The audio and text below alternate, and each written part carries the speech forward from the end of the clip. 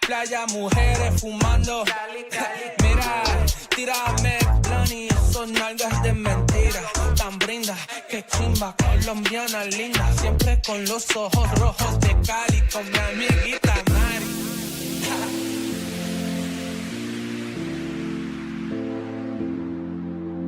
My head's in the clouds, can you bring me back down? Boy, I need you there.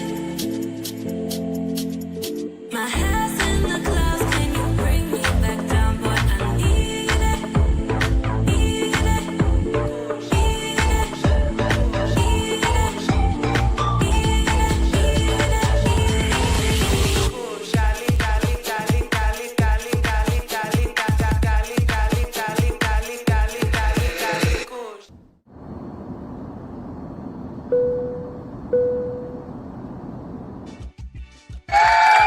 Shout out to all you ladies and gentlemen who are here with Andre and Andre's Love Crossing Borders on a wonderful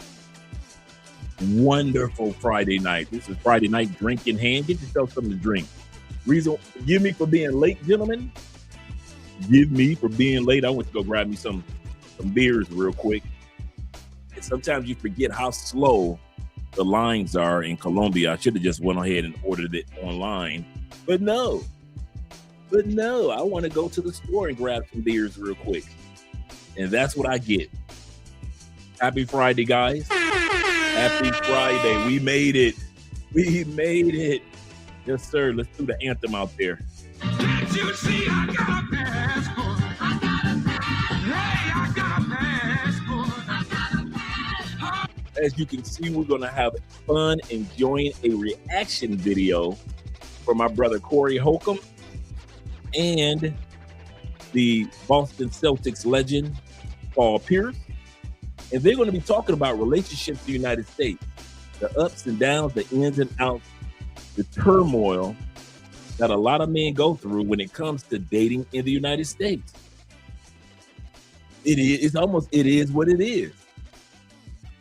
It is what it is. Today I'm rocking my Beat Street t-shirt. Shout out to the old school movie Beat Street. Rocking my Beat Street, the beat of the street. The Ozone and Turbo. Yes, sir. Shout out to Beat Street. But yeah, it's as if, shout out to all 26 in the building. Once again, my bad for being late, gentlemen. That was my bad. Like I said, I should have just ordered my beers online. Let me open one up right now. I should have just ordered my beers online. I got my when we went to DR, shout out to DR with the Presidente beer opener. Well, I don't know what you guys are drinking tonight, but I'm enjoying some Heineken. I am enjoying some Heineken tonight. It is Friday night drink in hand. Here's to all you guys that are out there, all you truck drivers that are out there. Here's to you. Here's to all you second shifters that are listening in. Here's to all you third shifters that are going in early, making that money. Here's to all you guys that are working on the train lines. All you guys that are working on the railroad, in other words. All you guys that are working on when the boats come in and you unload the freight. Here's to all you guys. Here's to all you guys that are traveling tomorrow, as well as you guys that are landing somewhere tonight. I appreciate and I love every one of you. If all you guys are at home like me, we're going to enjoy Love Crossing Borders. Here's to you guys.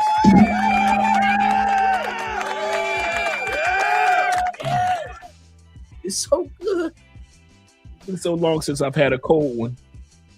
It's been so long since I've had a cold brew. Usually I'm just like 4-man 313. I'm enjoying my H2O usually.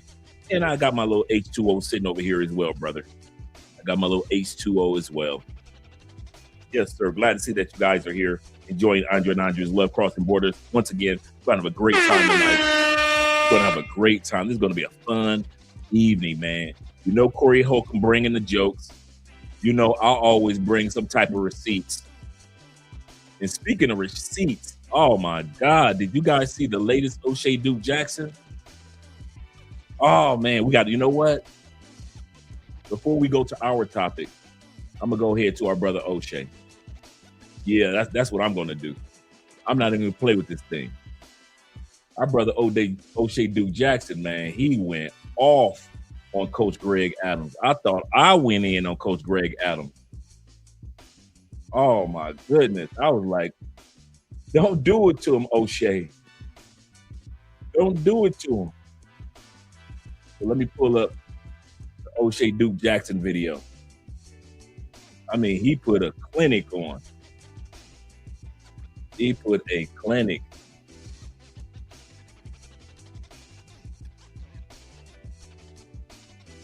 Let's see. Let's see if I got it real quick for us.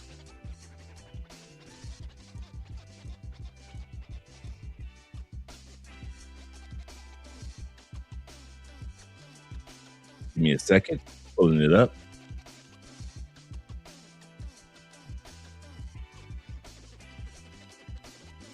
I was like, come on, O'Shea. You ain't had to do the coach like that. But he did.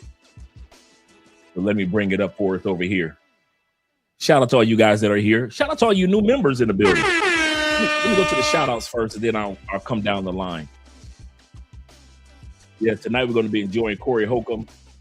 But we're going to also first, before we do that, I can't let this slide.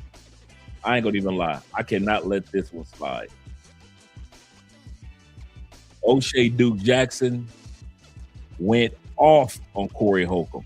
I mean, not Corey Holcomb, but on Coach Greg Adams. I thought I went off on Coach Greg Adams. Boy, wait till y'all hear O'Shea Duke Jackson and what O'Shea had to say. How long, man? He dropped this video earlier today. So shout out to O'Shea. Even though we see mediocre tutorial review in the beginning, it's O'Shea Duke Jackson that we're going to be hearing on this video. And you guys thought I was nice last night compared to how O'Shea talked about Coach Greg Adams. O'Shea I thought I came with receipts. O'Shea Duke Jackson, you know O'Shea been around forever. He came with real receipts. So yeah, we're gonna watch that first before we even go off into our Corey Holcomb video. Shout out to you being in the building, the Ultimate Warrior. Glad to see that you're here, brother. He said, OG, sweet tea in hand. Yes, sir. Enjoy your sweet tea tonight. Do not have me drinking alone, gentlemen. I'm enjoying the Heineken. What, you can have your water. I don't care if you're drinking your smoothie. Just don't have your boy drinking alone. My brother said he enjoying sweet tea in hand. Yes, sir. Yes, sir. Tevin King of the King family. Appreciate you, Tevin. Tevin says, goodness gracious, Tevin. Tevin, you making me feel old, man. I did not know you've been a member for 25 months. Man. Goodness gracious. I did not know that. Hey, man, you making me feel old, man. That's over 2 years. Shout out to you, man. We've been hanging out for a long time, fellas. Sometimes you don't realize when you're doing live streams every day, how many people come your family. 25 months, man. Okay. You say smash that like button, everyone. Thank you. Yes, sir. Goodness gracious. A lot of you guys have been around for a hot minute. I just don't realize it sometimes. But we got the new brother. He's the Ultimate Warrior. Let me show some love to them Atlanta boys. What you really know about the dirty side? What you really know about the dirty side? 404 boys became a YouTube member. Shout out to you, brother. Appreciate that. Appreciate that. Back to back being a new member. Yes, sir. Yes, sir. And our brother Tevin King, once again, Mr. 25 months. Woo. I thought I've been on YouTube a long time. Tevin says this. He said, Andre, I forgot to ask, what was the name of the cologne that you have in front of the script right here? Oh, this is Cologne of the Night. Very good scent. This is actually pronounced Falcon, spelled with a V. It's V-U, because I know the light is kind of like bright. It's spelled V-U-L-C-A-N. And at the bottom is F-E-U. Somebody says, some people say it's Falcon way, but the French says Falcon flu, Falcon flu. So I'm pronouncing it correctly, but it's Falcon flu. It is a clone of God of Fire, and God of Fire is fire. Very masculine, but a very, very good cologne. And this is supposed to be like 95, 90%. Even the cologne bottle, the turquoise bottle, is the same as the God of Fire. So any of you that's ever smelled God of Fire, you know how good it smells. This is the exact same thing at a fraction of the price. And it's called Falcon Way, which is F-U-L-C-A-N.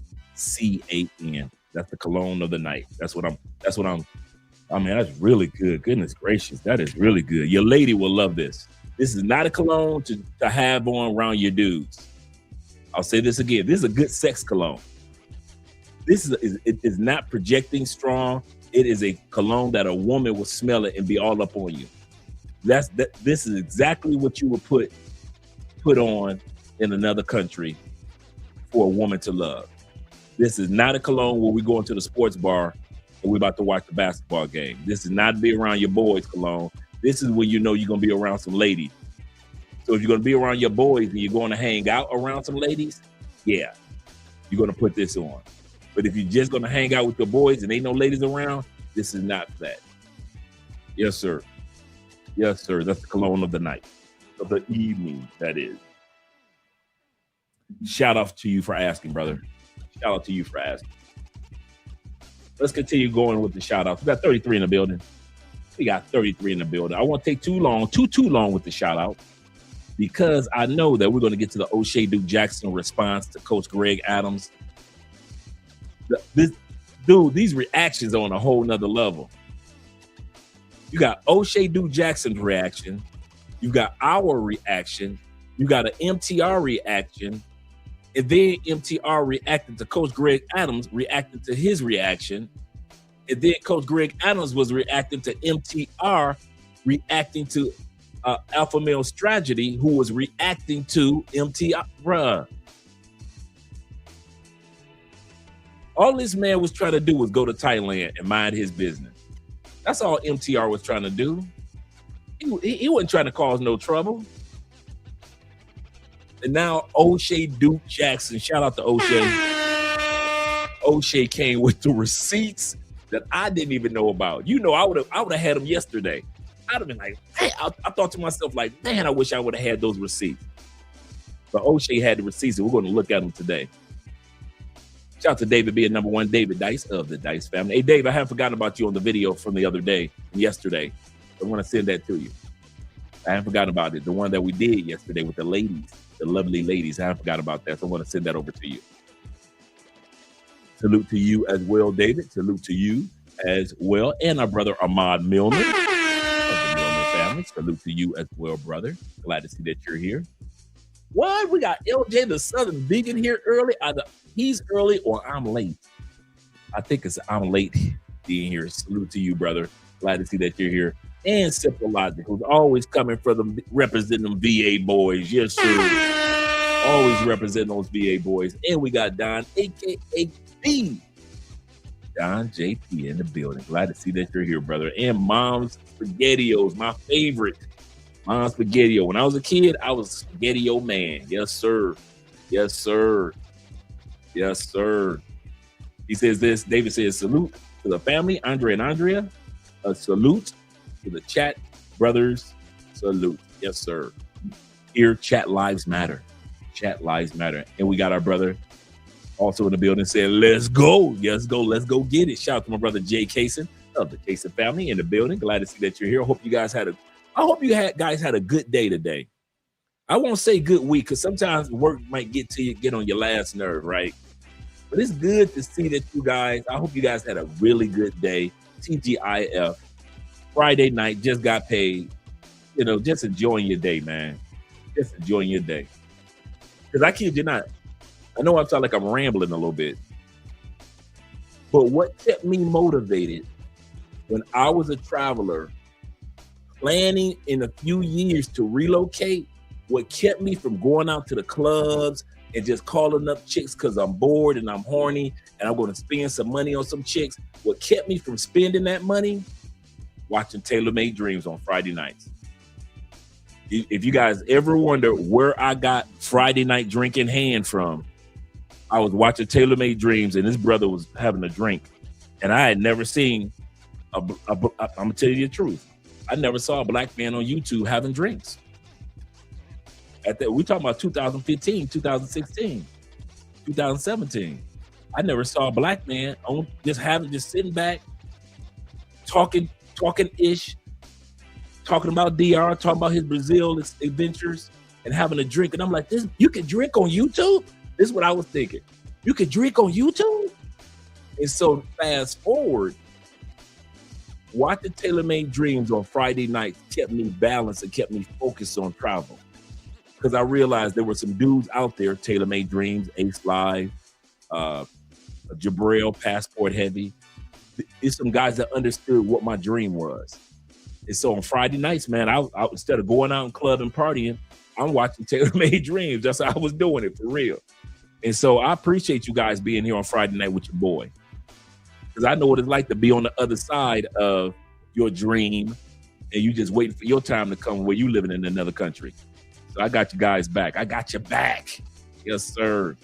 Shout out to DJ Davis in the building. Glad to see you here. He said, you got something on your... Yeah, I got it. Thank you very much. I got it. I was trying to grab something to eat real quick before I ran in here. Thank you very much. Yeah. Food must be good. Yeah, it was good.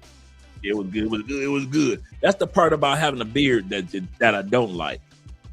It's so easy to get just one anything on your beard if you're eating, and you won't even notice it. Salute to our brother out there in Southeast Asia, especially my brother in the Philippines. Shout out to you, Ronin Travelers. Salute to you. He said, Brother Dre, good morning from the Philippines, and good morning to all you guys out there in Southeast Asia. Good morning to all you guys. Shout out to my brother, 4man3138, from Detroit boys. You better back the fuck up out my face, goddammit. I'm from Detroit, Michigan. Don't play with me. Don't play with that man. You know where he's from. You know where he's from. You know where he's from. My brother said, I am enjoying good old-fashioned H2O. Just regular agua. Yes, sir. He said, I'm in that gym. He said, I just left the gym too, right before I went to the store. He said, I'm in that gym, about to leave and get my meal. Yes, sir. Yes, sir. And shout out to my brother YLE in the building. He said it. He said it. Salute to you as well, brother. Salute to you as well being here. He say, look into French Avenue Amber Empire. I just gave a bottle away. I just gave a bottle away of French Avenue Amber Empire because I've got so many ambers already up here. I've got a few ambers already here. I just gave Andrea's brother a gift of Amber Empire. I really like that. That's one of my favorite scents. Amber scent is really good. And actually, I kept some for myself, right? Even though I gave it to him as a gift, I put a little bit in my dispenser, so I still have a little bit of that Amber Empire right here. Yes, sir. You're absolutely correct. Which is a dupe of... Now, I did not know this. Now you're schooling me. Which is a dupe of Blonde Amber by Clyde Christian. I did not know that. It's fire, man. It is fire. I just did not know it was a dupe. I did not know that. Shout out to you, brother. See, we learn from each other on this channel. We learn from each other. Let me scroll down. My brother says, greetings. Kevin King, once again with the greetings with Andre and the salutation. It is a happy Friday. You are not lying, brother. It is a happy Friday. Got me a good night's sleep. Happy Friday. Yeah, I did have something on my beard. Did have a little something on my beard. I was trying to grab something to eat real quick before I came on camera. Shout out to Greg being in the building. Greg G. Representing. Yes, sir. Glad to see that you're here, Greg. An average man representing. Yes, sir. Good evening. He said, good Friday, brother Andre. Chat in the chat. Shout out to average man. Doing great things, man. Doing great. Average man, could you do us a favor? Could you drop the link to your channel so we can support you? For those that have not subscribed to Average Man, yes, make sure you subscribe. This man is doing this thing in the travel world as well as a content creator. So he's giving you the best of both worlds, travel and good content. Shout out to Average Man. Yes, sir. Big Brother in Life is in the building. Yes, sir. So we're going to have a good show tonight because Big Brother in Life is here. He said, yo, Dre. He said, wipe your face, my G. Yeah, I got that. Good looking out, guys. Good looking out. Good looking out. Like I said, that's the only thing. If you've noticed, that has happened to me maybe 3 times on this channel since I grew the beard. 3 times that you guys have had to say, Dre, wipe your beard. Wipe your beard, Dre. Yeah, this beard life is new to me, gentlemen. It's new. He say Dre broke out the Heineken. Yes, sir. That means the show gonna be fire. Yes, sir. I got some cold ones sitting in the fridge right now. Oh yeah. Oh yeah. We gonna get dastardly tonight. We gonna get dastardly tonight. Yes, sir. He said O'Shea been calling, and O'Shea said, see, I didn't know this was going on. I didn't know about the O'Shea Coach Greg Adams beef. I did not know that. I'm talking about real beef. Real beef.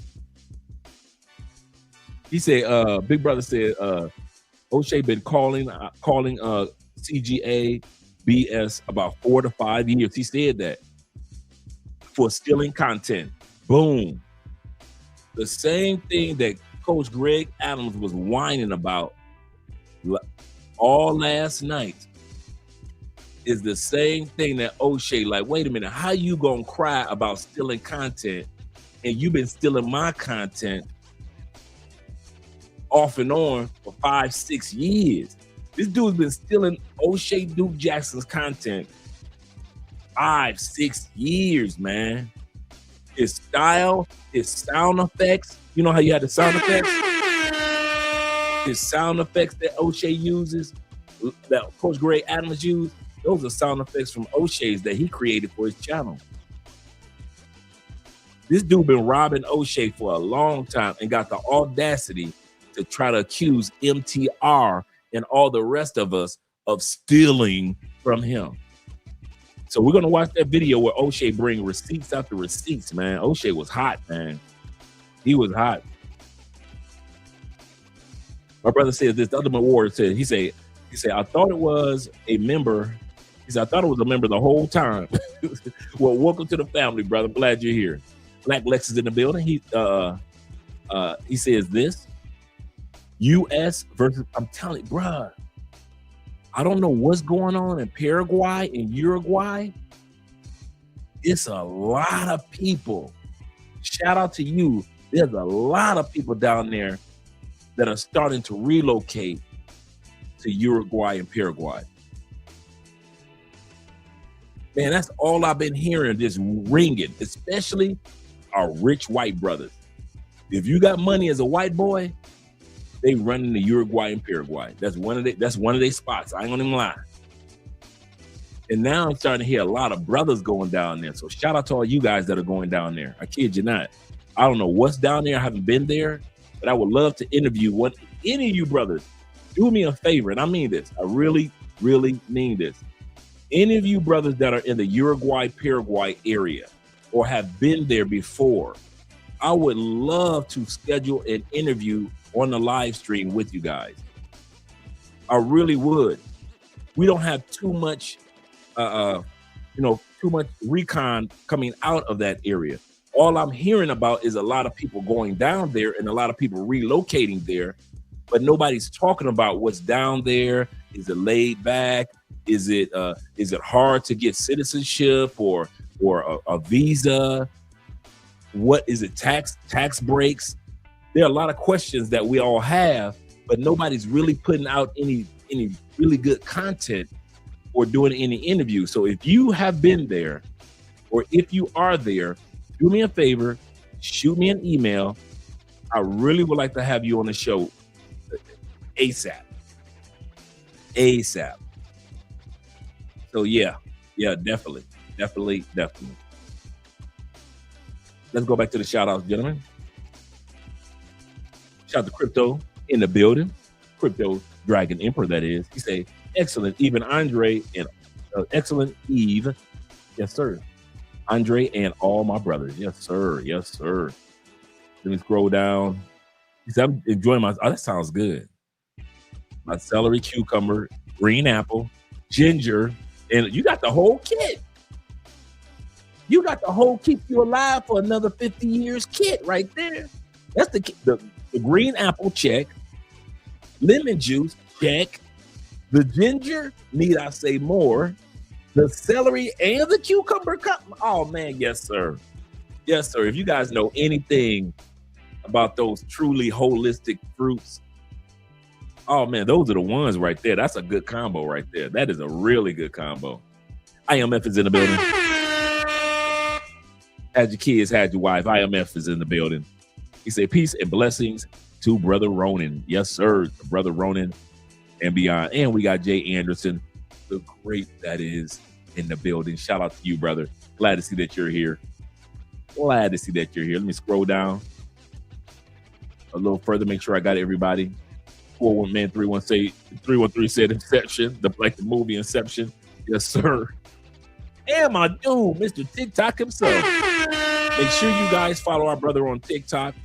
I kid you not, he does some excellent live streams, men's daily advice and encouragement. I'm telling you, the brother always, when he says daily, he means daily. Yes, sir. So make sure you drop the link to your TikTok so we can go ahead and support you. We got 44 in the building. Guys, do us a favor. Make sure you click that like button. We like you. Make sure you really, really like us too. And shout out to all you guys that are watching from Andrea's channel. Appreciate that. I appreciate that.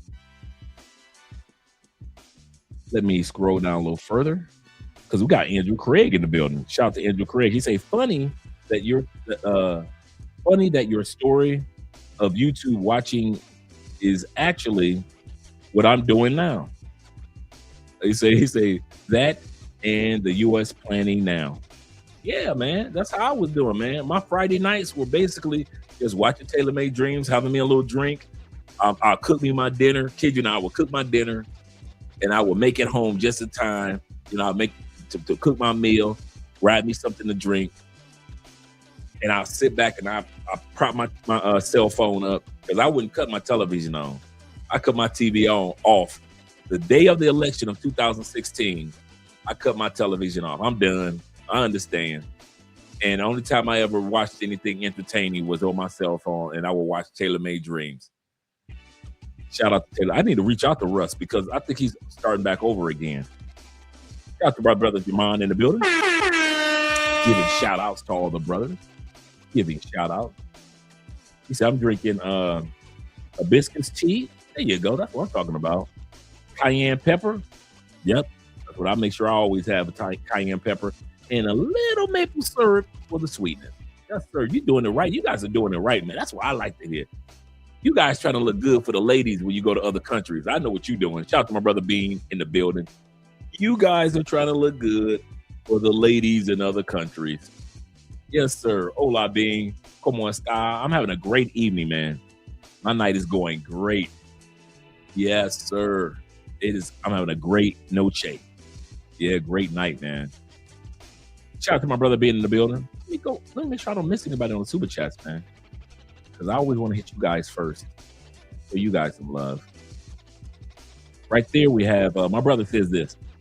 He said, I gave my Balkan Foy to my girl after getting a Nulo. Let me write that one down.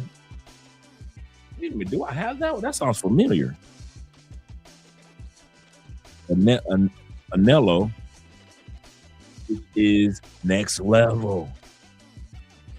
In my main, and this is unisex, so you're absolutely correct. He said my main scent I gatekeep is What you know about them rose scents, man? What you know, man? I rock some rose scents. It take a special type of man to pull off the male rose. And I'm talking about the female rose. When we say rose scents, we're not talking about you smell like a woman.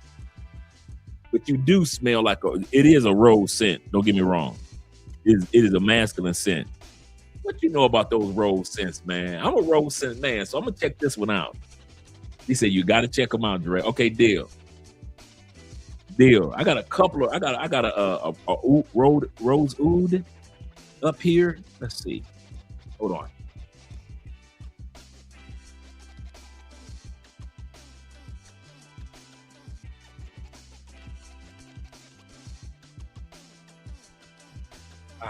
Okay. I got two roses. This one is this is French Portrait. French Portrait is a clone of the $1,200. I said it, $1,200 portrait of a lady. It is a male rose scent. If you're not everybody, you got to have personality for this. You can't just pull the average dude, Mr. Tough Guy. Now you can't pull this off. You ain't made for this. You got to be one of those fashion forward type dudes to pull this off. I love rose. I love one of my favorite scents in my top 5 scents. This is French Portrait. And it is a clone. It is a $30 clone of the $1,200 portrait of a lady. And this one right here is a Middle Eastern rose I got in San Andreas, the island. San Andreas is like the Hawaii of Colombia, right? And this is by Martine Martin, and this one costs like $250. And this is Rose Oud. Rose.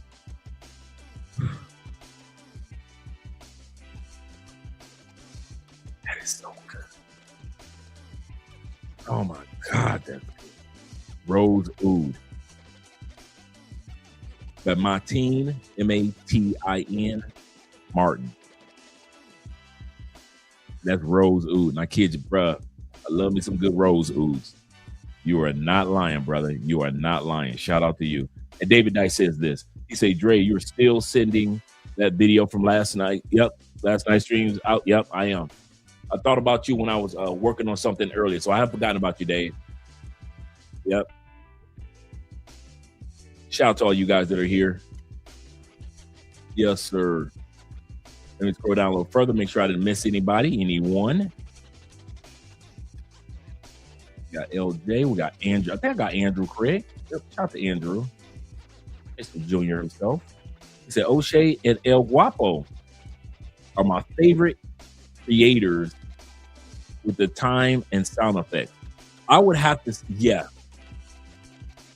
Now on that, Kings and Dreams asked me today, we were talking about favorite content creators, and I said, I don't have a favorite. I say, because I get so much from different dudes, whether it be Richie Mac editing, whether it be the sound effects of you know what? Yeah. I got, yeah, the sound effects of El Guapo with the explosions and everything, whether it be, when I had a conversation with O'Shea, and he said, don't just focus on building subscribers, build a community, do something for people, do something of value. Don't just have a YouTube channel, create something that people can benefit from. And I never forgot that. To Angry Man introduced me and talking about the business side of YouTube. So I don't necessarily have a favorite one. To Tailor-Made Dreams showing me how, like I said, I wouldn't have created Friday Night Drink in Hand if it wasn't for watching Tailor-Made Dreams on Friday nights with a drink in his hand. That's how I created it. That's how it came about. I mean, Jabron said, he said, I've been talking about Paraguay and Uruguay in the chat for a few years. Yeah, hit me up, man. Any of you guys, man. I would love to have you guys on the show and talk about it. I really would. He said, those two countries aren't Ninja Sim friendly. That's why I want to talk about them. Because, you know, this channel is for grown folks only. It's not rated E for everyone. It's not rated E for everyone. He said, I would have information on Bolivia. He said, but they have issues right now. I know, right? He said, Austin went to Santa Cruz. But that's it. Yeah, I don't hear too much about Bolivia except for people visit a few areas. But yeah, you're right. You're right. Let me scroll down a little further, make sure I got everybody. Shout out to my man Stanley Joseph in the building. Yes, sir.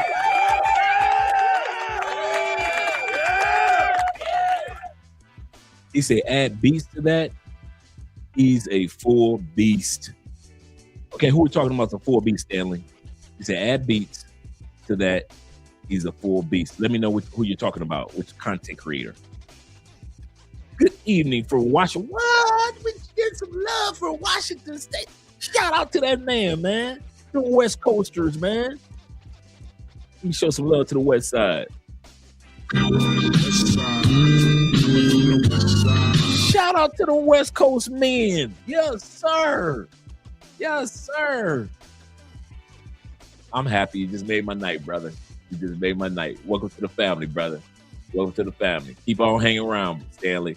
Keep on hanging around. We have fun on this channel. It's a grown man's channel. Yes, sir. The ladies dare to tread this channel every blue moon. But for the most part, these grown men channel. Yes, sir. You just made my night. Shout out to you, Stan. Let me make sure I got everybody. DJ, Andrew.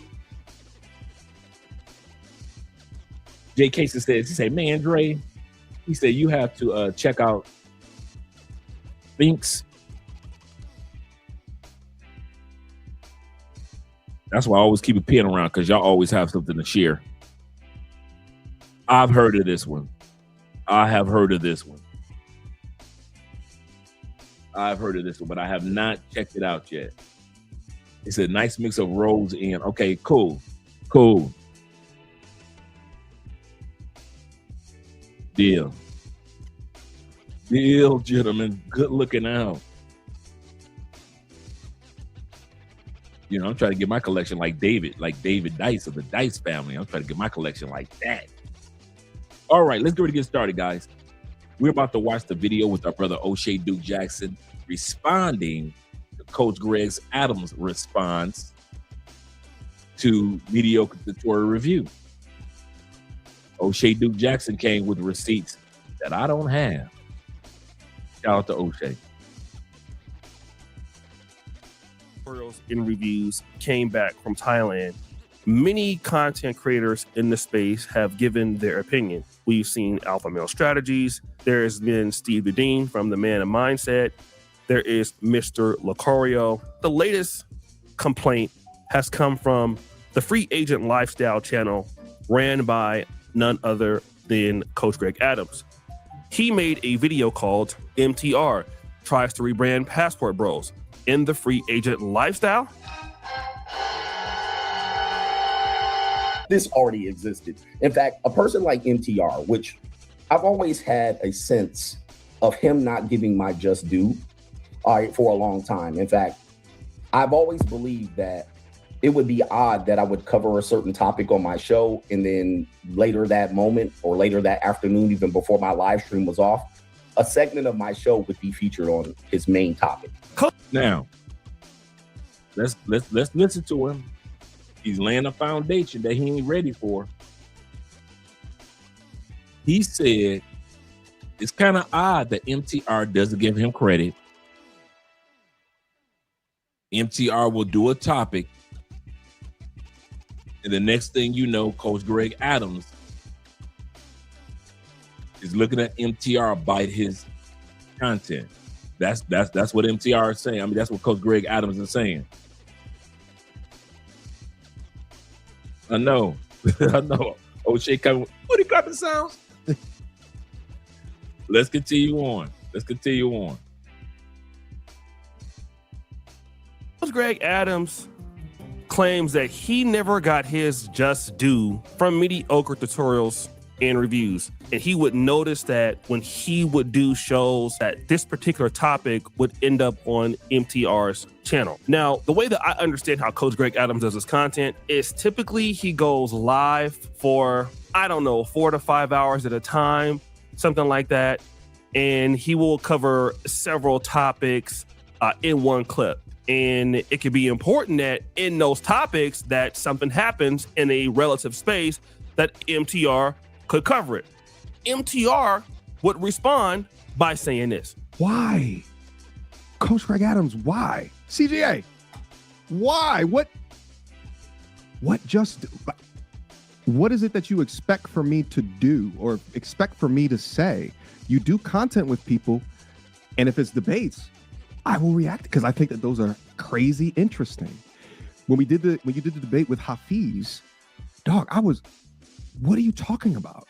I'm so confused by this. So MTR is shocked that Coach Greg Adams believes that MTR is stealing ideas from him or stealing concepts. Now, it is true that I've seen MTR react to Coach Greg Adams. I've seen him, for the most part, speak favorably towards him. The idea is that MTR is repackaging the free agent lifestyle or the Passport Bros movement, and it's not original. Now, it's important to know with all of these guys who have made response videos that there is some level of course selling going on with all of these guys. Coach Greg Adams, Alpha Male Strategies has products, Steve Dean has products, and Mr. Lucario has products. Now, so does MTR, and I believe he makes, probably maybe as much as them or more than them in what he's doing. And I noticed that with somebody like myself who doesn't really deal in the product per payment segment, I never really get so much criticism from these guys at all. But I have noticed that because MTR is so popular in this niche and he gets a lot of financial support, even on live streams, that these other people may or may not feel that MTR is cutting into their money, and maybe they share audiences. In other words, MTR got haters.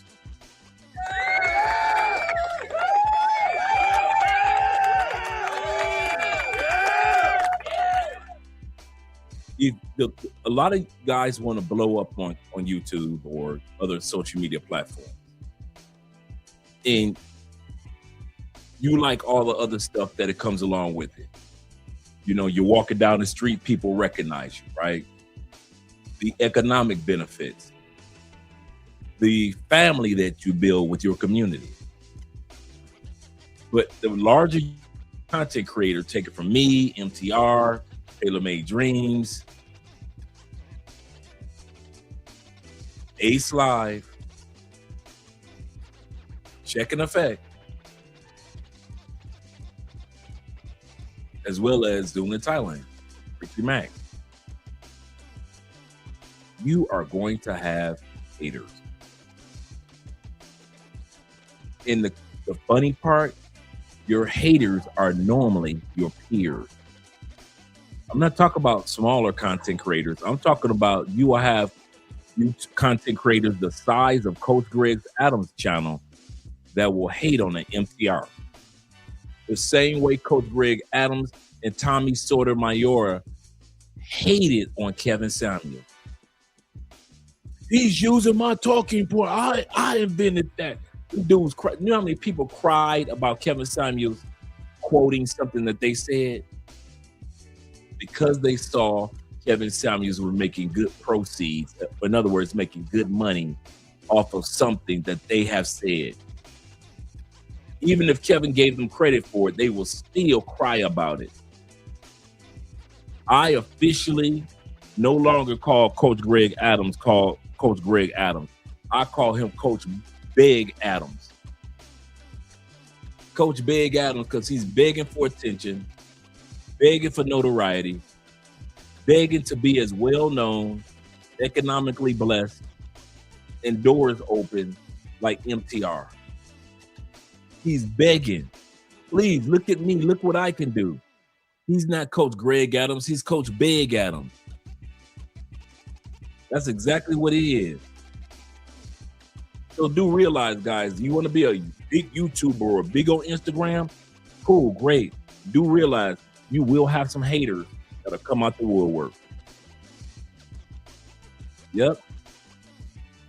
If you think guys haven't made content videos about me and Andrea, where dudes have had something slick to say about us while they were on somebody else's channel's panel, and they don't realize that I'm in the audience. If you don't think Richie Mack and Taylor Made Dreams have not had somebody talk about them, you know how many haters Taylor Made Dreams had because he was the voice of the Dominican Republic. That man had haters in DR. So let's continue on with the video. Shout out to Mediocre Tutorial Review. Yeah, CGA created free agent lifestyle. That's all he's saying. You're wrong. MTR copied a lot from him. Let's put it like this. Not one thing that Coach Greg Adams ever said is a one-off. I've heard Coach Greg Adams say things that I've said, and I know I've said it years before he did.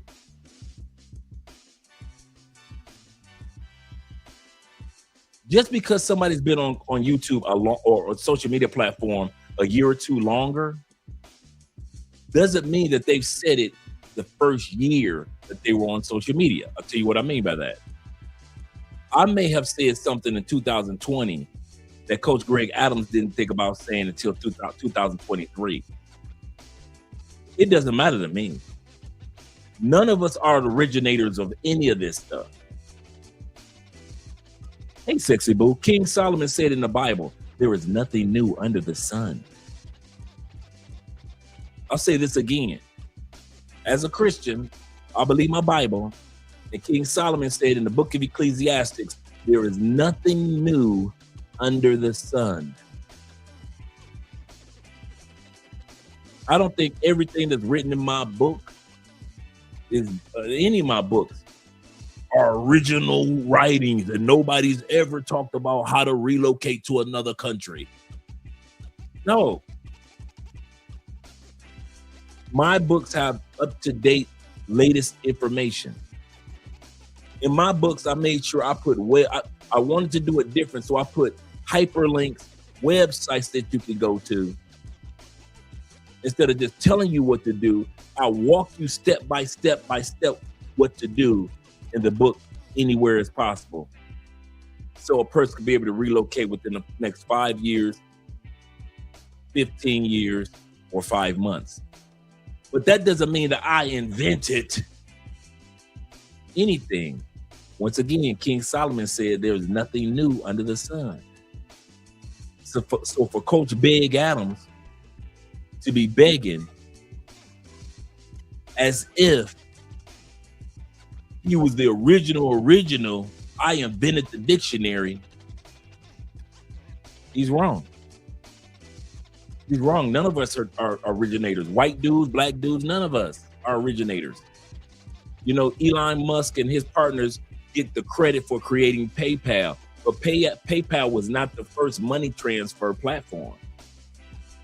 A lot of us know Tinder, but if you're old enough, you remember Black Planet and MySpace. That was the Tinder back then. And they were well known and famous too. I remember Black Voices, Black Planet, and MySpace. And you can smash all the sisters you wanted. Now fast forward to Tinder, the guys that are under 35, they don't know nothing about MySpace. The guys under 35, they don't know nothing about Black Planet.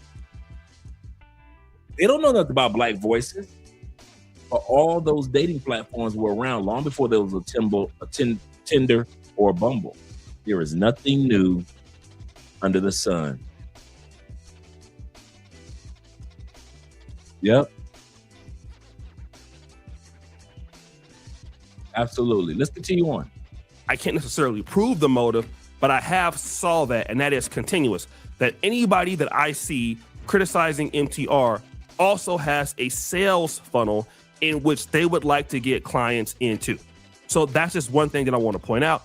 I'm not saying it is fact, but I have noticed this. Now, Coach Greg Adams would respond to MTR's response, because MTR made a video called Coach Greg Adams is mad at me. Coach Greg Adams would respond with a video called, "Damn, I told you the manosphere is a rest haven for..." And this video was not just a diss to the real MTR, but also Rolo Tomasi. But there were a few shots at MTR that I thought were pretty interesting. Where Rolo has licking MTR's one. So here we have Coach Greg Adams talking about MTR has one testicle, which that was removed because of his cancer diagnosis. I don't know why this was important for Mr. Coach Greg Adams to bring this up, especially since Coach Greg Adams typically is a person that handles himself in frame and never is really emotional like this. He's absolutely correct. Usually Coach Greg Adams don't act childish like this.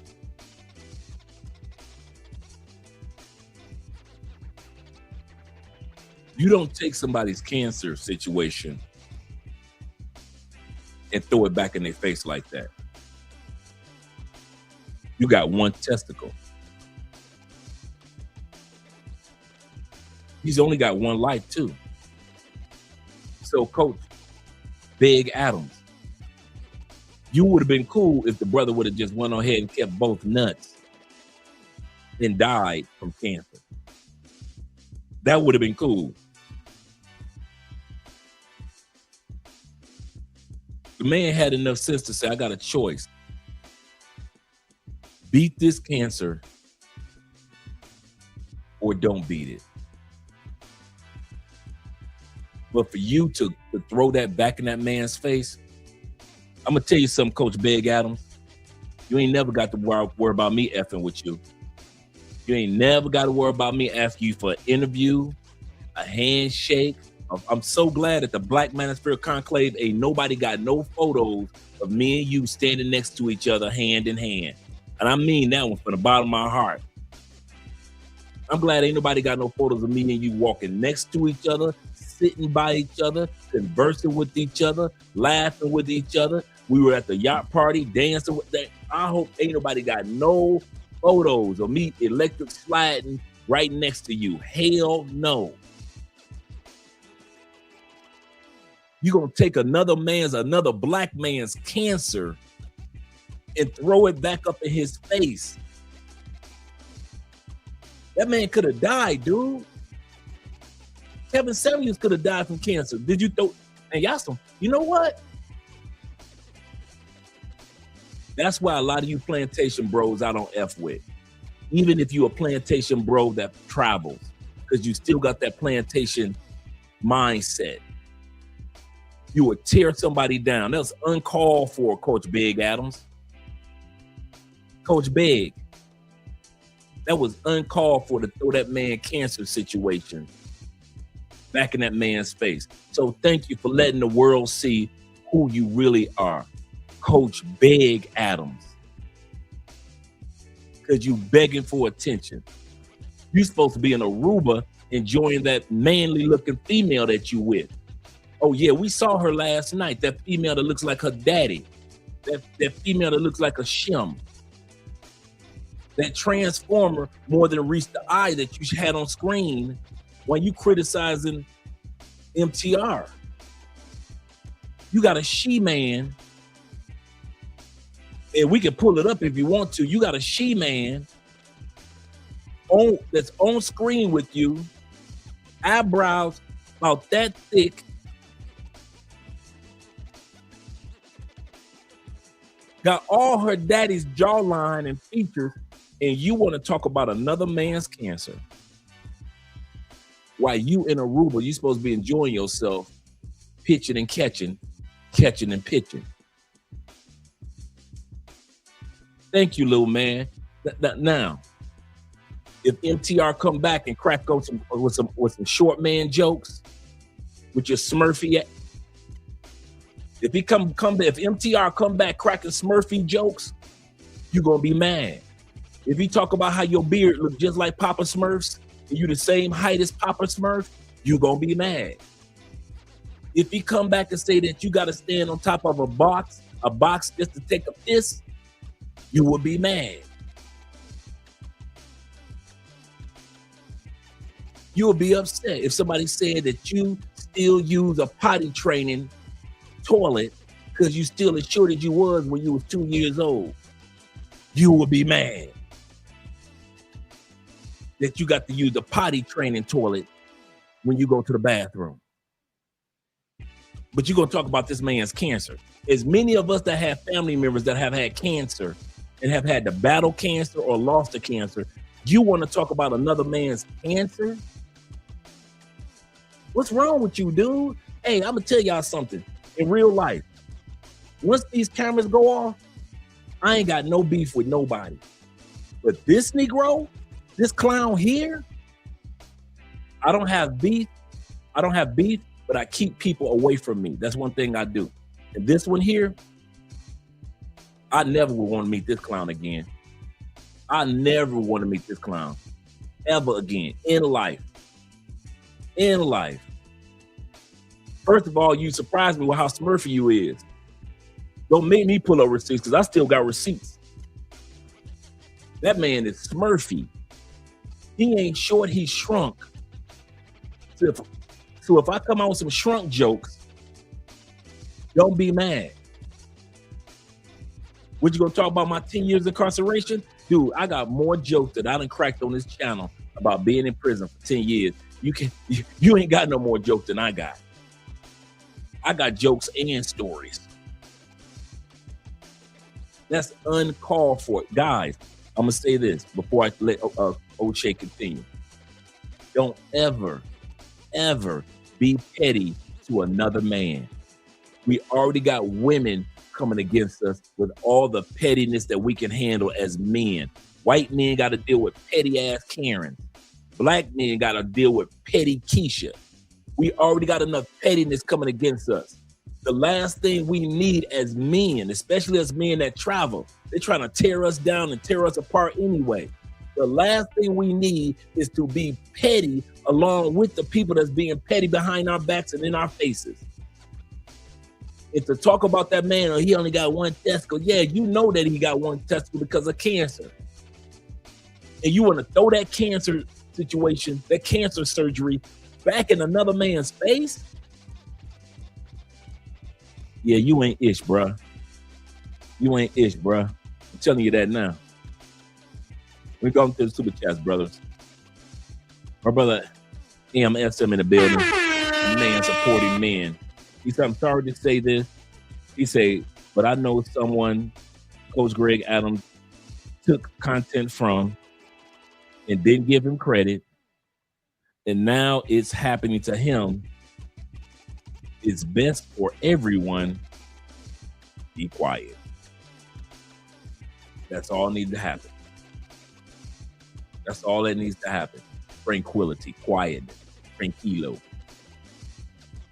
Oh yeah, I can't use tranquilo because Coach Greg Adams said he invented tranquilo.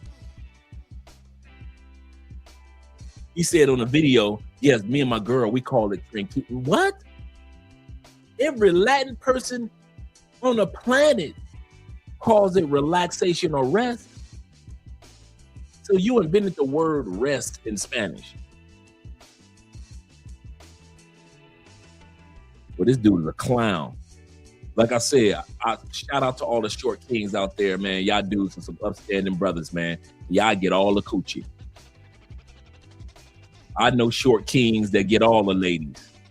All the ladies. If you under 6 feet, you got just as much of a chance of getting the ladies that I had. Most husbands statistically in the United States are 5'7" to 5'9" in the United States. Most husbands.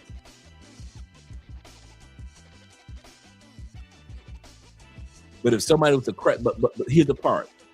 There are the short dudes with that inferiority complex like Coach Big Adams. That they work so hard, their pride is so hurt that God made them so short and make them look like they were shrunk. There's a difference between being short-kinged and a shrunken man. I'll say this again.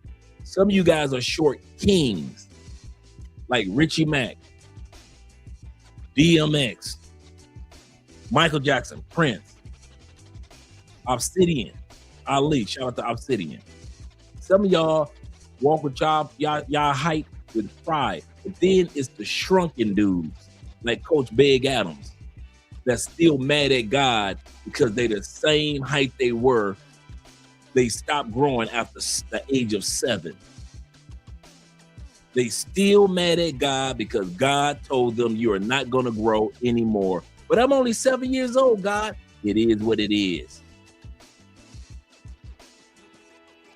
And so now he tried to take out his frustrations on everybody, bruh. And he ain't got no cut. He just gonna talk about this man cancer diagnosis and cancer surgery. Yeah, that Napoleon complex, bruh. I know plenty. I would say even most short kings do not have the Napoleon complex. But the ones that do, oh my God, they try too hard. That's the number one sign that you know that a dude got the Napoleon complex. They try too hard with everything. With everything. Look what I can do. Look what I can do. Look at me. Look at me. See what I can do? Let's continue on, gentlemen. Let's continue on. But to just throw out an insult like one nut behavior, especially when MTR was really nice in his response, saying, hey, man, if you felt like this, why couldn't we have a powwow? The only thing that he may have said that was disrespectful was like, listen, man, I don't even watch your channel as much or don't watch your channel at all. That's the farthest that I seen MTR even go with it. He didn't call him any names. But then Coach Greg Adams will say this. Take that L. He didn't fall on the sword of the notorious King of Kings. He didn't. He went into his booty bandit Atlanta behavior. He would basically call MTR gay. He called MTR a booty bandit Atlanta behavior. I'll bring that back. I'll bring that back for you. Notorious King of Kings. He didn't. He called himself the notorious King of Kings. I personally only know one King of Kings, but this little shrunken man, this little voodoo doll, bruh, if you built like a voodoo doll, you ain't the King of Kings. I ain't gonna. If you built, dude, if you built like you was created by Hasbro, if you built like you was created by Milton Bradley,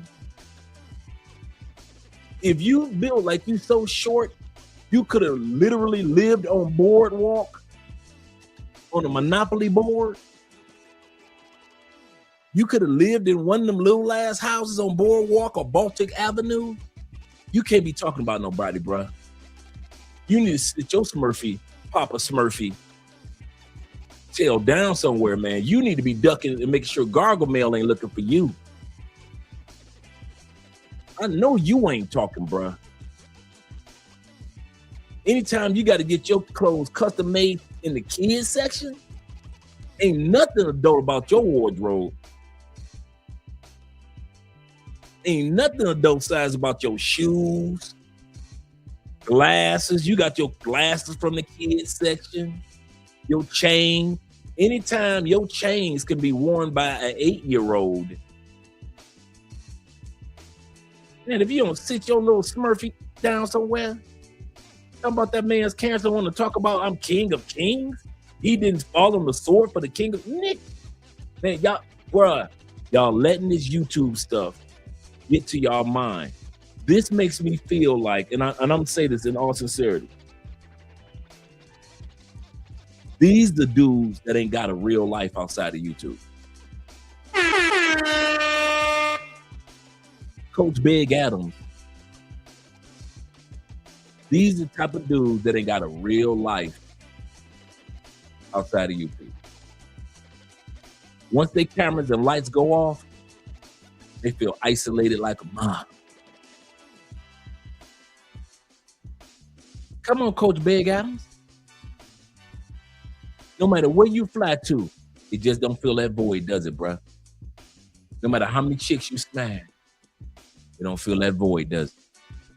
No matter how many cars you rent in different cities and different countries, you just can't fill that void, can you? You're still gonna be Smurfy. No matter how much money you make, you still gonna feel like you Smurfy. You still gonna feel no matter how white your beard get, you still gonna have that Papa Smurf complex, ain't you?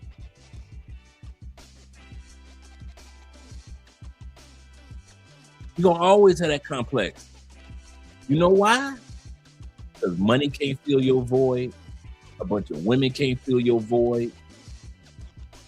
Traveling can't fill your void. And now you're starting to realize even YouTube can't fill that empty spot that makes you a jerk to everybody that you come across, bruh. I'm gonna say something since it's already out there and since you'd embarrassed yourself, bruh. I knew you was full of ish the moment I saw you walk into the conclave. Have you ever seen somebody, and I mean this from the bottom of my heart, I'm be honest. Have you ever met somebody, male or female, and that energy was off? Something ain't right about that dude. And then you tell you, or something ain't right about that chick. And you just kind of tell yourself, like, it's just me. Let me keep my mouth, let me be quiet. I ain't gonna, like my mama said, if you ain't got nothing else to say, keep your mouth shut. So you keep your mouth shut. You just kind of sit back. You kind of watch. I wouldn't have had you as a keynote speaker. You didn't even speak at the Black Manosphere Conclave. I'm gonna say that again. For all you dudes that was at the conclave, this clown didn't even speak at the conclave. He got up, grabbed the microphone, and had a question and answer session. He came with no topic, no subject, didn't talk about nothing. He just had a microphone, stood his little Smurfy butt on stage, and then let y'all come to the microphone and ask questions for 30 minutes and got paid for it. No subject, no purpose. It's like he just, well, let me fly in, make this money, let these clowns at the conclave, because that's how he played us. And I was gonna keep this to myself, but right now, since you want to talk about another man's cancer, okay, let's talk. I got receipts. You stood up there and didn't share nothing of value that was worth them flying you into the conclave. Theo and them paid for your flight, paid for your hotel room in Miami, got you on a yacht, paid you for being there, and you didn't do nothing. You didn't do nothing. You had no slides, no subject matter, no nothing. This Negro got on stage. Well, I could have did it. Dude, you could have got a paper boy from the neighborhood to do what Coach Big Adams did. Stood his up there and ain't do nothing. Grabbed the microphone and just, hey, what question you got? And the brother stood up. Shout out to all the brothers that was there. Shout out to you guys. And the brother stood up and they asked questions. All this dude answered was maybe like 6 or 7 questions, got off stage and left after the yacht party. I'm like, wait a minute, pause. When Dennis Erling came, he had subject matter, he had material. We met his son who was there. He was in parts of different, so he didn't just was on stage. Dennis Erling was also a part of the round table that they had. So it was like if you had paid extra into the conclave, you could be a part of the round table. Dennis was right there. Anybody else, lead attorney, when he was the speaker, he spoke as a speaker. This Negro here on your screen didn't come prepared to do nothing but to take money from Theo and all the other brothers. And I've been sitting on that for years. And I'm not saying this as a hater or he don't like that dude. No, I don't like fake people. I'm gonna say that right now. I don't like fake people. You just mad because they didn't pay you. Like, bruh, I've been on that stage twice. The Theo and them showed me love. And all you brothers who I met, I don't go to the States for no reason except to see my family and to see you guys, my family. Ain't nothing else ever drew me back to the States but my sister and you guys. You are the only reason I go back to the States one time every year. Every year. I'm trying to meet you guys face to face. I don't give a damn if I'm on stage or not. I don't care. I'm trying to see Culture Condition face to face and hang out with him. Hang out with Richie Mack face to face. Hang out with you guys face to face. Hang out with International Quiet Storm face to face. I got a chance to meet T-Mac's son face to face and hang out with him. Hang out with Chill with Will. Hang out with Uriah. Hang out with you dudes, man. It's one thing to see you guys in the comment section. It's another thing to see you guys face to face and we're having cigars, or we just hang out with my brother, man, I forget his name, man. Young brother, MAB.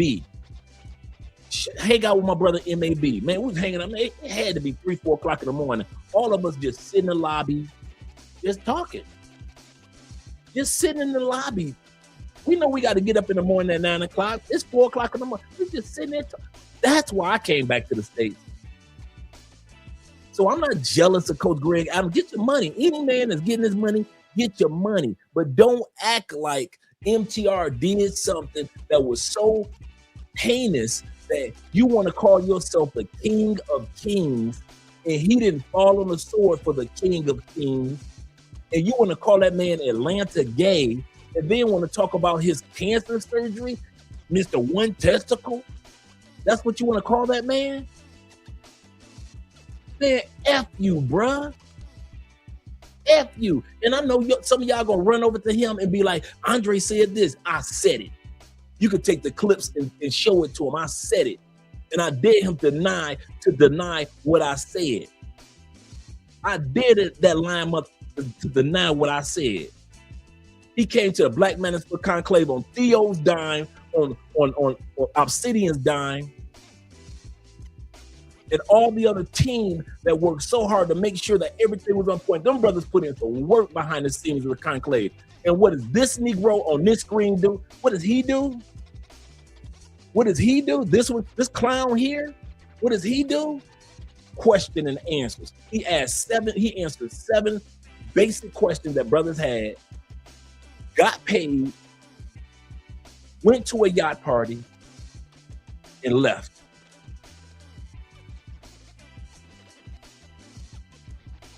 I'm thinking this whole year since the last conclave, no, this mother didn't. You know how your mama sees something, she be like, I know this mother. That's how I felt at the conclave, standing there in the back.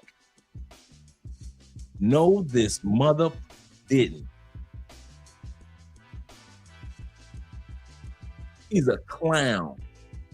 And like I said, y'all can clip this and send it over to him. He a clown. And I dare him to deny what I'm saying right now. Clown.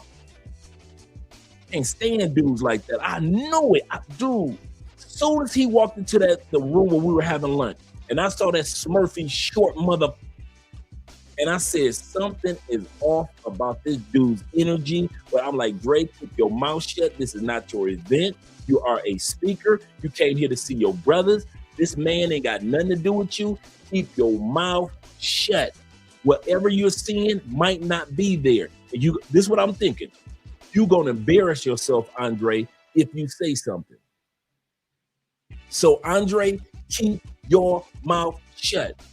This event is not your event. You're just a speaker. And when he got up on that stage, I was like, I knew I wasn't stupid. And I still kept my mouth shut. And I've seen Coach Greg Adams all over. I've kept my mouth shut this whole time. But for him to go after MTR like that, and it's not about MTR. It's about going after another man who's had cancer surgery. That's the part that just pissed me off over the last 30 minutes. So if you guys wondering if it's an MTR thing or an O'Shea thing or even a Coach Big Adams thing, it's not. It's about the fact that a male has survived cancer surgery that could have killed him years ago. And he survived to tell the tale. And you want to mock him for surviving cancer surgery? And you want to call him Atlanta gay because he didn't fall on the sword for the King of Kings. Your little short. Listen here. Just because you the height of Lord Farquaad in the Shrek movies, that don't make you Lord Farquaad in the Shrek movie. Y'all just two short, angry mother.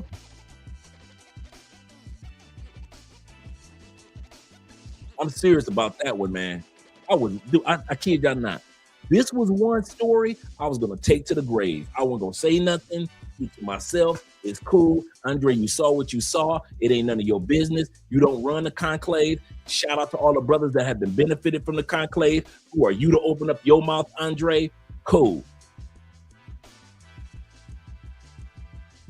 But for him to do this, man, F you in the horse you rode in on. In the horse you rode in on. Just like Lord Farquaad, when he jumped off the horse and you found out he was short.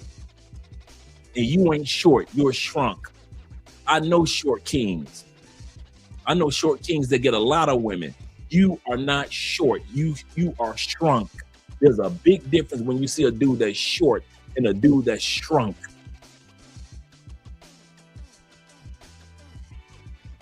Absolutely correct, Jay. Not all skin folk is kinfolk. Dirty mother.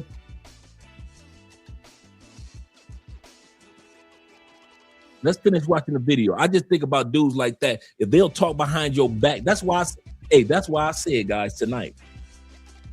I said, y'all can clip it and send it right to them. I don't give a about none of them dudes. This is off-camera talk. Don't let this YouTube stuff fool y'all. I'm talking like as Andre, as if I ain't never had a channel. F that dude. I'm talking like I'm Eastside Detroit Dre now. F that dude. He's a clown. He's a clown. Ain't nobody jealous of him. Ain't nobody envious of him. Ain't nobody stealing from him. He ain't create nothing new. I ain't create nothing new. MTR ain't create nothing new. O'Shea ain't create nothing new. The Bible says there is nothing new under the sun. Nothing. We just revamp how we do it. We've been gathering information since hieroglyphics. And now we gather information on computers. There is nothing new under the sun. We went from hieroglyphics to books. Actually, we went from storytelling to hieroglyphics to books. And now we're using computers. There is nothing new under the sun. We just do it differently. This dude will call himself King of Kings? Well, who was that man that was with you in your Airbnb, your hotel room with you yesterday that we were looking at? Because that was not a woman that you had on that live stream talking about MTR. That was a man. You think you can fool us? You cannot fool us. That was either a man or a very, very, very ugly woman. You got all this money. You got all these words that you invented. You invented the dictionary. You tell them you can reach in your dictionary and pull out a baddie. You in Aruba. And you with that ugly chick. You on the island of Aruba. And that was the best that you could pull. You might as well have flew a chick in from DR. If it was me, I'd have flew in a chick from because Aruba is right there near Venezuela too. I'd have flew in a chick from Venezuela. I would have flew in a chick from Colombia. I would have flew in a chick from DR. There is no way in hell y'all would have saw me with that zoomorphic, animalistic looking chick on a live stream and you skinning and grinning like you flexing. Man, you so fake, bruh. You so fake. Like I said, you will never see me let this YouTube stuff go to my head. This is not my life. This is not my life. And when I talk to you guys, the reason why you guys resonate and say, Dre, just a regular dude in real life. Because my real life is my real life. How I am on camera is the same way I am off camera. I'm just a down-to-earth dude. I'm just like you guys. I have good days. I have bad days. I have my ups and downs. Just like the rest of us, no matter what country you live in, life gonna keep lifing, brother. Life gonna keep life. You will never hear me acting like I got this big old ego and I'm on YouTube and I make so much money. And if it wasn't for me, you would never see me acting like Tommy Sotomayor. If it wasn't for me, you would never see me acting like Coach Big Adams. You would never see me acting like Alpha Male Strategies. Y'all folks, y'all can't do what MTR do. You ain't got no money to be no passport, bro. Bruh, you don't know what other men have. You don't know what another man has. Don't tell another man what. See, dudes be sounding like what they repeat what their mama told them. Alpha Male Strategy, I'm talking to you. You ain't doing nothing but repeating what your mama told you when you was young. You tell the passport bros they ain't gonna be ish because your mama told you you ain't gonna be ish. You told the passport bros they can't do something that another man has done because your mama told, your mammy told you that you can't do something. So you ain't doing nothing but repeating what your mammy told you. You don't tear nobody else down. Who the hell are you to tell another man down and tell a man what he can't do because MTR got the money, so that's why y'all can't do it. You don't know what another man has accomplished, and you don't know what God got planned for another man to accomplish. God been telling the Abrahams and the Abrams to leave their families and go to another country since Genesis chapter 12, verse 1, when he told Abram, leave your daddy, I'm going to send you to the promised land. He been sending the Moseses, the King Davids, Paul, Jesus. God been sending men to go to other locations for the longest. So who the hell are you, MTR? I'm not MTR, but Alpha Male Strategy, ASM, to tell other men you can't afford to do it when we are already out here. That's the funny part. We've already been out here. We've been already traveling. How the hell you gonna try to tell somebody what they can't do because you too scared to do it, even though you got money to do it? Just because you scared. Like we said in prison, if you scared, go to church. If you scared, go to church. But don't sit back and say what God got planned for another man, it ain't gonna work because you ain't got MTR money. Don't you be guys, I'm gonna say this and I mean it. Don't you let these YouTubers discourage you who have never done what God is about to do in your life. Don't you ever, not one of them. Don't let your cousins, your mom who's never traveled, your dad who's never traveled, your uncles who never traveled, you got co-workers that never been nowhere except all of them only been on a couple cruises and maybe because statistics show 50% of all passport holders in the United States only go to Mexico and Canada. So yeah, they done been to a couple of Caribbean islands on a cruise. They done been to Cozumel, Mexico on a cruise. They done been to Toronto one time. They went to the Montreal Jazz Festival and they thought they went around the world. Don't you listen to them people. If God told you when your son grow up, I got a country for you to live in. When your parents pass on, I got a country for you to live in. When you decide to retire, I got a country for you to live in. You keep listening to God. Don't be listening to these people, bro. Don't you listen to them. I'm telling you now. If I'd have listened to all these YouTubers and content creators, I'd have still been in the States. Yes, I would have been making great money, but I would have been miserable. I would have been just like Coach Big Adams. I got all the money, I got all the women, but I got a hole in my life somewhere that it can't be filled. I'd have been just like Coach Big Adams. All the money, all the women, because I'm living in Florida and I'm smashing through them. Got my house in the suburbs.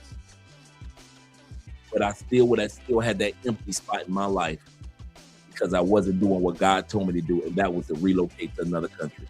Because I'd have been listening to Coach Big Adams, and I'd have been listening to the ASM and all the rest of them clowns and co-workers and family members. Now I got family members that want to reach out to me. Hey, how'd you do it? Now my friends who didn't believe in me, on the last year, all of a sudden I'm getting calls from all my friends. Hey, Dre, we're thinking about coming down there. We're thinking about doing this. When none of them believed in me. They didn't believe in you. None of them. My coworkers laughed at me so bad. Dude, when I first started telling dudes, my coworkers, that I'm dating Andrea, man, you know how many people laughed at me and thought I was crazy? When I told them I'm moving to Colombia, all they thought about was drug dealing and cartels. If I'd have said I'm moving to Brazil, all they would have thought about was the movie City of God. In the favelas. That's all they would have thought about. Don't be listening to other people other than God, bro. I'm telling you now. That's why I stayed on Friday nights watching Tailor Made Dreams. Because as soon as I stopped watching Tailor Made Dreams, everybody around me was telling me, you can't do it, you can't do it, that's crazy, that's stupid. Think about it. This was before Passport Bro movement. We're talking about 2016. When nobody talking like this? The only dude that was traveling like that was you military dudes. Let's be real. You military dudes, y'all all, even after your service is over with the country, y'all always been traveling.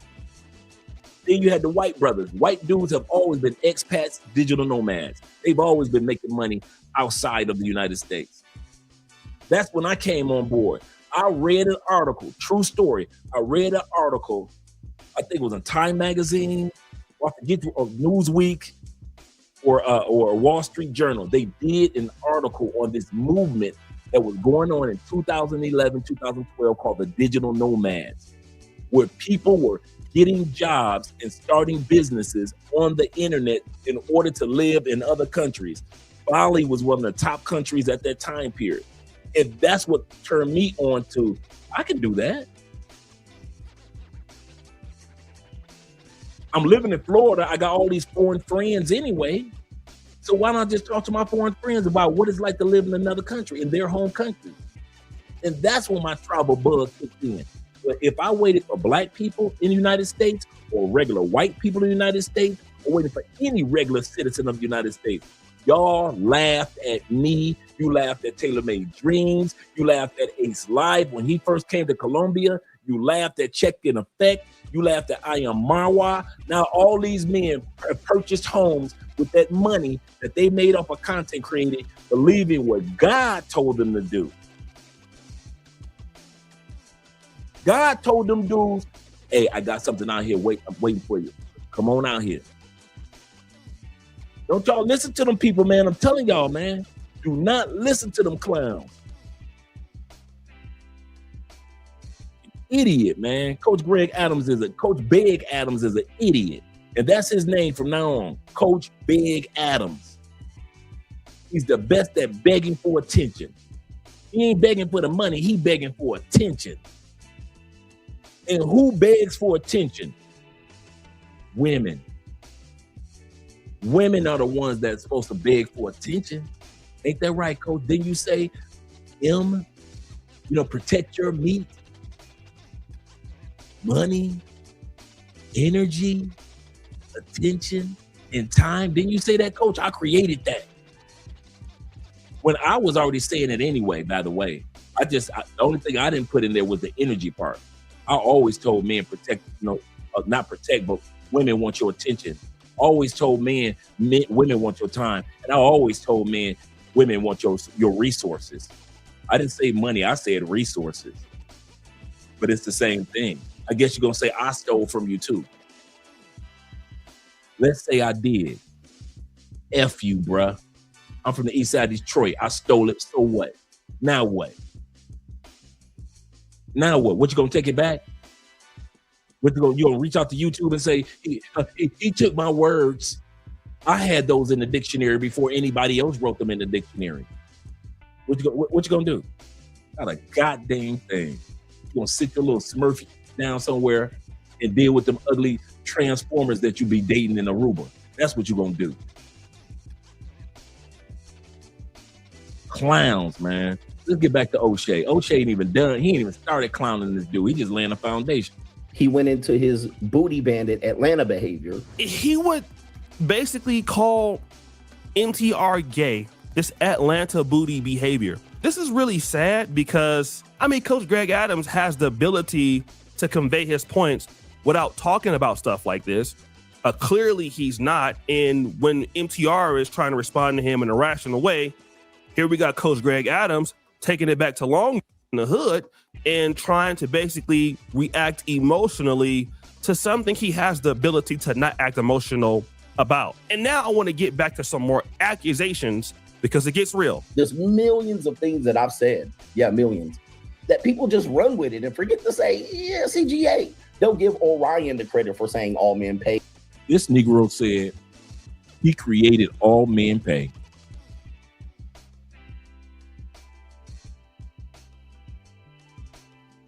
He said he created all men pay.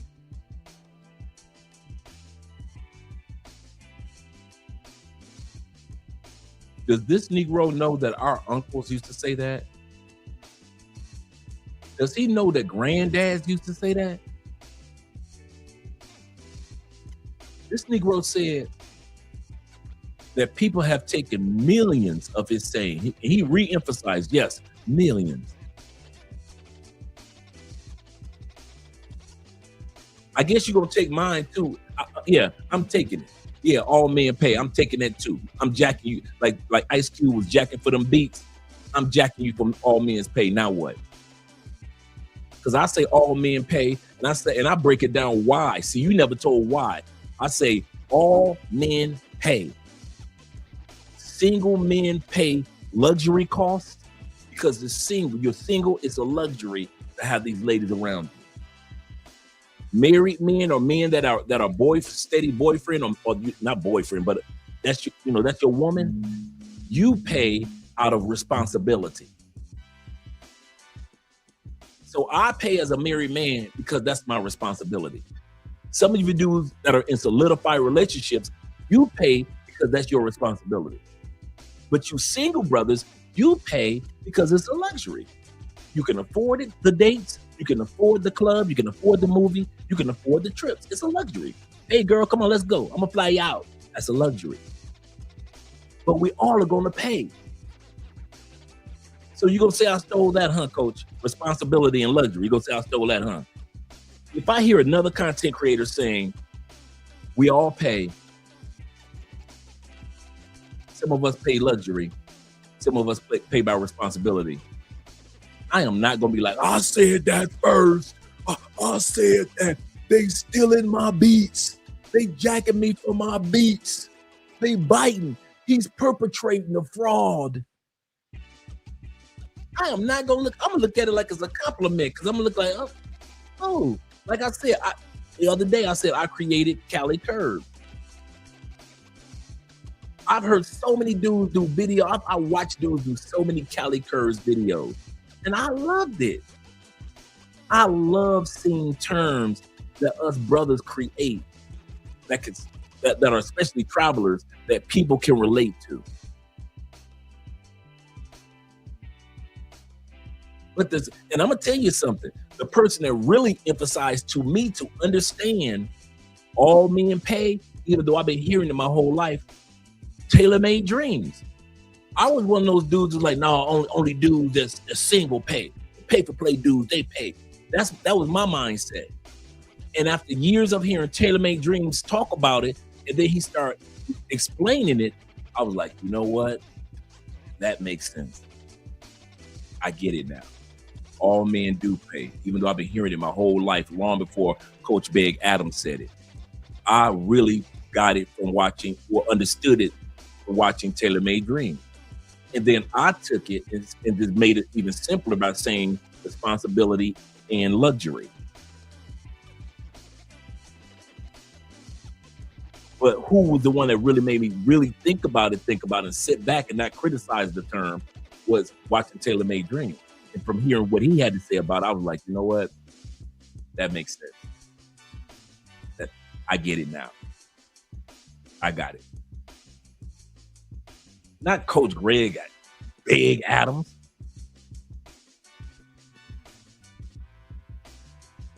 Kofi says this. Shout out to Kofi in the building. He says it's rare you meet anyone at any stage of life that actually created something. Absolutely correct. Nothing's new under the sun. In the book of Ecclesiastes. Chapter 3. There is nothing new under the sun. I don't know why guys try to pretend like they invented something. Kofi also says this with the $5 love. He's observed what is useful, discard what is not. I mean, absorb what is useful, discard what is not, and add what is uniquely your own. That's exactly how you do it. That's exactly how you do it. Bruce Lee said this. Again, none of us created anything. It's just our own. It's just our style of what that is. Absolutely correct. It's just our style. You hit the nail right on the head, brother. Right on the head. The man was demonetized. He got to make his money somehow. And I agree with that. Don't get me wrong. I'm with him. Hey, everybody knows we don't have full access to our channel either. We lost 5 channels in one day. This was 2 years ago. I get it. I understand. We're down to I think we have 3 or 4 channels now. Yeah, we had a lot of YouTube channels. So I get what Coach Greg Adams or Coach Big Adams trying to do. But that has nothing to do with talking about a man's cancer and calling a man gay, Atlanta gay, and then saying that a man should fall on the sword in front of him, Coach Big Adams, the King of Kings. That's an off-camera type of insult. That ain't even a YouTube insult. That's an off-camera insult, brother. That man had to deal with real cancer off-camera in real life. Any of us that have family members that battled cancer, you know what the battle of chemotherapy and all the meds and all that stuff is. You know that cancer is not a joke. And for this dude to just use that as a man, let me not keep harping on that. Let me let O'Shea talk. Let me shut my mouth. Let our brother O'Shea talk. Shout out to my Uncle Jeffrey in the building.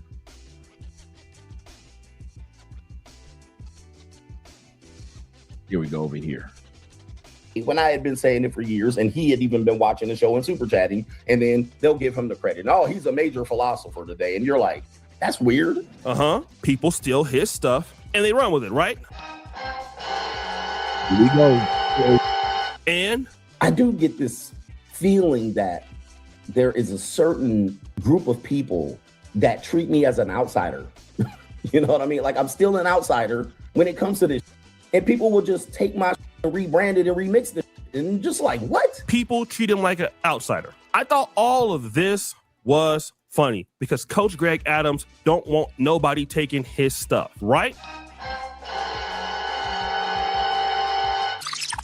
On May 17th, 2020, I was here in Uganda stuck in COVID. And for about 6 months to that time, I had been getting a lot of information that Coach Greg Adams was stealing my ideas.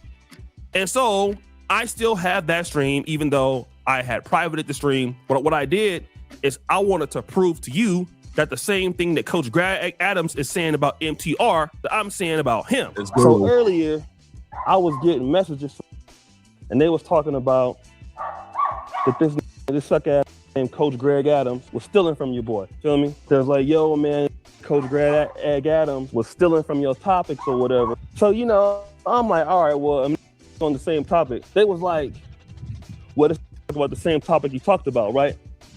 So I'm giving the benefit of the doubt. I'm subscribed to the channel, whatever. You feel me? He got some good shit, you know, from Cali, you know. So, you know, Coach Greg Adams, you know, I'm like, you know, he got a little, you know, he got a white boy audience. And, you know, he like similar to Donovan. I would say Stephon Clean Scales. They got a multicultural audience. So, you know, I want to see the win. So when somebody hit me with the shit like, yo, man, nigga stealing your shit, I was like, nah, man, Coach Greg Adams, he ain't stealing my shit, man. He ain't stealing my shit. And they're like, nah, Shay, this stealing your mother shit. So I wasn't ignoring it. I was even getting, man, I was like, yo, stop hating on this. He just talking about the same shit I'm talking about. He not stealing my shit. At first, I'm like, nah, man, he's not doing that. But then he sent me a video. Now, y'all know me, right? On my Celebrity Junks, I created the little dating music. You feel me? Where I use the female voices and all that stuff. I'm the one, y'all know. When I create some black YouTube, I do this where if you know it's mine, don't nobody do it but me. Like, there are certain that if I do it, you know it's my the Sunday Rumble type of hangout. I don't do my nobody else do it. You know, the Thirst Box, the Hit the Wall series. Nobody does it like me. So I go listen to this video. This bum ass is doing my dating music, playing the same similar music to what Dima play, stealing the female, and he had no talent. Like Coach Greg Adams, man. Let's just be honest, bro. You Oreo. Like, let's just keep it real, man.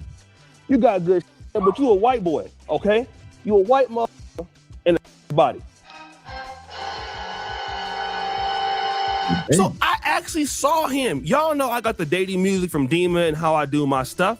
I mean, you know, not to be mean to Coach Greg Adams, but he's not a trend-setting content creator. He doesn't have great production. He doesn't have elite stuff. So when I saw him stealing my stuff, I was like, wow. And guess what? He didn't give me any credit for it. Now, let me tell you exactly what happened before I continue going on with this stream. A whole bunch of you dudes were saying I was hating on the coach.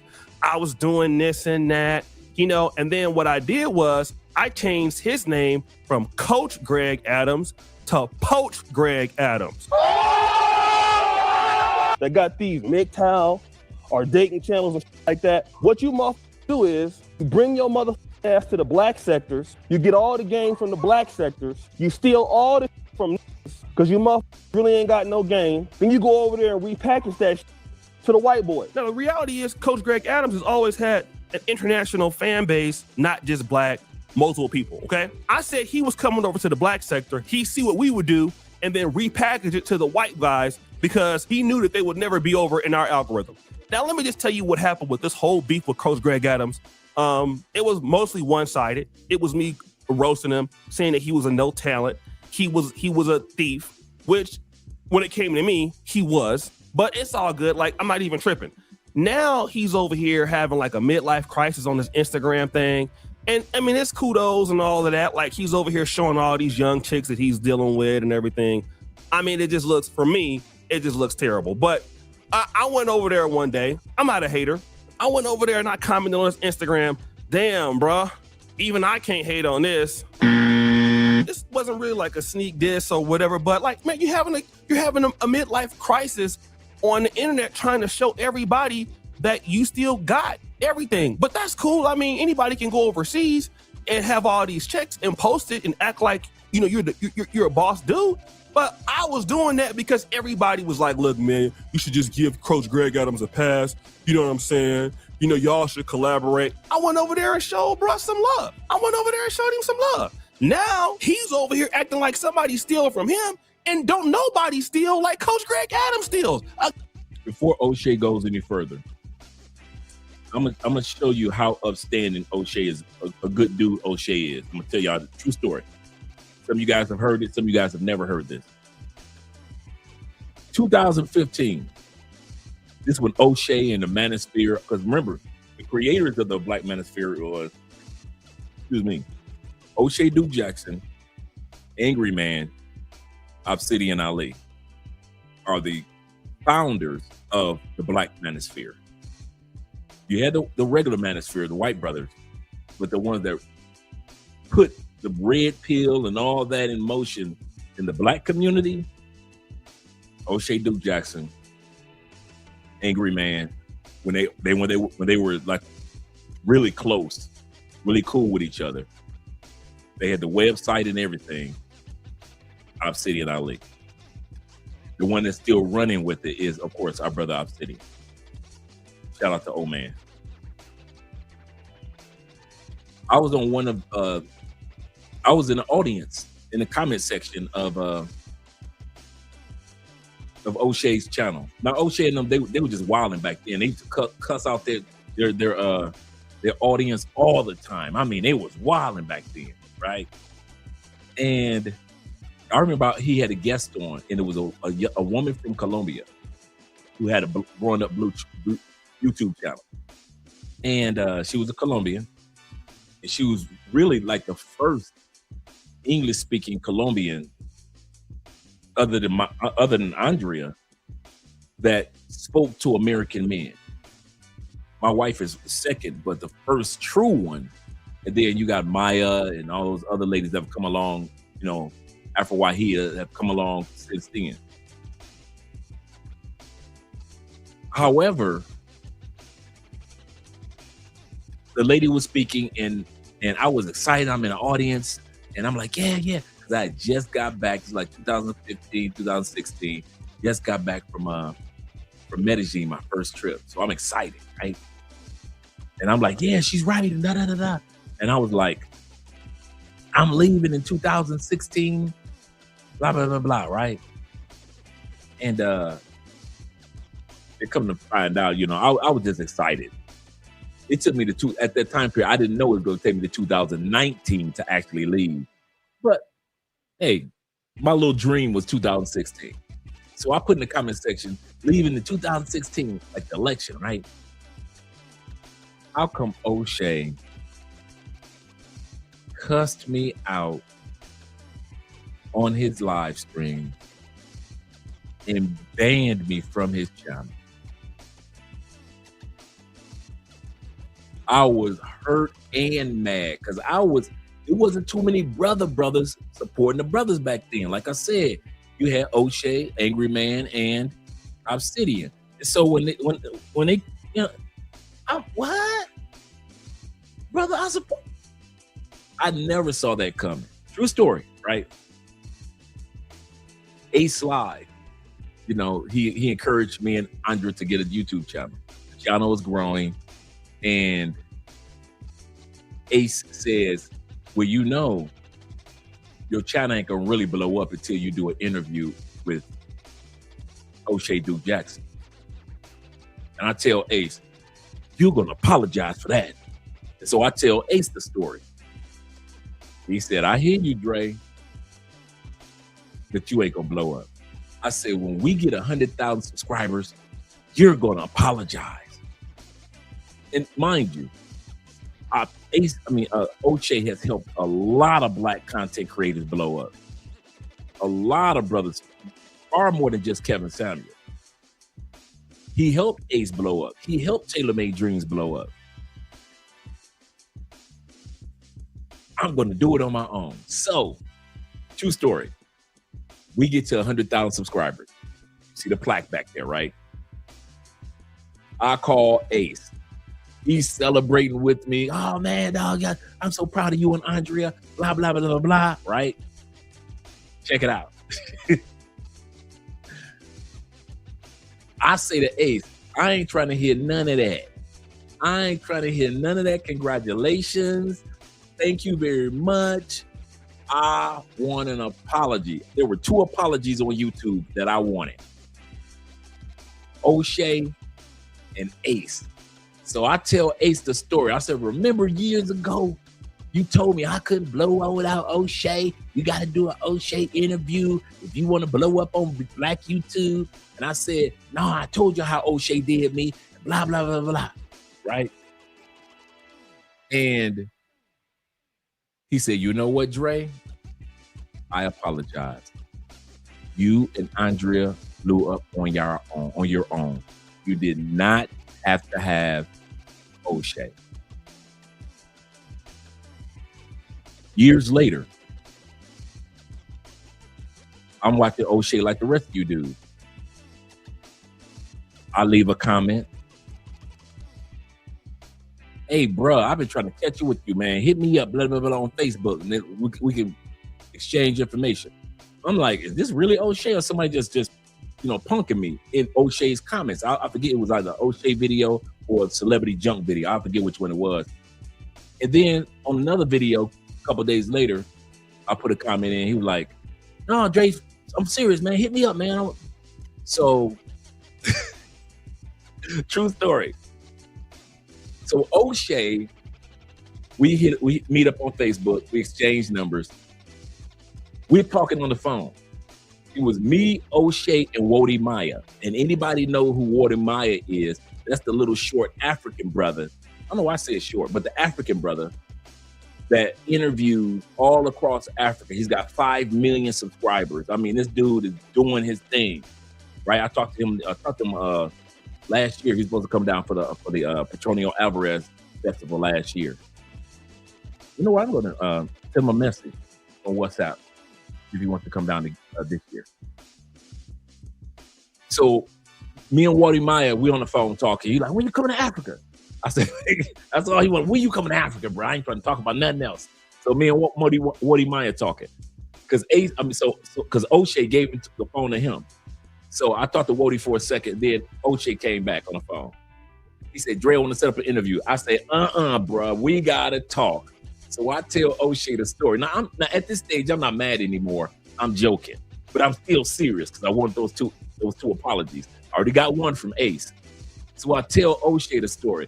He started laughing. I started laughing. Oh, and this was like maybe 3 years ago. O'Shea, he said, Dre, man, I apologize, bro. He said, you know how wild we were back then, man. We were new on YouTube. We just was talking reckless. He said, I had just got to Poland, going to school for medical school. He said, man, we was all brand new to YouTube, man. We were just talking crazy. He said, you notice I wasn't just talking crazy to you. I talk crazy to everybody. I said, I know, man, but you banned me from the channel, man. I want an apology. He said, Dre, I apologize, brother. I apologize. He said, man, you held that in your heart a long time. Yes, I did. I said, and I told him the story with Ace. Ace was like, he told me you can't blow up without O'Shea Duke Jackson. And mind you, shout out to O'Shea for all that he's done for Black content creators. Because a lot of YouTube channels, not just the ones I've mentioned, it's a lot of content creators that blew up after an interview with O'Shea.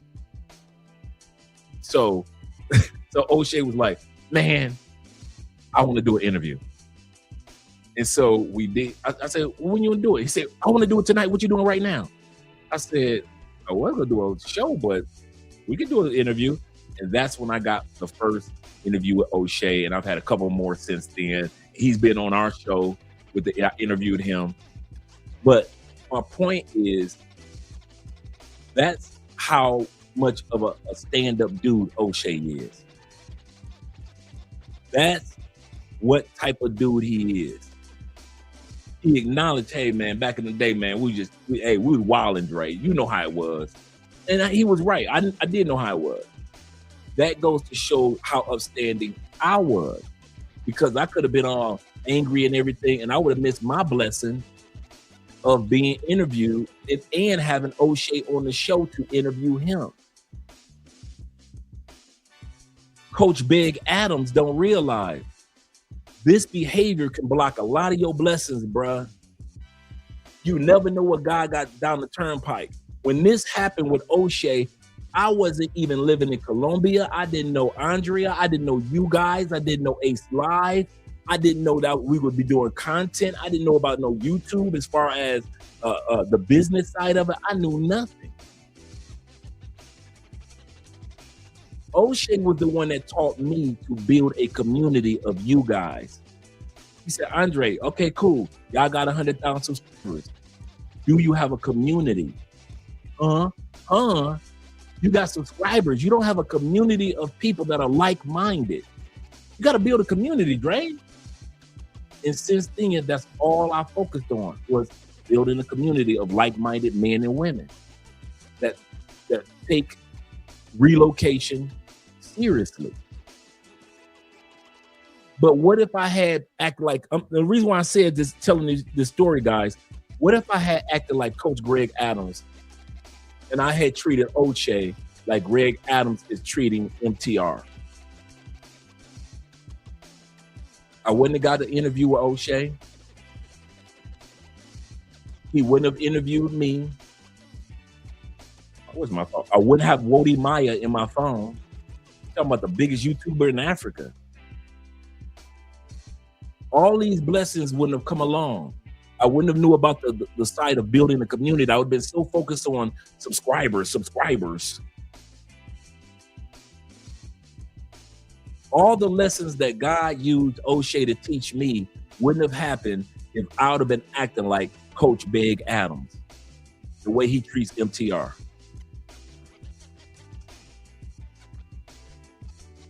Sometimes you gotta act like you're a grown man.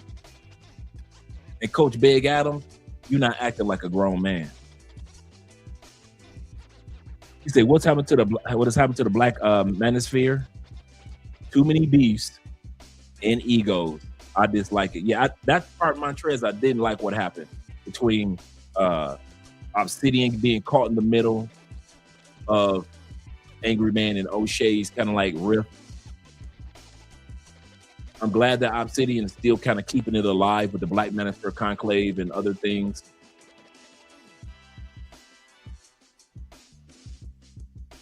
But I kid you not, man. You can't be out here building bad blood, Coach Adams, because you never know what God got planned for you. Your keyword, egos.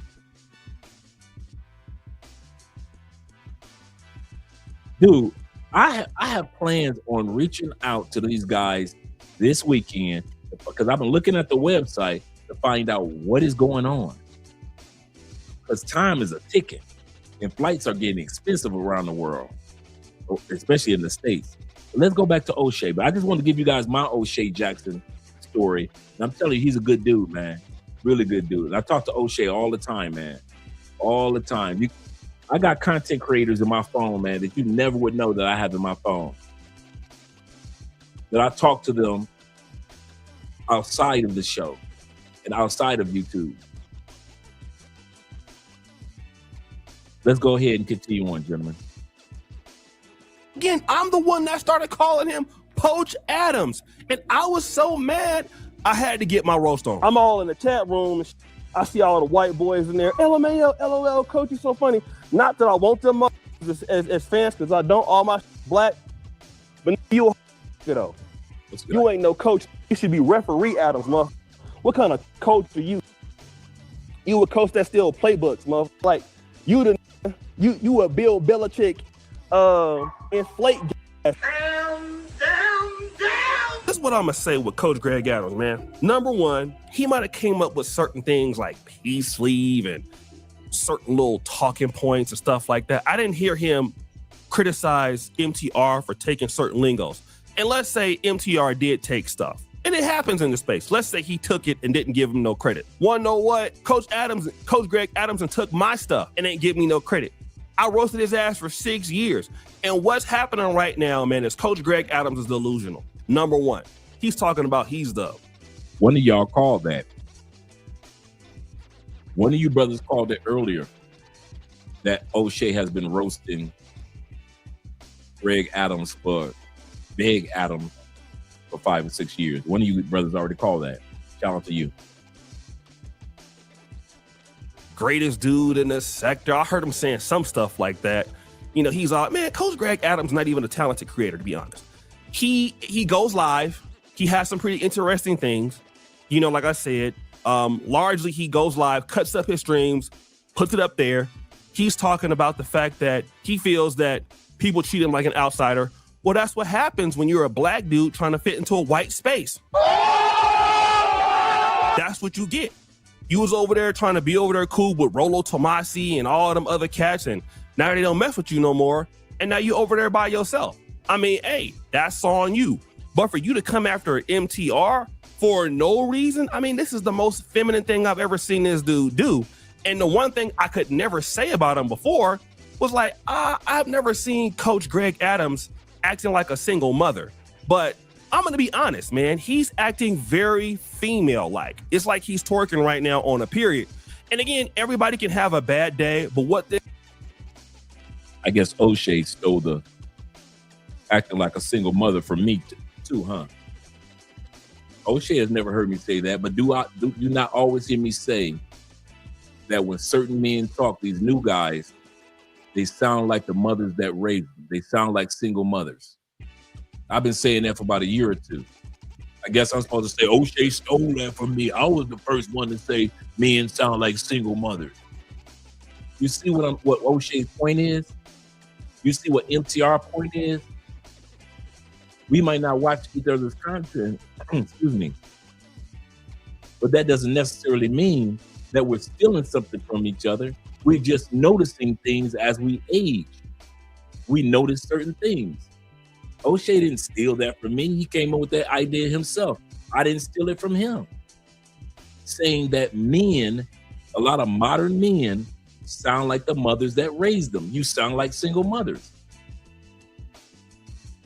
Literally, I hear men, for example, Alpha Male Strategy, when he was going off on MTR, he sounded just like the same type of stuff your mama would tell you if she didn't believe in what you were trying to do. You can't do it. Ain't nobody in our family ever did that. You ain't got enough money for it. What is on your mind? He sounded just like a single mother. Just like a single mother. But that don't mean I invented that. That's what our point is. Coach Big Adams, you ain't invented nothing, brother. Get that off your mind. this screams to me is here's a younger guy that follows the rules on YouTube, doesn't get demonetized. You got Coach Greg Adams, who's never really upgraded his stuff. He's been somewhere in a corner on the stream 5-6 hours a day, pressing little certain things on the soundboard.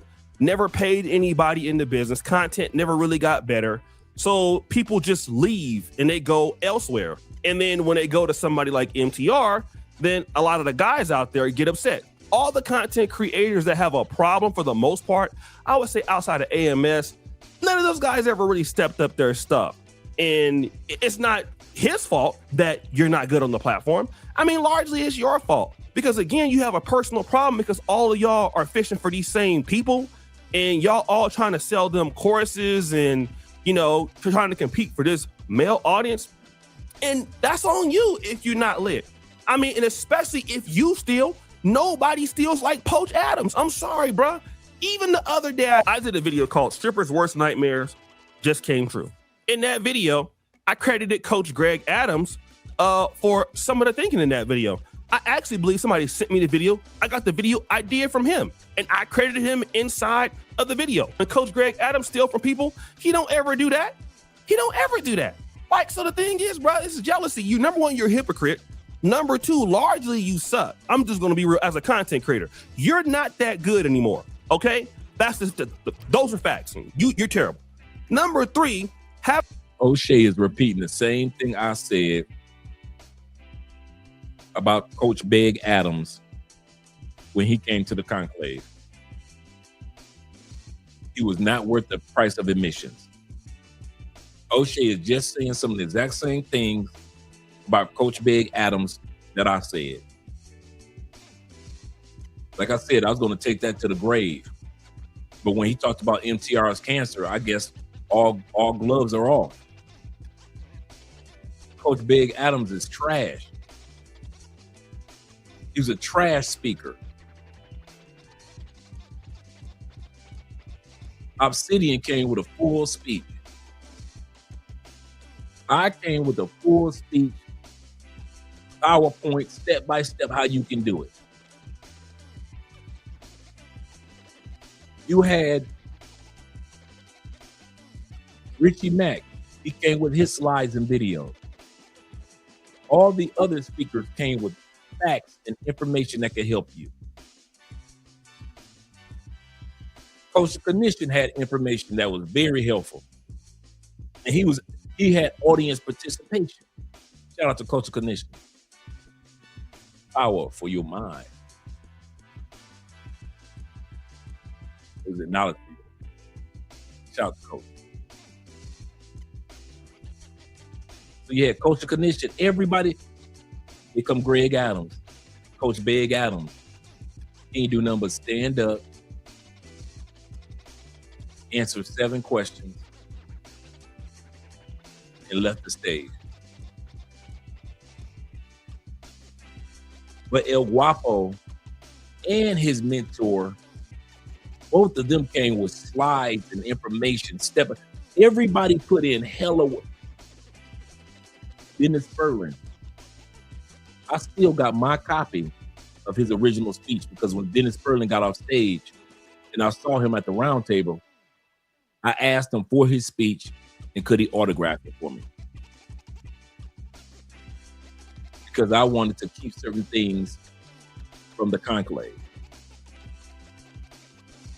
So I still have Dennis's original, sat down, he took time out to create a speech for the event. Coach Big Adams, he ain't do none of that.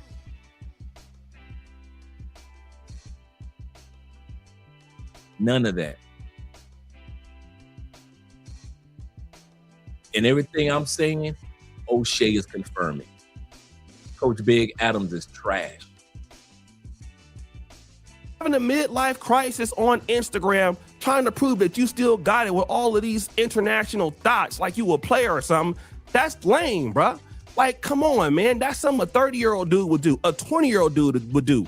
Not somebody over there with the snow white beard looking like Methuselah in the Bible, acting like you still got it. What are you trying to sell? It's like these dudes are so pressed for the cash, they trying to do anything to bubble. And he just looked like a mark. I'm sorry, man. Like, I don't have no problem with him. He looks like a buster, flat out. I mean, we both from Cali.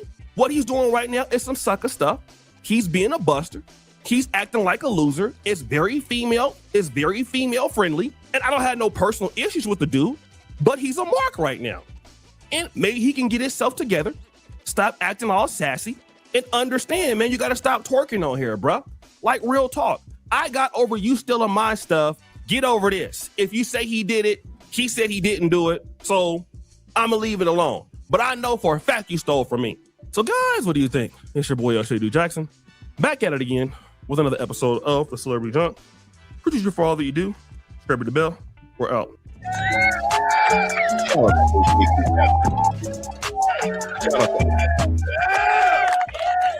Really good dude. Really good dude. All right, let's stop the screen share there. And let's get ready for our main video regarding our brother, Corey Holcomb. Let's get ready to get started. My bad. Man, do you really know how to pick a woman? I don't know how to pick a woman. I know how to get a woman. Right. I got some money. Right. I got some money, man. I don't care what they say. I ain't even got to be cute to you. Yeah. You need these 15, 20s. Right. Do me a favor, ladies, whenever you're using a man for his money, don't feel no remorse. The same way how they purposely get a woman's feelings attached just so they can have access to her body, don't feel no remorse. It's the same thing. Yeah. You need these 15, 20s. Right. A man likes you or loves you, he will give you or spend his money on you. You do not need to be stealing from a man, stealing his money. Yeah. You need these 15, 20s. Right. I don't know, like, I love seeing a girl just get in and take all the money from a man. Cause a nigga ain't shit. And I just love it. Like, take all that nigga money. Like, take all of it. Take all his fucking money. Yeah. You need these 15, 20s. Right. I can tell you right now. I can tell you right now. I can tell you right now. Fuck no. Yeah, nah, I told me. I can tell you right now. I can tell you right now. I can tell you right now. Fuck no. Yeah, nah, I told me. Yeah. You need these 15, 20s. Right. Why do women think it's okay to ask for money from men? Ladies, stop asking that man. But he wants for to money. take me out on a date, I Sarah. don't care. But he wants to take me out. I was chilling I love today. that. He's taking you out. That's the money. I need my hair the done. I exchange. need my nails done. Then go get it done. And why is your hair not done? And why are your nails not done? Why do you not live a lifestyle till now all of a sudden you have to go get those new things? So even if you had to get a brand new outfit, why don't you have outfits in the closet? I do. Why do you I feel need a like new one for the date. Why do you feel like a man that doesn't even know you is supposed to invest in you? Because please believe he's taking you and 3 other women out. He's not committed to you. It is so expensive for a man to date. In fact, men, stop spending money on these women. I don't think men should do more than a coffee date. This is why they call you a pick me right here. You telling men to stop spending money? If she asks you for $1, don't spend any money on her. Yeah. You need these 15, 20s. Right. You need it. Stop acting like you don't need it. Like Corey. The reason why I put that montage there, because those women, absolutely correct, DJ, these women proved his point. Women crucify Corey Holcomb on social media, but will be the same one to sleep with Corey Holcomb off camera. Why? Because you need these 15, 20s. You need that $300.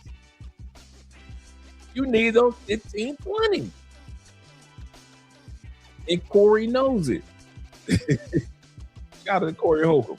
We live in the world in a time right now more than ever it's a complete, everything's a lie. Yes.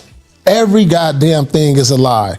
I mean, you seen the Chinese man who had a kid with the lady and the kid came out ugly and the lady had the plastic surgery and he was like, oh no, I thought you looked a certain way. Before we go any further, I love how Paul Pierce just made his female host crack up. And she was trying not to laugh, but she just fell out. Let me bring that back. Watch the female host as Paul talking. She just gonna break out laughing. Chinese man who had a kid with the lady and the kid came out ugly and the lady had the plastic surgery and he was like, oh no, I thought you looked a certain way. Can you sue your wife for being ugly? And you think you've heard it all in the world of law. In this recent story, a Chinese man sued his wife for $120,000 for being ugly. You heard that right, and he filed a divorce too. But here's where it gets even more wild. After their daughter was born, this man said that the daughter didn't look anything like him or his wife. He couldn't believe it, but the DNA test revealed it was both of their child. He couldn't understand why until he dug into his wife's past. Found out that she had had over $100,000 worth of plastic surgery done to alter her appearance. And when he sued his wife and filed for divorce, he alleged that he entered into the agreement under false pretenses because he didn't know what she actually looked like. According to the story, he won and collected $120,000. But wait, hit the brakes for a reality check. The story was widely circulated. After some checks, it was turned out to be a hoax. And in California, you can't sue your wife for being ugly. Hey, if y'all put some sanitizer on y'all hand, y'all can hold my baby. But here he go right here. Ain't he cute? Ooh, what his name is, girl? He looks just like you. He got Marcus toes. It is so cute. That baby is ugly as hell. Why is white like that? Javante. Why? She black. Marcus black as hell. Why the baby white? He not white, TT baby. He just light skinned. Y'all know my great grandpa was mixed with some Indian. We had Indian all up in our family. This little white baby got lice too. What? That baby ain't white. That's your Said that little white baby got lice too. little cousin. Oh, Uncle Marcus. TT, you shouldn't show baby because it sure don't look like you are Uncle Marcus. It's still cute though. It just smell like a wet dog. Oh, Uncle Marcus, that's your little twin right there. Oh. Marcus. This your son, Marcus Jr. Huh? Keisha, you really playing in my face right now. Marcus, don't say that. He probably got albinism or something. No. Hell no. That ain't my baby. Are you serious, Marcus? This baby look just like you. Like who? You better take that damn baby back to the hospital. Quit playing with me. Really? So you gonna walk off? Marcus, come back. Little girl, quit playing with me. Cause you really playing with your life right now. And I ain't finna sit up here and play with you. This is your baby now. Put you on child support. You know your baby ugly when people come up and be like, oh, let me see the baby. Then they finally see the baby and be like, oh, such a cute coat. Look at the little bear coat. Coat? Bitch, you don't see that human inside of it? And I could call my babies ugly. I done told y'all. All my babies, moomies and minks, looked like frogs and dogs when they was born. They gotta grow until they look. She said her kids look like frogs and dogs when they were born. I wasn't expecting baby to look like Chris. I didn't know he was gonna look like that. I didn't know. A Chinese man has won a court fight against his wife after suing her for being ugly. Jian Feng filed a lawsuit after his wife gave She don't look nothing like she did before. birth to what he says was an ugly baby, saying their daughter did not look like either one of them. When Jin Feng said his wife gave birth to that ugly baby, he knew she was cheating. In fact, he said he was appalled by the baby's appearance. And at that point, that's when his wife came forward and admitted that she had spent $100,000 on intense plastic surgeries to drastically change her appearance before she met him. This is the before and after. Come on now. Come on now. Damn shame. These women out here these days. Pictures. That's when he filed for divorce, saying she deceived him and convinced him to marry her under false pretenses. Jin Feng claimed that his wife set him up by not telling her about that plastic surgery, saying that he met his wife out of love. But as soon as they had their first daughter, they began having marital issues. He said our daughter was incredibly ugly to the point where it horrified me. A judge agreed and ordered his wife to fork over $120,000. Here he is. Oh, yeah.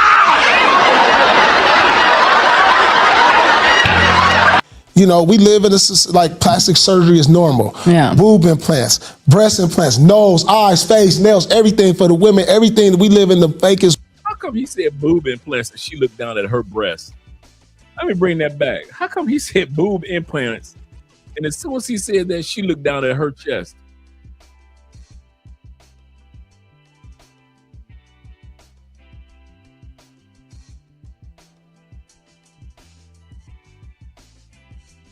Come on now. Don't freeze up on me now. He said what makeup is witchcraft. By not telling her about that plastic surgery, saying that he met his wife out of love. But as soon as they had their first daughter, they began having marital issues. He said our daughter was incredibly ugly to the point where it horrified me. A judge agreed and ordered his wife to fork over $120,000. Here he is. Oh, yeah. You know, we live in a like plastic surgery is normal. Yeah. Boob implants, breast implants, nose, eyes, face, nails, everything for the women, everything. We live in the fakest world ever in the history of mankind right now. And it's just like, it's been going on, it's accepted. It's like got to the point till we don't give a damn because everything ain't real. Well, it's scary to me. I mean, like, I'm a loner. I'm by myself most of the time. The only time I'm around other people is like when I do my podcast or when I'm working, or maybe if I have purchased female company. Right. That's when I'm around. You purchased it. Purchased female company. Okay. I don't like all that setup. We in a relationship. No. I ain't mad at that. I'm going to rent you, and you're going to take it because you need it. Where you go to girlfriend.com? No. I just go. That's an inside joke. I said that a long time I don't like doing it online. You just go where there's poverty. This is my thing. So you just pick them up off like Fig. Yeah, where's Figueroa? That's what. See, I just go where poverty is. That's where I found them. Not the whole stroke. Yes, at one time, people used to patronize the streetwalkers. But now in this economy, the girls who think they're not streetwalkers are affordable, and you see that they're frustrated that they have to do that. But I can fuck through it. Damn. Wow. Okay. I'm not mad at that because you take out the headache, you take out the extra shenanigans that go in with trying to please somebody. You do what you need to do and you out of there. I pray for men that aren't in transitional relationships. It should be transitional. It's just too many people that I know. That's what a relationship is anyway. Yeah, it is anyway, but some people are under the influence that somebody is with them for other reasons. What is a transitional relationship? Transactional. I'm sorry, transactional. Okay. I'm sorry. I know what It's okay. I know what he Yeah. meant. I know what he meant. Yeah, it's like I done watched some real nice guys lose everything. Man. Because they thought that they knew how to pick a companion, a female companion, based off what they were feeling and thinking. And it's just like, I'm older now, so I'm not going to play the game. After I got out of my divorce, I was like, I'll never be in a situation where I'm scared what the judge is going to say and take everything I worked for. That's crazy. If you really think about it, you know what's going to happen, but you're afraid this person will leave you. So you just sign your life away, because that's what a marriage is. If you just go somewhere and get married the traditional way, it's almost insane, in my opinion, to be married in the United States of America if you have something to lose. Right. Now, if you ain't got nothing to lose, then y'all just go get it together. And maybe you'll feel better about it if you got to split it up later on. But if I step to you with all this and you coming to me in an Uber. See, people talk bad about me when I said marriage is for broke people and old people. And now, like, every time we do an interview with people, I feel like I'm getting the same reaction. Like, if you got, like you just said, you got nothing to lose, okay, you could get married. Yeah. Okay. Most poor people don't have nothing to lose. You old, you like, once you get old, it's like, I need help anyway. Well, even when you get old, man, it's like, remember that old man who married that actress girl? She was a big, busty white girl. Yeah, yes. And anyway, she married one of them old Caucasian males in Texas, and you saw what happened to her and her son. So they had a way to fix all that, because she wasn't finna take their family wealth. Right. You know what I mean when I say that? But I'm saying just the average Joe, if you get married nowadays, you are basically agreeing to sign what you have away to this person. Now, do you really believe in that person like that, or you just don't want them to leave? And not wanting them to leave is a real feeling. Yeah. Because if you love somebody, like especially like if a man love a woman, he might be willing to sign it all away just for the chance to keep her. But it's a cold world out here now. So if you fall for it, you know what I'm saying? Ain't nothing nobody can do to help you. You got to go through it and just be there for your people when they done robbing you. So rest of your life, you can't fathom it. Marriage, just it's no chance. I've never been in another government contract like that. Not even like just a full blown. Like I got somebody who's important to me that I care about. Yeah, and things are set up in a way where we have contracts. If something happens to me, she ain't got to worry about nothing, because that's who I would leave it to. Anything I had, because she got my back, and she's shown me she got my back. Nothing she said is what she does. Right. So life is still a gamble, but I gamble with her because of what she showed me. What did I say in the last, was this the last episode about that? It was the one before that you said about I've spoken making a contract outside of the governmental agreement to get married. No, like say if there's somebody there, just put her in the trust or put her in the will. Yeah. And then when y'all break up, you can take her out the will if it don't work out. It was something like that. Yeah, no, you come on, Paul, man. Look, I've been watching you, brother. I was a fan when I found out the guys knew you. I was like, man, because I moved out here from Chicago. Yep. So we got some mutual friends. Nah, you ain't no fool, man. You know what's up. Yeah. When you was talking to the young lady, Miss Bryant, on the show, I was like, yeah, he know what's up. Yeah, He's a gentleman, though. Yeah, I was. Yeah, and that's something to be proud of. Yeah. You a gentleman. I appreciate you for being a gentleman, brother. But come on, man, we ain't finna do that stupid shit. We man. know. Ain't We finna know. sign no. Look, I'm finna go get married. Come on, mama, come here and watch this lady who feeling me right now. Right. We gonna take some pictures, mama. and then years later we gonna be in court like this. Fuck you, man. Are you upfront with women like I'm not gonna get married? Nobody wants to get married anymore. In 1975, by age 30, 91% of women were married and 81%. Wow, that's crazy. By the age of 30. By the age of 30. 1975 was not that long ago. That's for all of us dudes that are older. That is crazy stat. A crazy stat. I mean, I was 9 years old in 1975.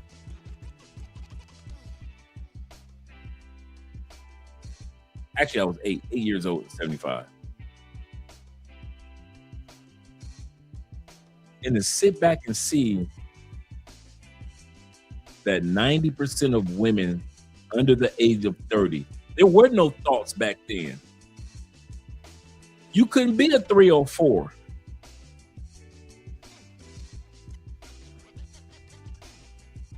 Goodness gracious. Now you look at now, looks like it said 2020 behind his head. 25%. Goodness gracious, man.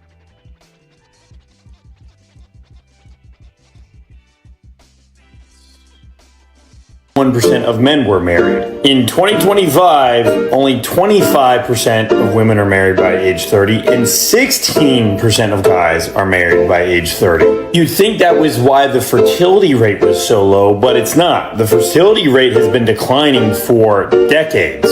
So even when everybody was married, people still were having less children. And it's not so much that marriage is on the decline, but more so that marriage kind of peaked in the 1970s, which goes to show that there's a lot more to these statistics than meets the eye. Let me tell you another reason why most women aren't getting cuffed. The extreme emphasis on monetary value. For my woman in the back that didn't hear me, a lot of y'all aren't getting cuffed because of the extreme emphasis on monetary value. A lot of y'all will talk to a guy that you like and you know is good for you, and then you will fuck it up by asking him this question a month in. Oh, I just wanted to know how much you make. Bitch, are you Glassdoor? No. Are you not seeing the disconnect? 3 to 4 months in, when things should be in the honeymoon phase, you said, nah, let me fuck up what we got going on.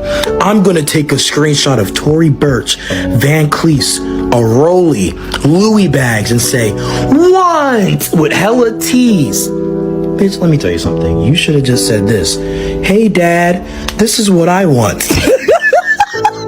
Is this nigga your dad? I will never forget when this girl took a screenshot of her rent. We're 4 months in. She said, yeah, since we be fucking, you should be willing to help me out. You know what I did? I took a screenshot of the Indeed jobs. I filtered up to 80,000 and I said, you should do some research.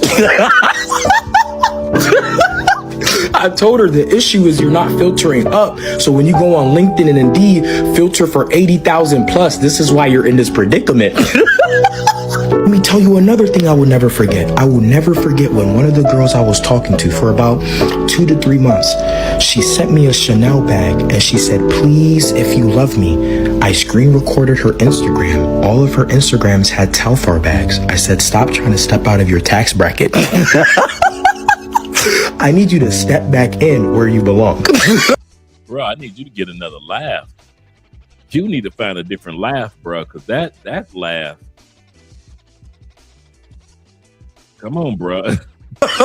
Okay, so this message is just for the men. And if you're not a man, you can keep scrolling. All right, now that I have your attention, I just wanted to ask, what's happening? What's going on? Because I created this matchmaking service a week ago. I have 40 signups to date. And can you guess, of that 40, how many were men? I'll tell you, 3.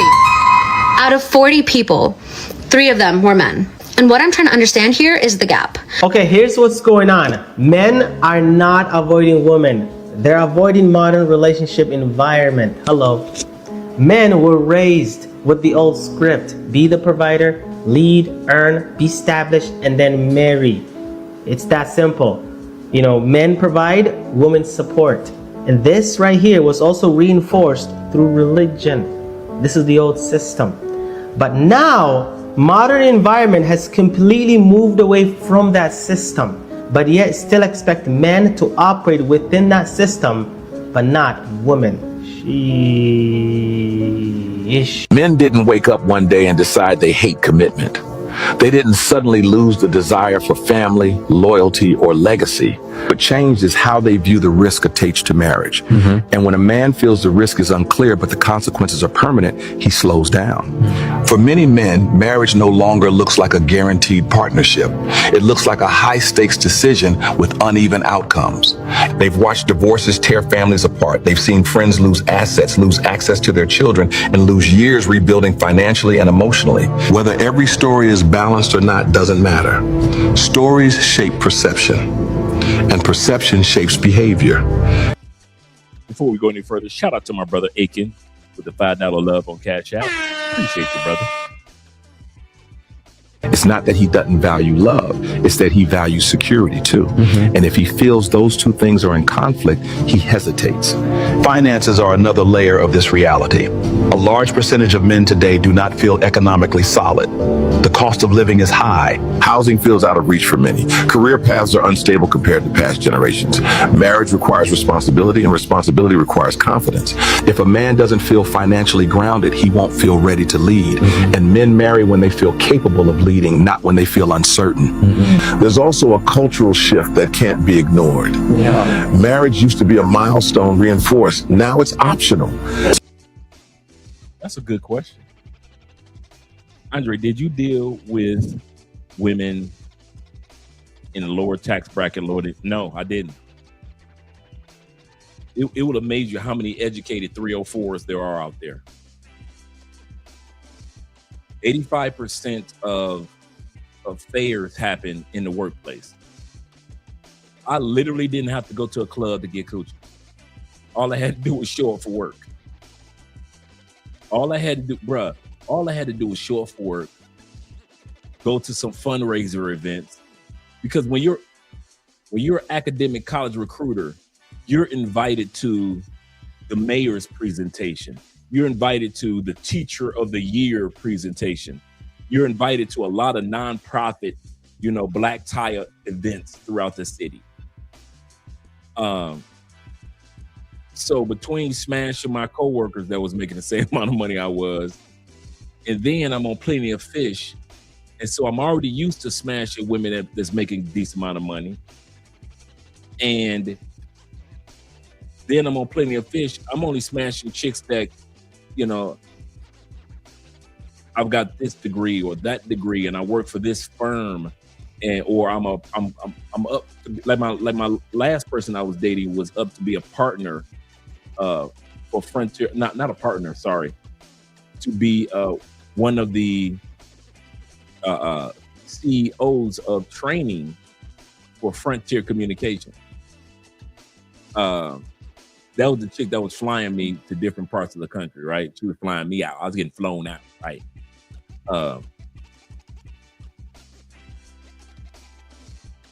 I was so used to educated 304s. I'm gonna tell y'all something. I don't know nothing about smashing no regular chicks. If you ever notice, I ain't got no regular chick stories. Not one. I don't know what it's like to deal with Keisha from the hood, LaQuanda, Aisha, Joannica. I don't know none of that, bro. I kid you not. I ain't got no hood broke chick stories. I ain't got no project stories. I ain't got no.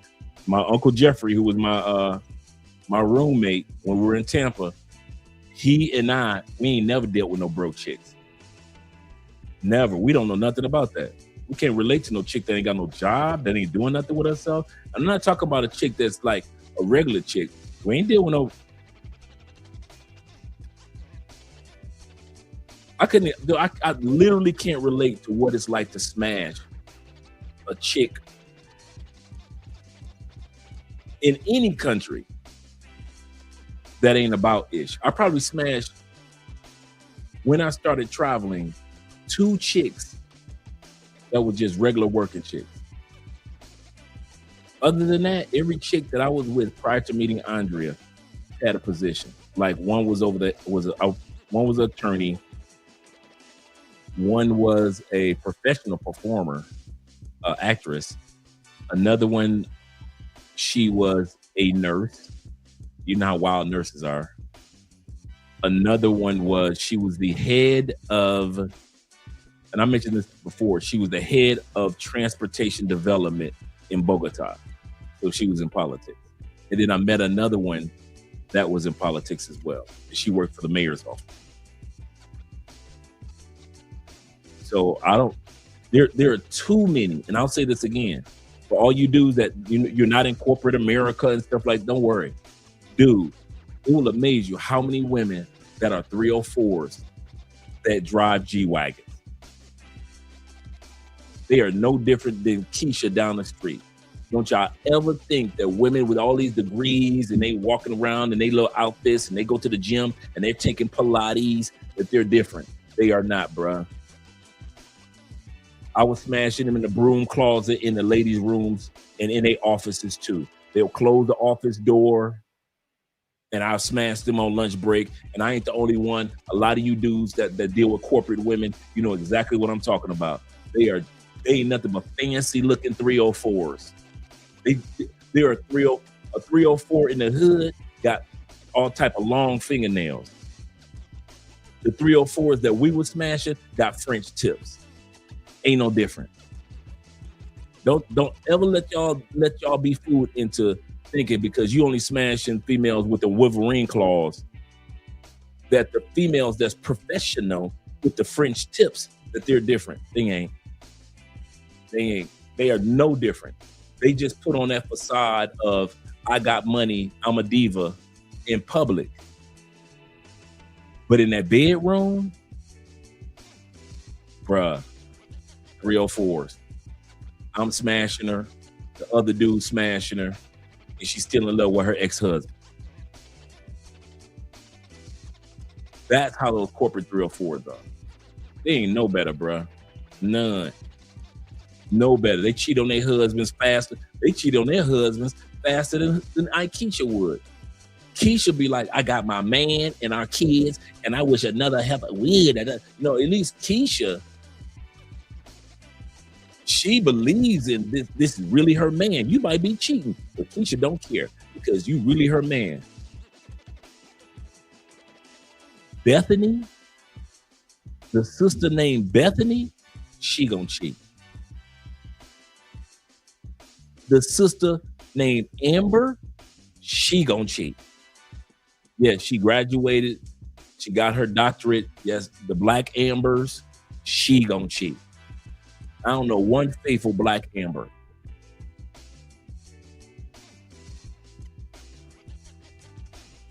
All them sisters, Crystal, the Black Crystals, they gonna cheat. Yeah. Yeah. They got I like how you put that, YLA. They got the same bird brains. Don't ever, God, I'm kidding you not. Don't ever think they different. They are not different, bro. Just like with hood chicks, you can smash some you can't smash. Some say yes, some say no. And corporate chicks the same way. Some say yes, some say no. Dude, met a chick online playing their fish. I'm BSing around. We share each other's. I'm at work. We share each other's phone numbers. Met her on Plenty of Fish that morning. That morning on POF, I'm supposed to be working. I ain't had nothing to do, so I'm on POF that morning, right? Until we had our meeting. We exchanged numbers. We're texting throughout the day. I said, where you from? Orlando. Okay, cool. We'll bring you to Tampa. I have a meeting, a presentation that I'm doing, and I'm in the city. By 5 o'clock, I'll say this. True story. I say this. Y'all know me. Here's what we're going to do. I'm on my way. You don't even know where I am. You said you're in Tampa. And you're here for a conference meeting? Yeah. Now, remember, being an academic college recruiter, I'm always part of corporate this, corporate that. I'm doing fundraisers, college fairs. I know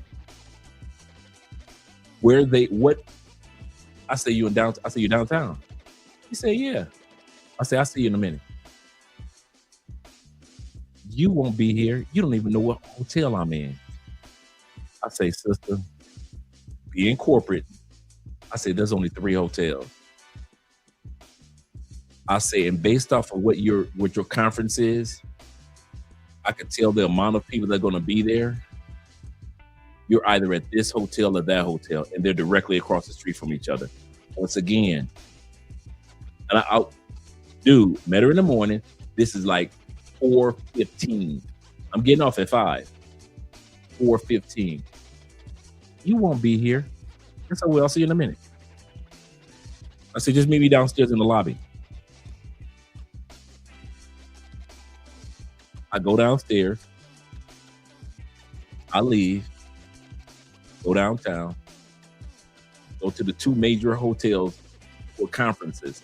Now, mind you, Tampa's got several really nice hotels, but I know which ones for business conferences. Not the convention center, conferences. So I said, let me walk right into the lobby. The crazy part was I saw this bad sister as I was walking in, like a block away, right? I was like, man, she fine. I gotta holler at her. While I'm on my way to go see another chick, right? And so I got shot down by the other sister that was walking past. She was like, no, I got a man. I'm sorry. You have a good day.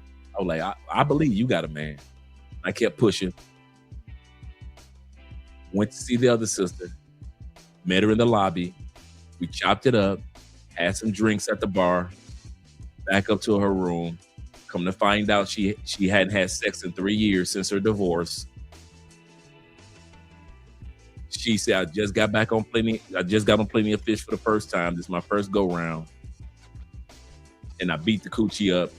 And she had 9, or I kid you not, true story, 9 orgasms that night. And I smashed it for about a year.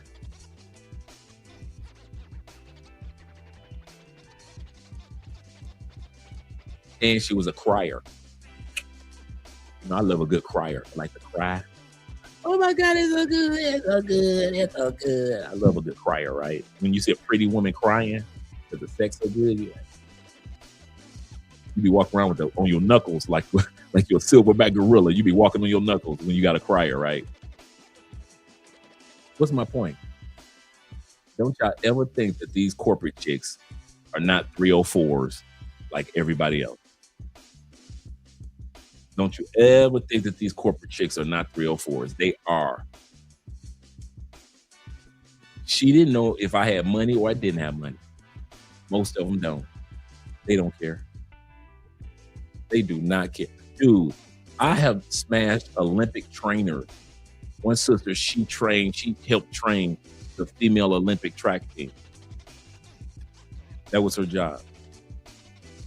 Don't y'all let these females fool y'all into thinking that, oh, she's so dude, I'm always driving to the suburbs to smash some chicks, some big luxurious house, smashing some chick in her crib, man. Chicks, man.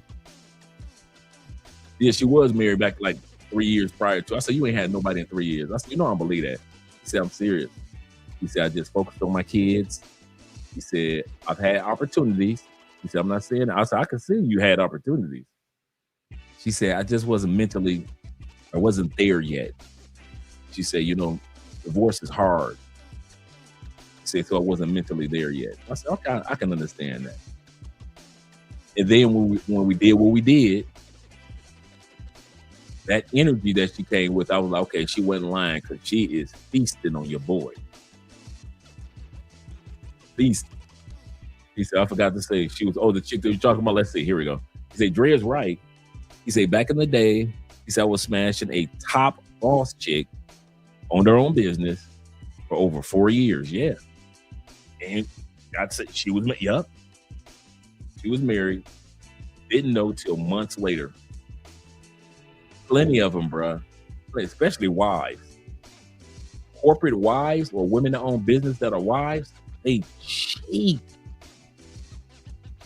They cheat, bruh. You say these women suck at being celibate. So, yeah. Oh, yeah. 80% of the women in the U.S.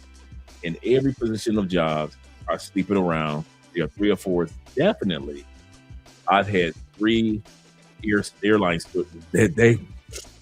I know I got airline stewardess stories. They on dating sites. Airline stewardesses are the worst, bro. You think nurses are bad? You think nurses are... Airline stewardess, they're bad. Shout out to Blade Runner with the $5 love as well over on Cash App. Shout out to all you guys supporting by way of Cash App, PayPal, and Super Chats. Let's continue on. He say chocolate women with them thick thighs. Oh yeah. Oh yeah.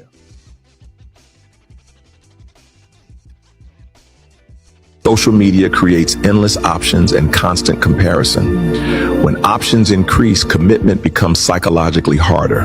Why choose one path permanently when the culture tells you there's always something else available? But there's a deeper issue beneath the surface. Many men question alignment. They ask themselves whether they are loved for who they are or for what they can provide. They want loyalty, peace, and cooperation, but they also hear narratives that reduce them to financial utility. When a man feels like a stepping stone instead of a partner, he will not volunteer permanence. Right. At the same time, we have to be honest about something uncomfortable. Not all hesitation is wisdom. Some of it is immaturity. Marriage demands discipline. It demands emotional regulation. Some men aren't avoiding marriage because they've calculated the risk. Some are avoiding it because they don't want the weight. Marriage magnifies who you are. If you're unstable, it exposes it. If you're selfish, it confronts you. If you lack purpose, it pressures you. That's intimidating for men who haven't built internal structure. So what's really happening? We're watching a generation of men evaluate cost more than tradition. They're not blindly stepping into marriage because it's expected. And they're asking whether the partnership is mutually beneficial, emotionally safe, financially stable, and aligned long term. Marriage isn't dying. Blind marriage is, automatic marriage is, social pressure marriage is. The men who still choose it are choosing it strategically. They're vetting longer, observing patterns, measuring temperament, looking for peace instead of excitement. And here's the final truth.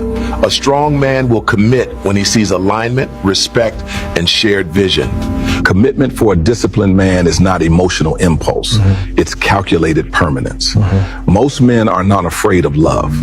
They're afraid of making a permanent mistake in a temporary emotional state. And until they feel clarity instead of pressure, they will continue to wait. And because a wise man doesn't gamble with his future, he moves when the foundation is solid. And if the foundation isn't solid, he keeps building himself until it is. Yo, it's your favorite AI uncle here. And if you want to learn how to create and monetize an AI influencer just like this, damn. He said it's your favorite AI uncle. I ain't mad at him. I am not mad at Pop. Pop gonna make me create an AI. Pop gonna make me create an AI. He is serious about his.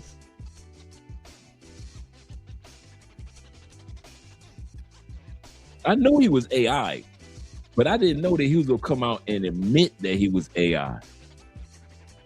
Click the link in my bio. Because I think it's not fair to lead someone on to feel like they'll have that opportunity with you, and they don't.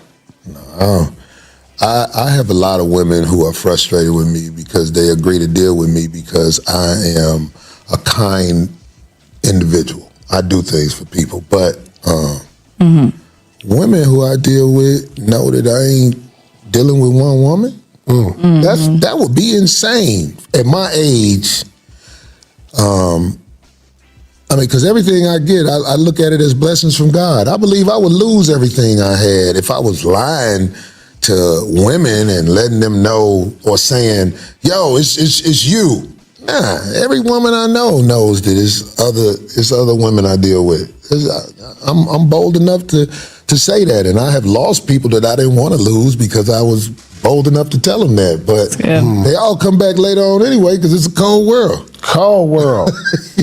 Ain't nothing out there like, look, this might make a woman mad just by me saying this, but it's real out here. Most people can't make it off working a job and coming home with that one check and live the way they want to live, the way this fake internet life shows the life out here.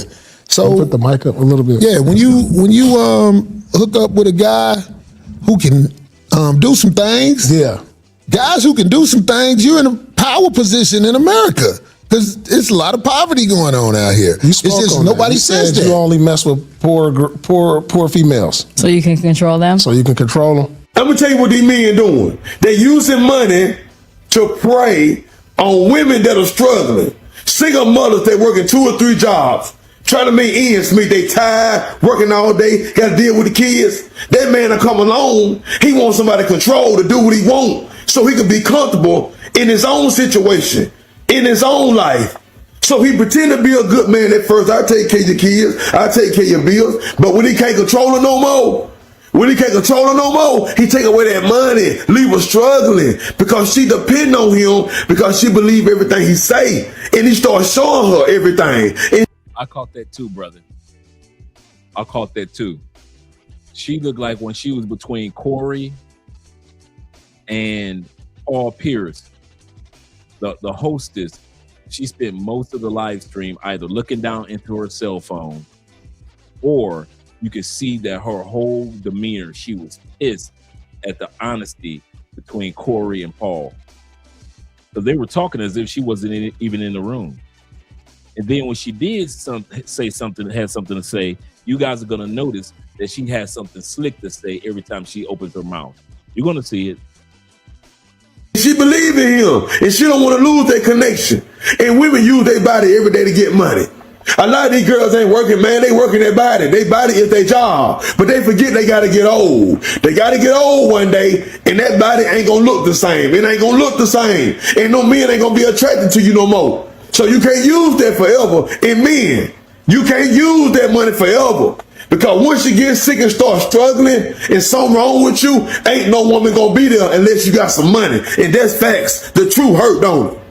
Once a woman gives up financial independence to a mate, it's over. You have to be prepared because if you're not prepared, then you're stuck.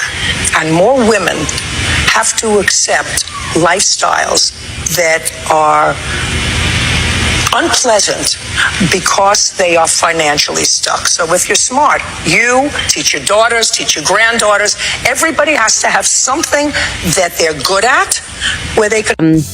Don't ever let somebody control you with money. Somebody says, I'll take care of it and I'll take care of you and I'll take care of this. That person could leave. That person can hurt you. You always keep your job. Your job is your life insurance. My mom used to always say that to me. I love this post because this goes back to something I've been trying to preach for the longest. And most men wanting to pay all the bills is more about control than it is about servitude or leadership. A man or a woman paying all the bills is completely fine if that person is not going to throw it in your face. Most people aren't mature enough to do that though. Money is power. And so the best way to control somebody is to have the money. So women, while y'all asking for this, y'all better consider what comes with this type of man. There are definitely men that can do it maturely, but most men won't. Well, it's a lot easier to control somebody who can't control they way of going to the gas. There's a lot of girls who just don't have the money to do what they want to do. So I don't understand why you wouldn't hook up with a sugar daddy or whoever you want to, whatever you want to call the guy. Somebody who talks to you transparently is what I would dream my daughter to be around. Yeah. You need to talk. You need to deal with somebody who telling you what's up. And if you deal with him, don't be coming to me talking about, oh, he did that. I was like, wait, did he lie to you? Okay, well, be quiet. If you with him, you with him. There's no, the female victim syndrome is something that needs to stop, because mostly everybody know what's up. You know when somebody cheating on you, even if they don't tell you. When you're a woman, you know. Come on now. Of course, it is some stupid people in the world who act like they don't know. Or if you really don't know, you need help anyway if you don't know. Damn. If you don't know, how do you live in this world? That's 100% not always true. As a woman, I can talk and speak to that. There's a lot of men who create a representative when they meet you. And this representative shows up for a period of time. I'm so tired of hearing women act. These women tell us, the only reason I don't believe this is because women say this. These women are old enough to get drafted and serve in the military. They're old enough to get bachelor's, master's, doctorate degrees.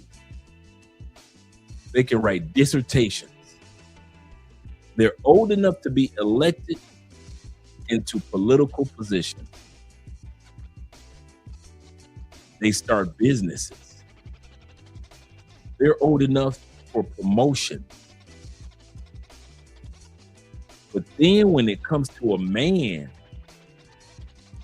you telling me that these simple playbooks that men use, you can't see through that. You ain't wise enough to see through that. Why don't y'all women admit y'all like players?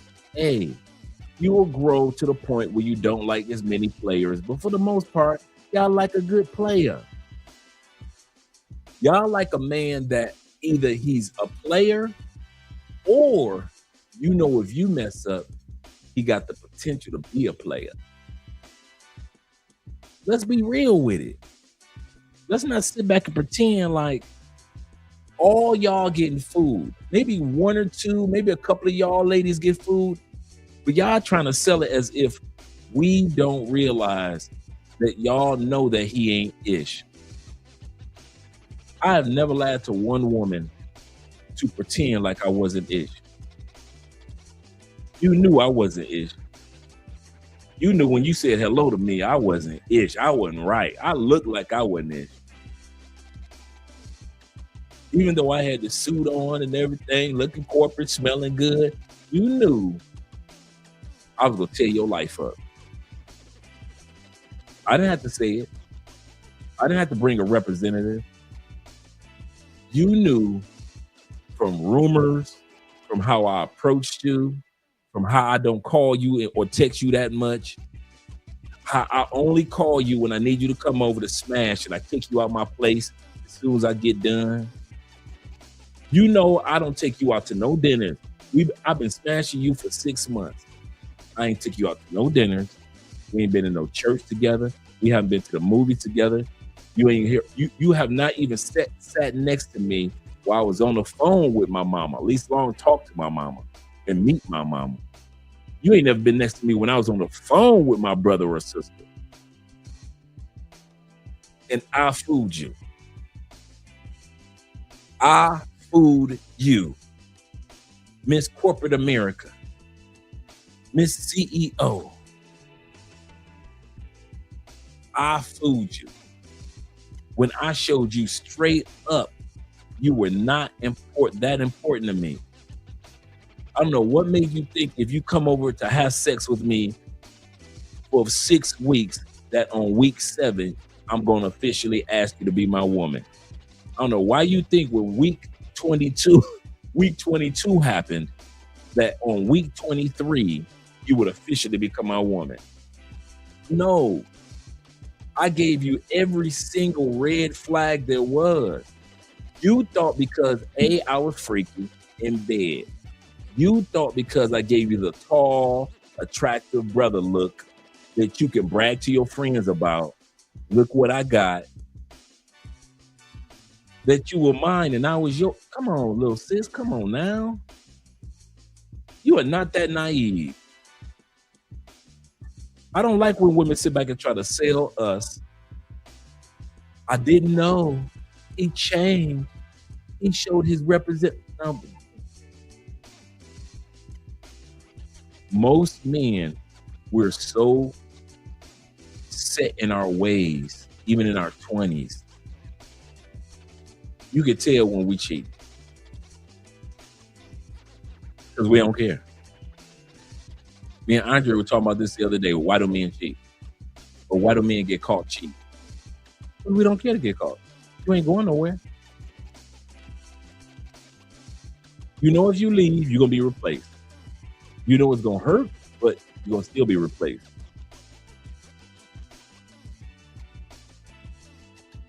You're going to be replaced. Leave me. You're going to be replaced. Men don't care about the getting caught part. Women, you care about the getting caught part. You have an image. You're supposed to be innocent, pure as a wife or a girlfriend. So you care more about not getting caught than men do. We really, the number one reason why men get caught is because we ain't really that serious about hiding it. You can go through our phone. You're going to find 15 keychains in there. What are all these women in your phone? You caught me. Oh, girl, you tripping. I'm leaving you. Don't go. Yes, I am. Okay. Men are so nonchalant about getting caught. We ain't that serious. If we were really, take it from me, I've had wives that I smashed for a year. Those women are strategic when it comes to cheating. Strategic. You will not know your woman is cheating. Men,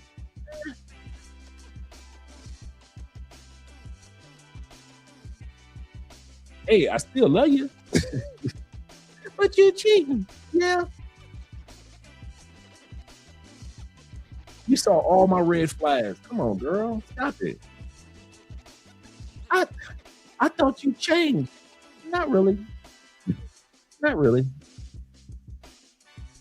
He said, exactly. They old enough until something happens with a man. Now she's too young. I was young.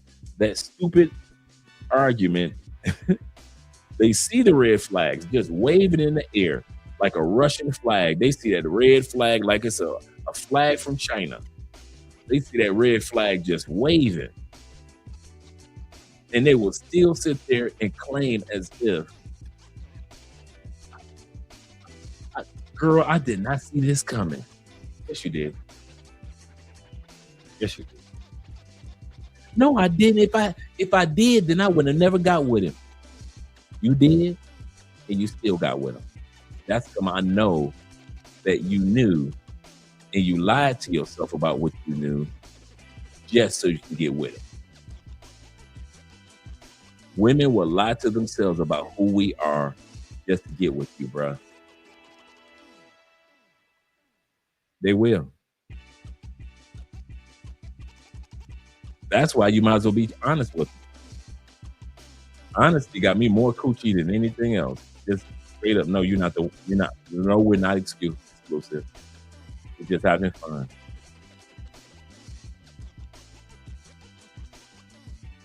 He said, yep, I do it. He said, you cheated on me. Yep, I do it. I do it. Yes, sir. I do it.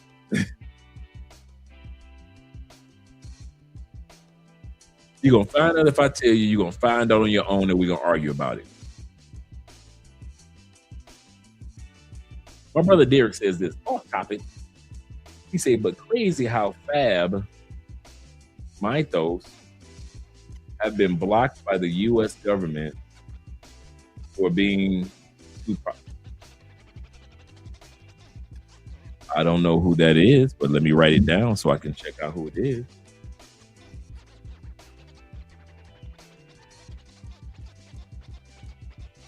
Bill. I don't know what that is.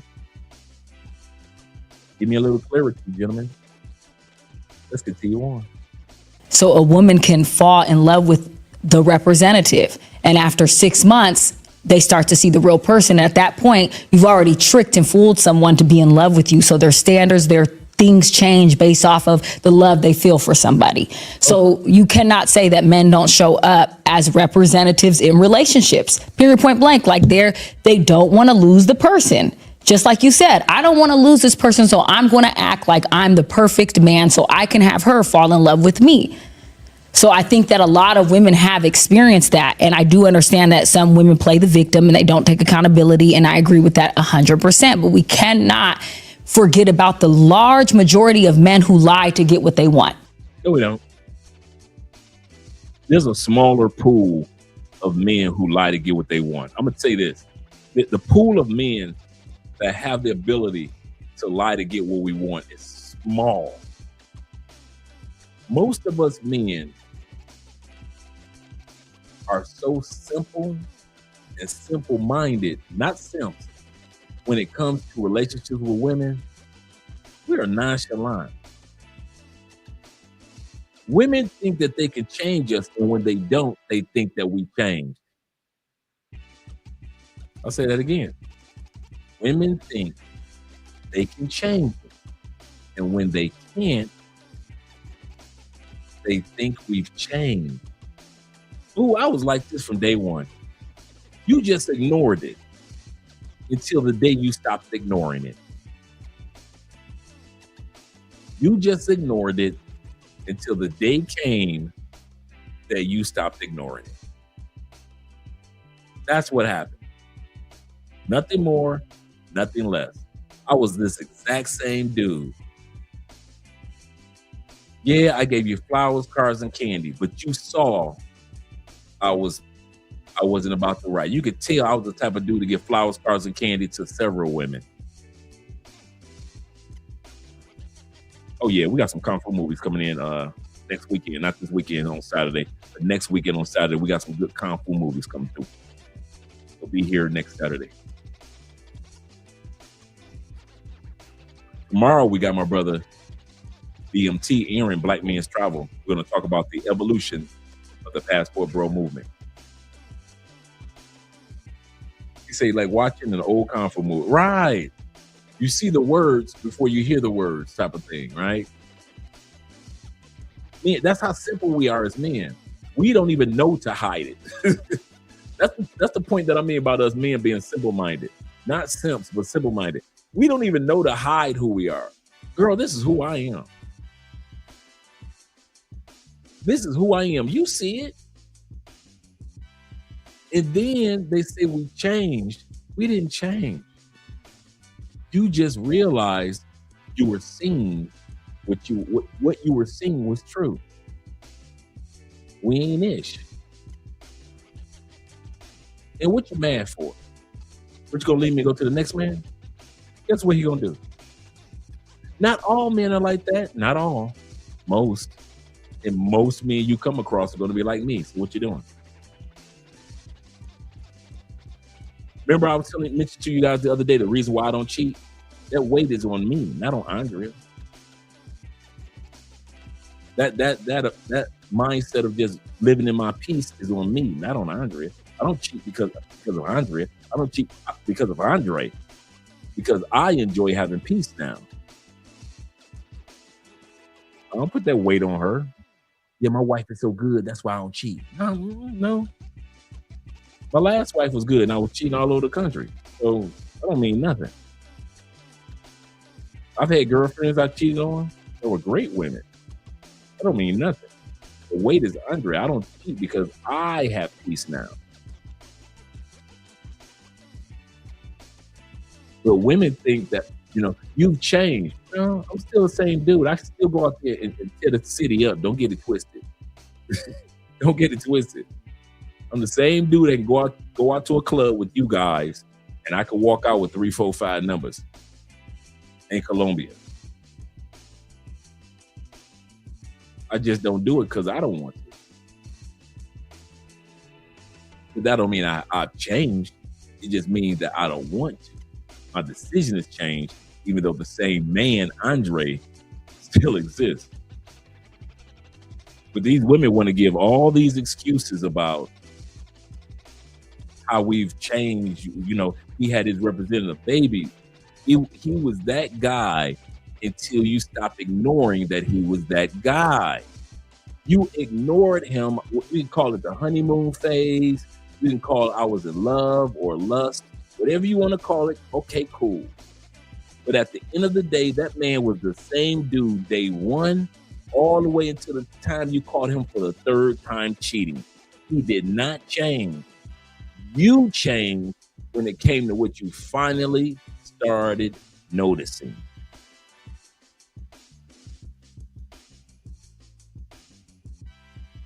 Okay. There's a game that I used to play with myself. I don't know if other men do this, but I know this game I play with myself, that I used to play with myself. This game was, I would see a hot chick and I'd be like, that one I would sleep with. Then I would see another one maybe 45 minutes later. That one, she fine. But I would cheat on her. There are women walking around that I would be like, I would girlfriend her or wife her. But I know I would cheat on her. She seems like she got good energy. She'd make a great boo. I would cheat on her. And then every once in a while you meet a chick like, man, I ain't thinking about Jay. I'm trying to get to know this one. What is your name? So some you see from a glance. When you get old enough, your mind thinks real fast. Smash, cheat on her, but she nice. This is gonna be my girlfriend or wifey. You see them every blue moon. But you'll run across more chicks that you're gonna smash and more chicks that you be like, yeah, she just seemed like the type that if I was with her, I'd cheat on her. Like I said, I don't know if I'm the only man that has that mental game that I used to play with myself. Like, man, she fine, but once I nut, I'm cheating on her. I'm cheating on her. I can tell I'm gonna want somebody else real soon. I wouldn't even boo her up because I know I'm a cheat. I just, some chicks, I was just a boy toy because I knew if I pushed it any further, I'm cheating. It was chicks, I knew I was gonna get bored of that coochie. I knew I was gonna get bored of that coochie just from a glance. Yeah, I would get bored of that coochie. Yeah. That one, I want to get to know. That one is a jump off. This one right here, some cool people, nice shape. Yeah, I can see myself cheating on her. And I think what it is that I've cheated so much that I can recognize the type that I would cheat on. I think that's what it is. I can recognize the type of woman that I would cheat on. Like her, I wouldn't even have her be my woman. Her over here, yeah, I would be serious with her. This one right here, yeah, I probably cheat on her. I probably cheat on her. So, shout out to Brooklyn in the building. Yes, sir. Shout out. I'm glad to see you here, Brooklyn. He said, men tell the truth about their intentions, true, and would agree with the lie women tell themselves. Absolutely. I kid you not, a lot of times, man, a woman gonna lie to herself before you do. You ain't told her one lie and she starts lying to herself about you. Ooh, girl, I met me a keeper. And you be thinking like, I am not a keeper. But oh well, let's see where this goes. Well, he says this. He said, if you keep their legs closed, if they keep their legs closed enough, they'll be able to weed out most of the men that show their representatives. That's absolutely correct. They say we show up with a representative, but then they got their ankles in the air. You cannot have both ways, ladies. You cannot have your ankles up in the air as fast as y'all do. And I know a lot of you ladies are going to say, not me, not me. Yes, you. Yes, you. Do not act like there has not been a time where some dude got your ankles up in the air faster than most men that you've met. For example, ladies, if you had a man that had your legs up in the air, it maybe took him 3 weeks, maybe took him a month or 2 months to get your legs up in the air, right? Okay. That's not every dude that you've ever been with. It's been those 1, 2, or 3 dudes that was able to get your legs up in the air within a week, within 3 days. So stop acting like every dude got your legs up in the air after 2 months when you gave them some. No, it was those couple dudes that had your ankles up in the air either that same night. You know, ladies, do you know how much unexpected coochie us men get from you ladies? Ladies, do you know? You ladies don't talk about this. Men do. Ladies, I want to say thank you. I owe you a drink and a Christmas card. All you ladies that have ever given me unexpected coochie. I did not expect to get the coochie that night. If you knew how many times y'all gave me the coochie, in my mind, I'm like, I'm just meeting her for the first time. We just gonna hang out, talk, maybe watch, like chill in Netflix. We ain't Netflixing and chilling yet. We just gonna chill in Netflix. It's the first night I'm meeting her. I don't know if she crazy or not. I don't know if she got a man or a pit bull. So let me just get to know this chick. I'm gonna go over there. We're gonna chill in Netflix, and then maybe a day or two later, I can go ahead and get that Netflix and chill in. Ladies, do you know how many of you ladies surprised me with ankles in the air? Okay, put a 1 in the comment section. I'm gonna do this. Put a 1 in the comment section if you ever got something. I've asked you before. You got unexpected coochie. Like you knew on that particular day within that 24-hour window, nothing in your mind, nothing on your day, nothing on your agenda was you was gonna get some coochie that day. And somehow, some way, from out of nowhere, the universe said, there you go, son. Just some unexpected coochie came from out of nowhere. Like, you know what? Here you go. It's Friday night. Let me go give you some coochie. We got 68, almost 70 people in here. Do not act like me and Zeta are the only ones that have ever got some unexpected coochie. So y'all telling me every female that y'all slept with was premeditated and you knew you'd go get that coochie that particular night, that particular day, from that particular chick. Man, y'all holding back and lying. It is not just me and Zeta. Shout out to Zeta for being honest, man. Thank you, Zeta. These dudes trying to act like these dudes trying to act like they are pure and made of gold. Andre, I've never had unexpected coochie. I always knew that I was going to get the coochie that night from that fair maiden. Man, please. I done went over a chick house, man, dude. Went over a chick house. I told y'all a couple times. Went over a chick house, dude. We literally in Tampa, a Latina. We literally did not speak until after we were done having sex. Met her on Plenty of Fish. We talked on the phone for a day or two. She didn't stay too far from me and my Uncle Jeffrey. Went over to her crib. She was a cute little shorty. She opened up the door. We looked at each other. Bruh, I had her ankles up in the, we didn't even close the damn front door. She literally had just told me, we ain't having sex. I don't see why you coming over tonight. I say, listen, girl, it is Saturday night. I ain't got nothing to do anyway, and you ain't got nothing to do. So here's what we gonna do. I am on my way. I'll see you in a minute. We still ain't having sex. Okay, nobody say anything about sex. I don't know why you keep talking about sex. I'm just trying to meet for the first time since we ain't got nothing to do tonight anyway.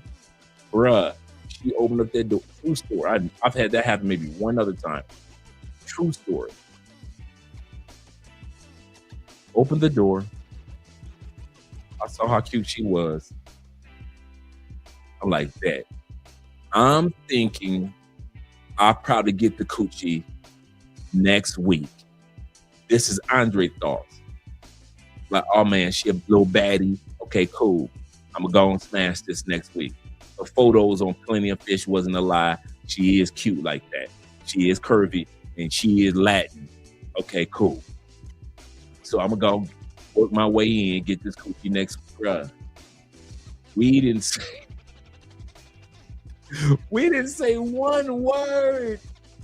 One word. I had her balled up in the love seat, bruh.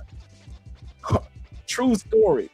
Cars driving by. She lived off of Main Street. Cars just driving by. We ain't closed the front door. She got one of them little dogs. That dog could have ran off and came back and we wouldn't have known. Man, I beat that coochie up and then picked her up and carried her into the bedroom. Beat the brakes off that coochie. We still have not closed the front door. The front door wide open. They could have stole anything out that woman's house. I beat that coochie up, man. Then we finally said, man, we laying there in bed, butt naked.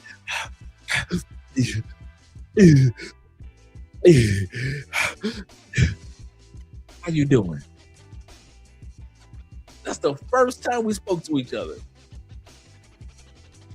Do not tell me you do not get unexpected coochie. And there's 68 of us in here right now. And y'all trying to make it feel like I'm the only one that's ever gotten some unexpected coochie.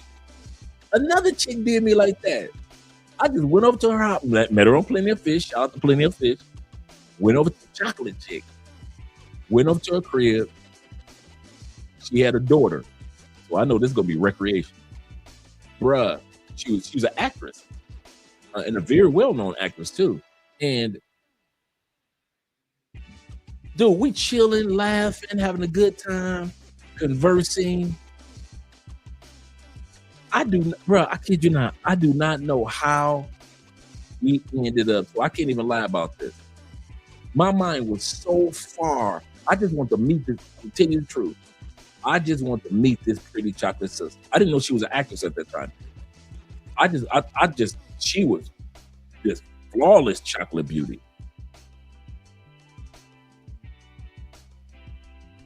She was 5'9". And we just hit it off, man. Just, you know how somebody just hit it off like cool, not like, yeah, baby. So we could have easily, both of us could have ended up in the friend zone. Let's put it like that. That's how we hit it off that night. I was far from thinking about, I'm gonna get this coochie at this night. We watching television. Bruh, I don't even know how we ended up in the back room and I'm beating her brakes out. I can't tell you how we end up to this day. We were in the living room watching television. Her daughter was there. Her daughter got tired. We put her daughter to bed. At that time, her daughter was like 2.5, 3. Put her daughter to bed. We're still watching TV there. I went up to her crib. It was like 5 o'clock, so the sun was still up. And somehow, some way, we ended up in the bedroom. And I'm beating her. I mean, dude, them long legs, I got them pushed back on purpose, right? On purpose, with a purpose. I didn't, dude, you couldn't have paid me to think I was going to ever get that coochie. Chick from Chicago. Back in the day, the phone booth days, wasn't even cell phones back then. I'm 18 in Cleveland. Shout out to Cleveland. Down the phone booth, and I see this cutie walk by. And she was walking with, I think I told y'all the story. She was walking with my boy's little sister. So little sister waved and I waved, but the cutie thought I was waving at her. So she waved and gave a little blush look, little innocent look, and kept on walking, right? Later on, my boy was like, "What you doing, dog?" I said, "I ain't doing nothing, man. I'm just sitting there chilling." He said, "Man, you know me and Tracy." Now, Tracy was his girlfriend that I hooked him up with. He said, "Me and Tracy over at the apartment." And they live like a couple floors from me. "We at the apartment, man. Come on over. She got a friend over here." I'm like, "Okay, cool."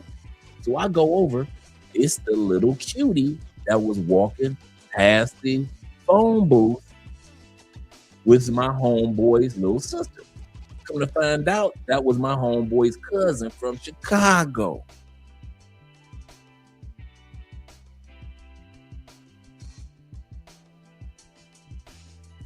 In this case, we said hello, and that was just about it. My boy, his girl. Shout out to my dog.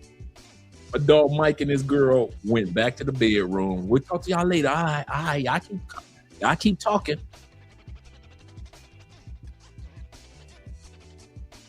We did not talk again until the next day. I was walking her to the elevator. Now, this is my building too, so I know this elevator. I just finished smashing her. Get up the next morning. We're walking to the elevator talking. And this is the first time shout out to Chi-Town. I just realized this is the first time I ever had some Chi-Town coochie. And you say Chi City. Chi City. Chi City. I'm coming home again. So this is the first time I had some Chi-Town coochie, right? And I know my elevator. As soon as we get in that elevator, it start going down, I'll hit that button. Boom. Elevator just stopped. Because I done smashed a few chicks in that elevator.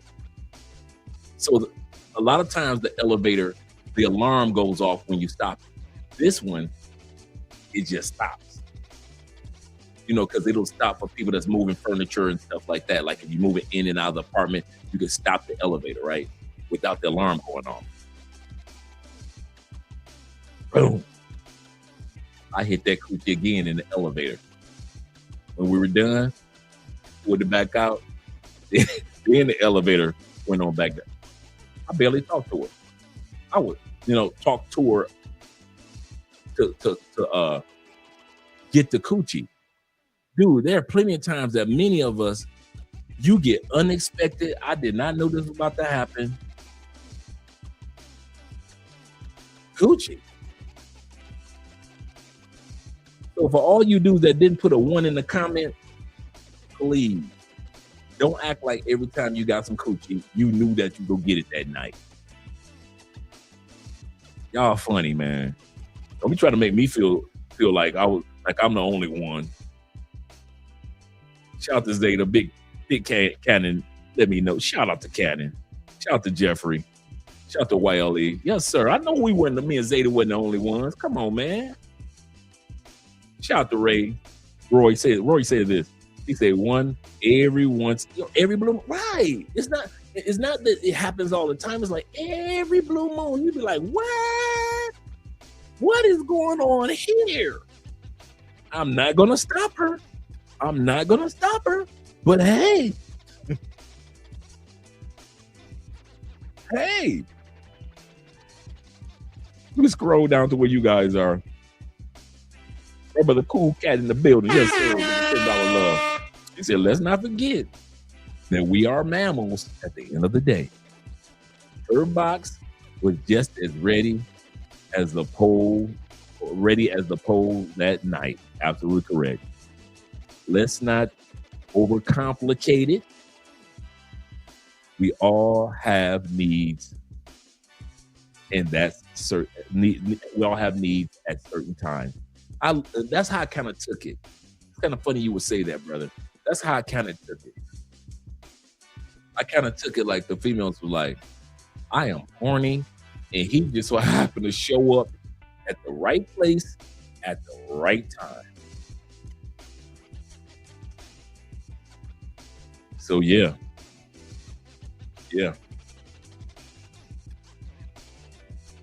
Let's continue on. So for her to give all these excuses and women don't know and you guys have your representative, she lying to herself. She ain't lying to us, she lying to herself. You with them. There's no, the female victim syndrome is something that needs to stop because mostly everybody know what's up. You know when somebody cheating on you, even if they don't tell you.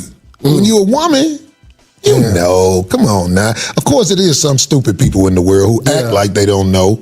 Or if you really don't know, you need help anyway if you don't know.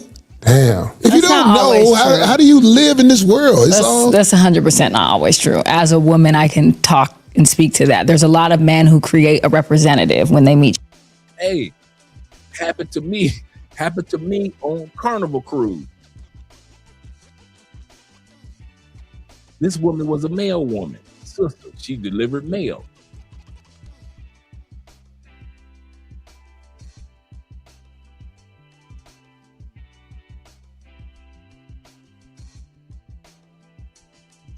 You are not alone. I am here with you. Dude, there is so much single, thirsty coochie on cruise ships.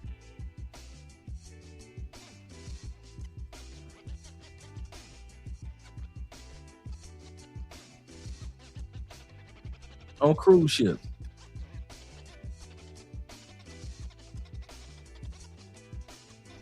My church says, I remember I smashed my chiropractor. I love it. Now that's a good story. It's enough of my stories. Y'all got to start telling y'all's. He said, I remember I smashed a chiropractor years ago. He said, I remember that she was a chocolate black woman with thick thighs and not fat. She gave me her number after she worked on my entire body. I couldn't help it. I ain't mad at you, brother. He said, I realized we went to school together back in the day. You must be talking to somebody else. Shout out to Jeffrey. Jeffrey said, thank you for sharing your story, gentlemen. He said, I met this chick at my homeboy's crib. Realized we went to school together back in the day. Needless to say, I smashed her that night and broke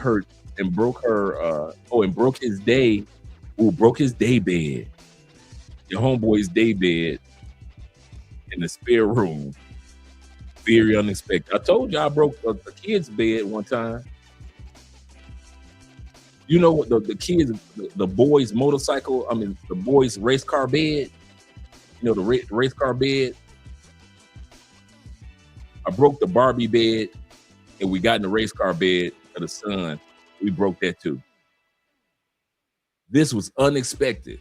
This was my girl's best friend. Her best friend was a bad high yellow chick. Everybody in the neighborhood wanted that coochie and she was not giving it to nobody. It was a rainy night and I was in her neighborhood and I was like, what you up to, girl? She said, nothing, Dre. I said, I'm coming over. I said, it's storming anyway. I said, chew. I said, I'll leave after the storm. She said, okay, cool, come on over. So I had some drinks and we sat back and we were laughing and kicking in. Blah, blah. The kids was gone with the baby daddy. And she was the one that was like, dude, I was not, remember, this is my girl's best friend. I am not thinking about sleeping with this chick. I'm gonna lose my girl. Man, she said, we only gonna do this one time. Do what one time? All she did was unzip my pants and gave me fire head till a brother bust in her face. She cleaned herself up. She said, now let's get started. She was the freakiest, wildest chick at that time period that I had ever had. I did not know that was. And we went from the couch to the dining room table to the kitchen counter, and we ended up in them damn kids' bedrooms in the Barbie bed. We done broke the damn Barbie bed.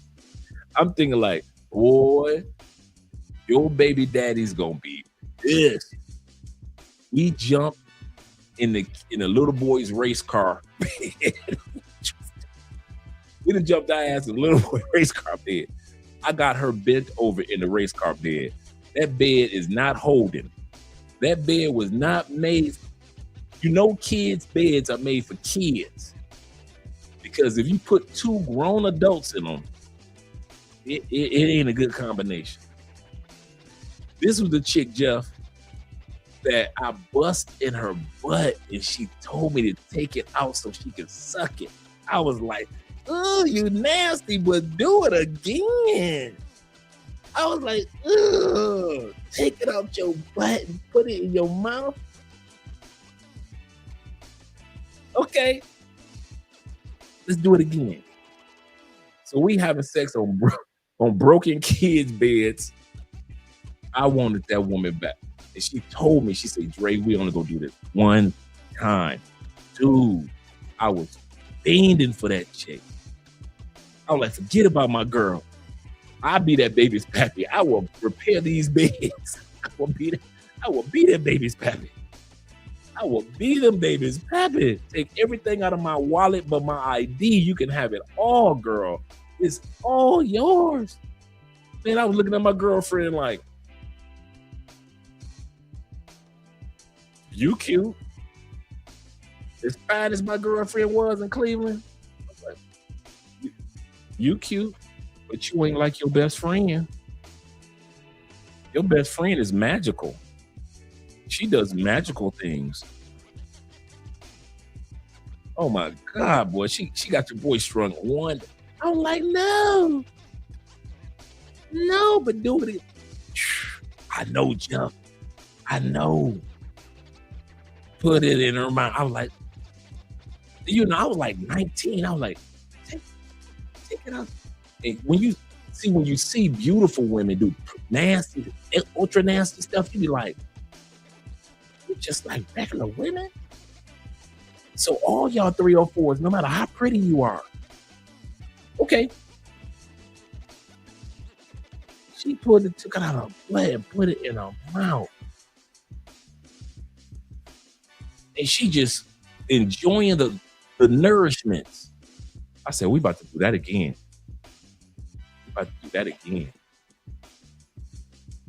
I say, and then their other friend came knocking on my door a week later. True story. I thought the other friend was gay. That's the crazy part. That's why I never hit on her, right? I thought the other friend of the trio was gay. I never hit on her because I thought she was gay. Get a knock on my door. True story. Andre, I need to talk to you. What you doing over here? I heard. Oh, you did? Come on in. Come on in the room. Come on in the room. Come on in the room, girl. Come on in my house. Come on, girl. Come on. I know you heard rumors.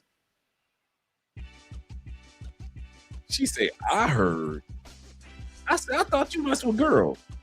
She said, what made you think I mess with girls? I said, girl, you hear yourself like you mess with girls. I said, I like girls that mess with girls. Don't get it twisted. I said, but I thought you messed with girls. That's why I ain't never looked at you like that or talked to you like that. I said, then plus you always played me like a hater, like you didn't like me because I was messing with your girl. She said, that's because I liked you too. Oh, so both of y'all was, I'm 19. I don't know. I was raised by a single mom. What do you expect? I was raised by a single mom. I didn't know everything immediately. Shout out to T-Mac in the building. He said nourishment. Yeah, man. She was enjoying the nourishments. Full of 8 essential vitamins and minerals, part of a complete breakfast. I say, man, I was trying to get that coochie again so bad. I saw her one more time at a restaurant, but nothing happened. She said what she said.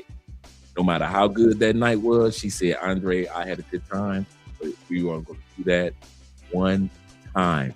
Your girl is my best friend. She ain't got I would leave her. She said, no, you ain't. I said, yeah, you're right. I ain't gonna leave her. She fine. She was too fine. She was too fine. I said, no, you right. I ain't gonna leave her. Just said, he said, I like girls that like girls that like girls that like me. Yes, sir. Yes, sir. Yes, sir. My brother said, he said, the crazy part is the Norwegian chick was a single mom in her mid-20s. Yeah, that's how old girl was. He said, this was a wild week. Can't drink Red Bull and vodka anymore. Yeah.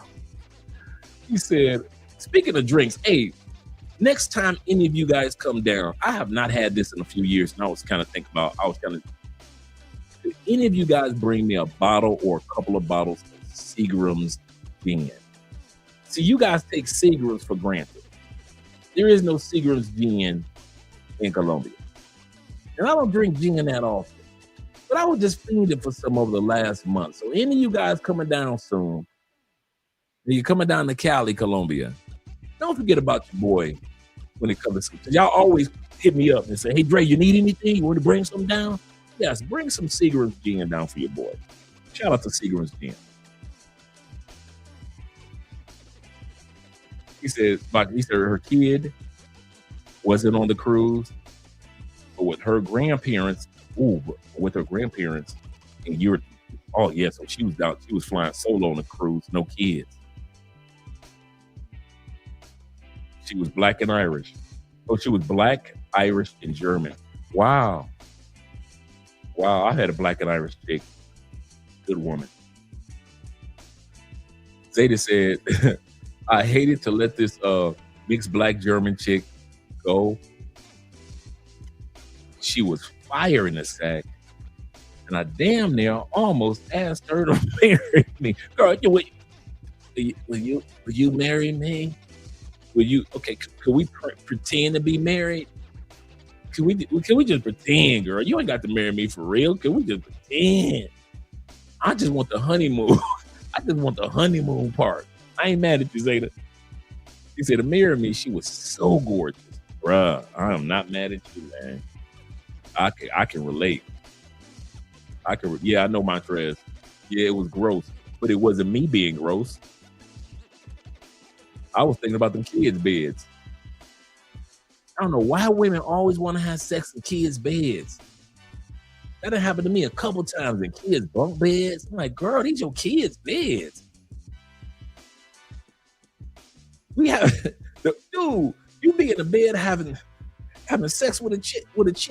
The kid's bed smell like nothing but youth. Nothing but youth. You can smell that them kids ain't nothing no older than 7. The blankets smell like youth. You be like, girl, I am not trying to be in these kids' bed. These kids gonna be coming home from their daddy house. They daddy gonna be mad at me.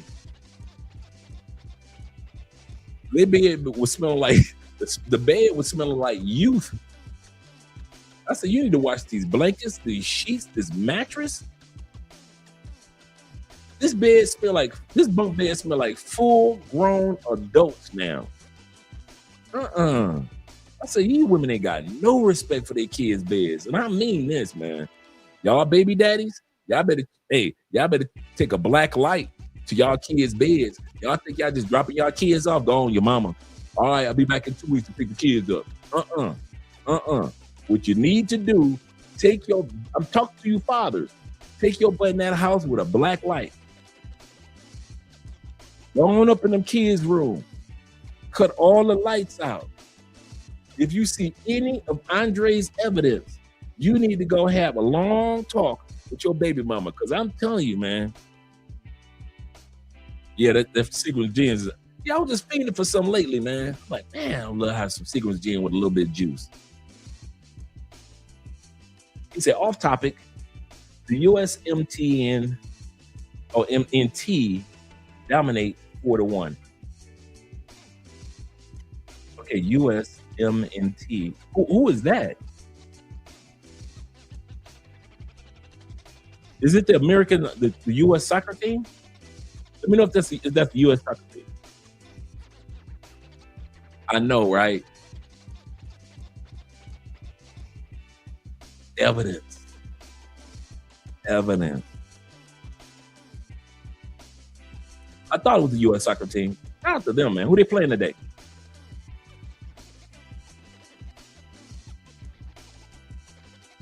Let me know who they're playing today. Who they're destroying today. He said, if you ever been in a black bike club, Black Week, Myrtle Beach, yes sir. Shout out to the Carolinas. Memorial Day weekend, you know I know. You will see most fat chicks with shorts on. Yeah, big chicks do ride bikes. But every blue moon, there'll be a bike club full of baddies. Them the ones you want to get. I see, this is how I used to do. I used to like smashing pedestrians. Pedestrians are the chicks that like dudes that ride bikes.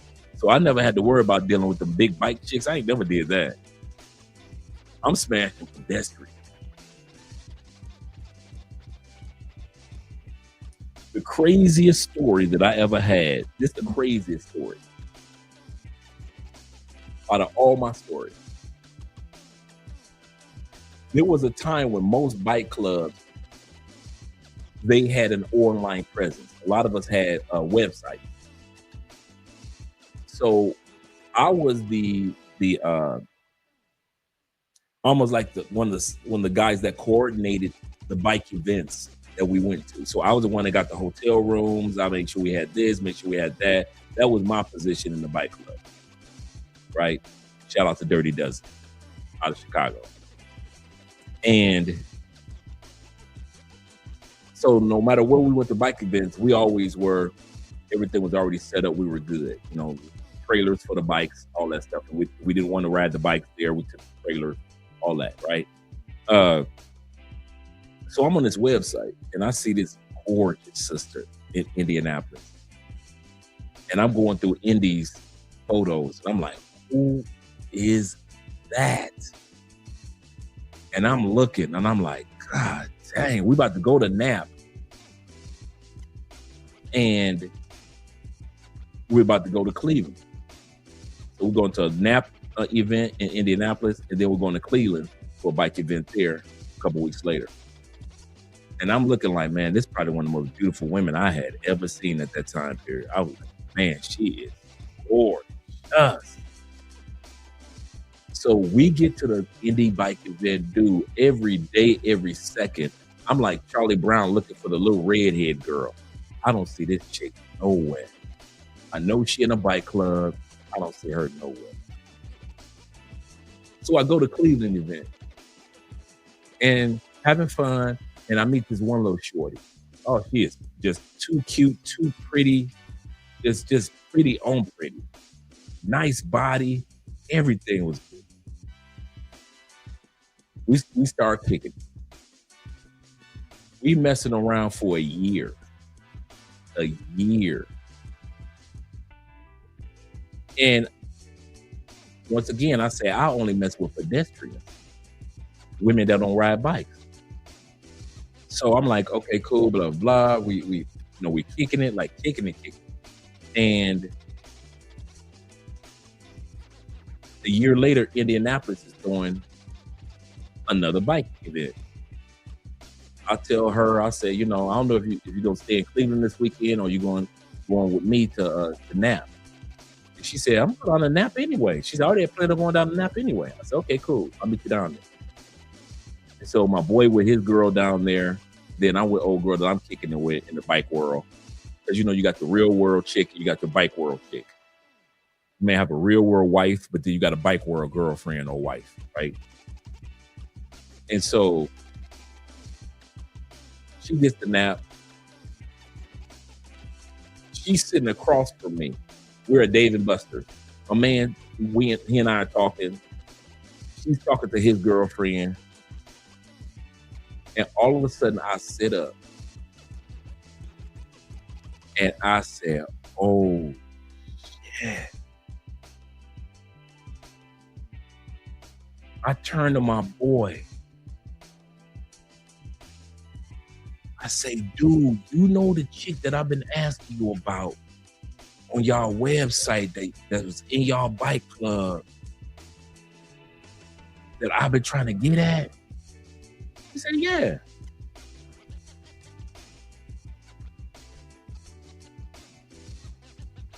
I say, that's Tanya. The chick that I've been trying to hunt for a year was the chick I was already smashing for a year. She had quit the bike riding as far as in the girls club, and she was a pedestrian. So she would still go to bike clubs, but I didn't know that she was riding with the bike club out of Nap, 216, right?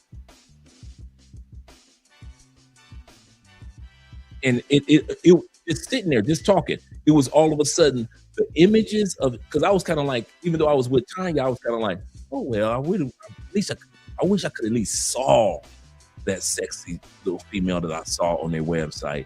Okay, and the thought came across while we were in Dave and Buster's, and it was like Tanya's image, and then the image on the website just went like this in my eyes, and I was like, oh shit.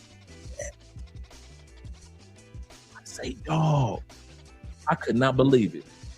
I was stunned, happy.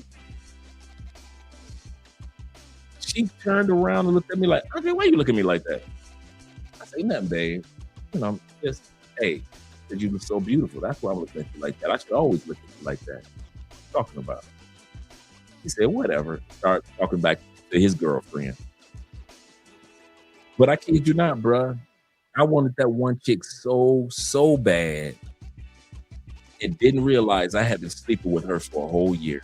She was my girl for a whole year. The little redhead girl, in other words, from Charlie Brown, was the chick that I was already kicking it with. That's probably my craziest story. Crazy. I've got a bunch of crazy ones, but that one is crazy because I'm like, oh my God, she's so fine. And I'm just looking at their photos, like every time she popped up, I was like, dang, who is that? I couldn't wait to get to the event to meet that chick.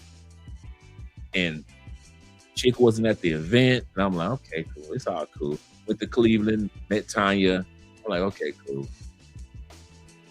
And didn't realize that Tanya had lived in Indianapolis at one point in time and ended up moving to Cleveland because of her position. And I'm like, boy, I was ready to smash Tanya as if I never smashed her before. I started smashing her as if I just met her. I kid you not, I started smashing her as if we ain't never seen each other. Never. Even though I had been smashing her for a year. From that day forth, it was the first time I ever saw her. I kid you not. Them bike chicks, man, dude. If you got a girl that ride bikes, bruh,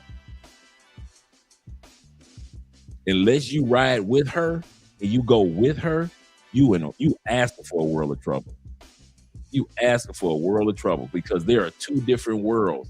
Real world, bike world. Real world, bike world. He said them chicks love backpacking on a motorcycle. Yep. I've seen some of the nicest, sweetest women in their real life with kids and families and holding their husband's hand and going to church. Bruh, that same chick, she go to Myrtle Beach, she getting smashed on somebody's bike tank, gas tank. He said, I watched Dragon Ball Z. Shout out to Dragon Ball Z. Shout out to Dragon Ball Z. With the chick in the middle of anime, we went to get it. We went to get it. He said, when Goku went Super Saiyan, so did I. On her. and put her on the bed. KO, yes sir, I ain't mad at you. The Super Saiyan song. I remember one time I was smashing a chick. We was listening. We had, I think I told you guys about this one. Coming to America was playing in the background. And you know, black people know all the lines that Coming to America. Dude, there's nothing like trying to have sex and listening to Coming to America, because you know what the next line is going to be. And we both just broke out laughing. I said, what you laughing at? Let me see what you laughing at. He said, Andre, I cannot focus. She said, you got to cut that television off. And this was her house. You got to cut the television off. I said, why? She said, everything about Coming to America, I'm focused on subconsciously because I know all the lines. I said, baby, I am going through the same thing. I said, I thought it was just me. I mean, you trying to focus and everything, Princess of Zamunda. Everything, all of it, every line that bark like a dog. Aha. Aha. I'm like, that boy got talent. He good. That boy good. What's that in your hair?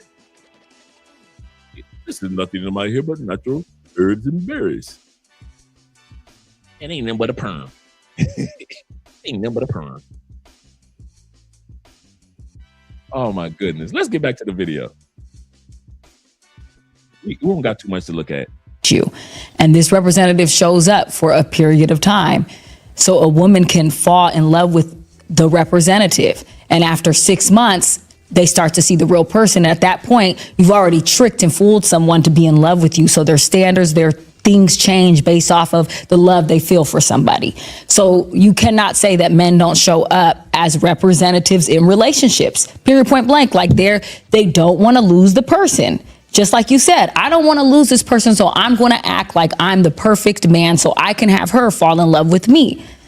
So I think that a lot of women have experienced that. And I do understand that some women play the victim and they don't take accountability. And I agree with that 100%. But we cannot forget about the large majority of men who lie to get what they want. And they're damn good at it. But what about the ones that don't lie?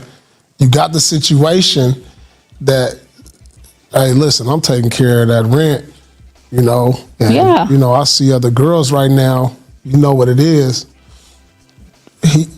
That's what he represented. You still going with it, but then you complain when. Yeah, I mean, that's else. Someone. So for me, I feel like a lot of women aren't, but a lot of women aren't designed. A lot of women aren't designed to operate in that space. So for me, for instance, I know for a fact that in that space, I'm not going to feel good. Even if I pretend to go along with it, I'm not going to feel good. So I don't put myself in those situations. If a man can't be committed to me, you're not going to be with me or fuck with me. That's me personally. If a woman feels like she is able to operate in that space with a man, get her bills paid because she's struggling that bad, I'm not struggling that hard. I'm never going to be that broke to mess with a man. So at the end of the day, if a woman feels like they're, but they are. Most women are. So I wouldn't say most. Right now, we're actually, a lot of black women are more educated, more successful. No, I didn't say black women. I said women. Well, women are more educated. They have more money now, and but that's the opportunities just ain't there. Like, if you go to the club, 99% of the girls in there looking for a come up. I could agree with that. I'm not even against that. You know what I'm saying? Or they don't even let them in the club that much no more, because the ones that drag the club down by draining the clients and everything, they bad for business. So they act like you hating on them. You bad for business. But I want to say this in response to what she said. If somebody shows you that they are a liar or no good, and you're only 6 months in, that's a blessing. Yeah, I can once you figure it out, and it ain't been but 6 months, because I know people who have been married for years and they didn't realize what it was till years into the commitment. Yeah, I agree with that. 6 months is good. But I think 6 months is good. As far as I go with women, though, I can only speak for myself. Most of the women I know all lied to my face. Yeah, me too. I'm saying, like, I'm not talking about hookers. The hookers. You're crazy, T-Mac. That's a good one. Were honest with me. But most of the women that I know all lied about who they were and everything. They always do it at the beginning, too. I'm serious. Like right out the gate. Like for what? That's the perfect time to be honest. But like, you know. Well, you lie a lot of times when you present yourself like take me for example. I got my beard black. It's dyed. So that's a lie. If you be honest about things, people lie about things in society like you were saying. People come to you with a body that's been altered. That's a lie as well. But certain things you can be like, okay, well that's what come with it. But I'm trying to think of most of the women I've ever met dealing with, as far as it go with relationship, almost everyone lied to me and act like they didn't. I think the most unpopular women with other women are the women that tell the most truth. I think the most popular women who have the most friends are the biggest liars. They're the biggest liars to each other. And from my experience of dealing with women, the ones I've dealt with that have the most friends, they're the biggest liars. The women that don't have a lot of friends are the biggest truth tellers. Yeah. I think women survive by lying to each other. I agree. And the sad part about that is, this is why a lot of women can't move forward. If I tell a woman something, I just feel like I'm attacking her. Right. But if a woman wants to grow, you have to learn. Yo, why do women lie to each other? Two, three. Thanks. Well, No way. See, I would say 3 and then 4. three. Not saying you don't have a personality, but I'm leaning. Oh, I'm 5 again. This is final. This is final. I know y'all can't be serious. Oh. I have a personality, but I'm leaning. Oh, I'm 5 again. This is final. This is final. Come on, man.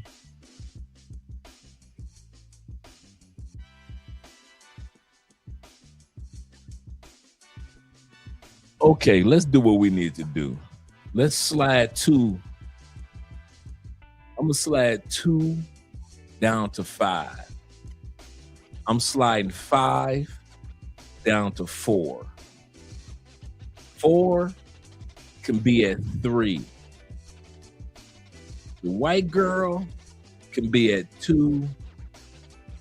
And I think the petite sister, she can be 1. So we got the sister, the blonde white girl. Then number 3, black leather jacket. Now, black leather jacket might have a body under there. If she does, she might be able to slide up to 2 or 1. But definitely, number 4 or 5 are the one in the jacket and the one in the dress. And I don't know why women like to lie to each other, man. Why? Why? If you don't get your down there to number 4 and 5 and become friends, I would have put the sister at 1. And the only reason I would put the sister at 1 because the way the white girl look like she built, don't look like she got no butt. And if you ain't got no behind as a white girl, you cannot be number 1. You cannot be number 1. So I'm gonna go and give it to the number 1, give it to the petite sister.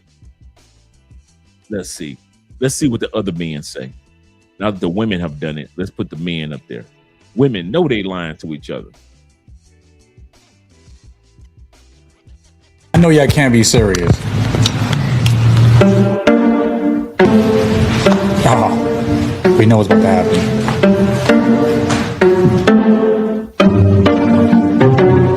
Do you want to start it off? You want to start?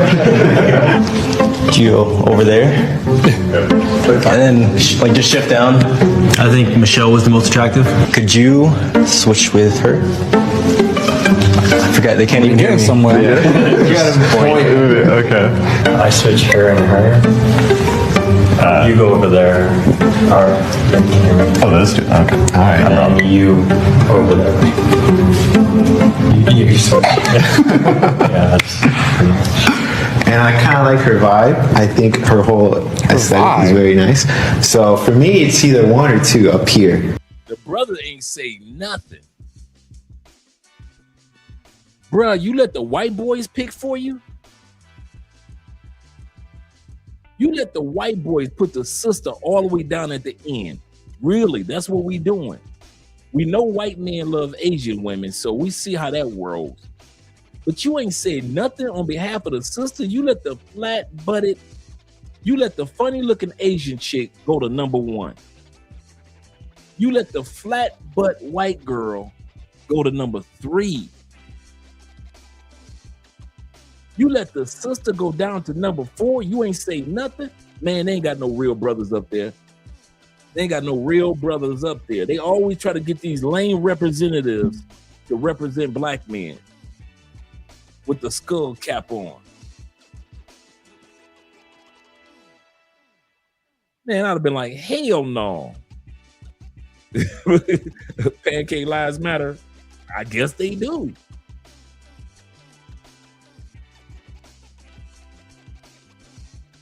Yeah, straight up, man. The old school 1970s white girl. I think that Maria was the most attractive for me. Are we content with 5 being 5? I'm not. Where do you currently want 5? I want her at least 3. So 5 goes up. She should be a 4 because it's like meeting in the middle. I think 4 is fine. But we're gonna get ripped a new one. I don't want to get the pointer here. Guys are not afraid to be more blunt. They were straight up, hey, you're attractive, you're not. Bullshit. The brother ain't said nothing, man. You better stand up, have some balls. Hell no, you better slide this sister on down. What the hell y'all doing? But girls were like, I don't want to be rude, you know, we're all beautiful in our own way. This is how shit really is. Women just lie to each other. They don't tell them they need to go to the gym or do whatever they got to do. They'll just be like, no, you're pretty the way you are. When that's bullshit. As men, we'll tell each other, yo, you gaining weight, yo, you fat, yo, you need to fix. No, as men, you mean as white men telling that story. Because if that panel would have been some brothers, it'd have been completely different.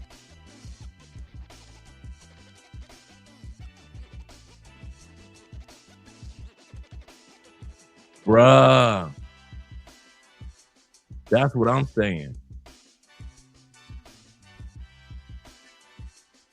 That more times than not, the guy's gonna be like, yo, you right, dog, I gotta do this, I gotta do that. And in this one, it just makes perfect sense. They're just not being truthful. You know, they got the biggest girl there thinking that she's the second hottest, and it's just not true. And when the men come out, you know, they're brutally honest, like, nah, this is what attractiveness to us looks like in the real world, where women will just let their friend be fat, sloppy, you know, smoke cigarettes like crazy, do all types of shit that harm their body and, you know, not help them be better. They'll just tell them you're fine the way you are. And not for nothing, in the real world, that's just bullshit. This ain't a Disney movie, and I like that the men came out and said shit straight. You know, I wonder how the women took it after, but we probably know they were in their feelings and didn't agree. But welcome to the real world, ladies. It's not the way you think it is. Most women will be like, I want guys that don't have girls. I don't want. Liar. What's the hottest thing a guy can do? I'm not really into nice guys because I like boys, so I can't really think of anything nice that they can do. My lucky day. Hell yeah. I'm just joking. All right. And what's the worst thing a guy can do?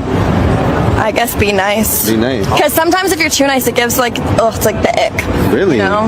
Because it's like, why are you so nice? You like when guys like degrade you type shit? Is that what you like? Not degrade me, but like, you know. Because I feel like if a guy is nice, that means he gets no girls. And that's like a turn off. You know what I mean? It's not that she doesn't want to be treated well, but she wants to be treated well by a guy who she has respect for. And she doesn't respect you if you don't have options. She doesn't respect you if you don't have your finances in order. She doesn't respect you if you don't have a commanding presence. She doesn't respect you if you don't hold frame. She doesn't respect you if you don't respectfully put her in her place when she's out of line. I'm telling you, don't believe what they say, watch what they do. Almost everyone. I got divorced and I was laughing because I used to feel so bad because I was never a man who been with one woman. I've never been that guy. And I used to lie to my wife in the beginning before I got to where I am now mentally. Yeah. I used to lie about where I been and everything. So I used to feel terrible. Really, I felt bad about being a man who, damn, this is my wife. I be lying to her about all this. Yeah. But in the divorce, I found out she had property that I didn't know about. Oh, damn. She had got she was in a accident with a police guy who was getting ready to retire. He ran into the back of the car and she got some money from that. And all this was a blessing because when the judge found all this, he said, look, you guys are even, you go your own separate way. I couldn't do nothing but laugh. I was like, wow, I beat the game. Because you know out here, marriage means you owe somebody if you got some money. Right. Mine, all because of a lie. Clean break. All because of a lie. The judge didn't like that. So I don't get mad when people even lie to me. It's so rare that something happened where I really didn't know it was happening. And most of us who have common sense, you just got to think about that. You did not know. Most of the times, you just be like, okay, I don't want to stop messing with this person. For real. I don't want to stop messing with this person. So we let stuff go. Oh, damn. I'm trying to think. Have I been in something like that? I don't know. Hell yeah, you've been in stuff like that, man. No. Some of these girls, when you get attached to them, you tolerate stuff that you be like, this is crazy. Right. But I don't want to leave this person alone right now. That got more to do with probably something sexual. That ain't got nothing to do about her. You might have a point, but it ain't just because you sleeping with them.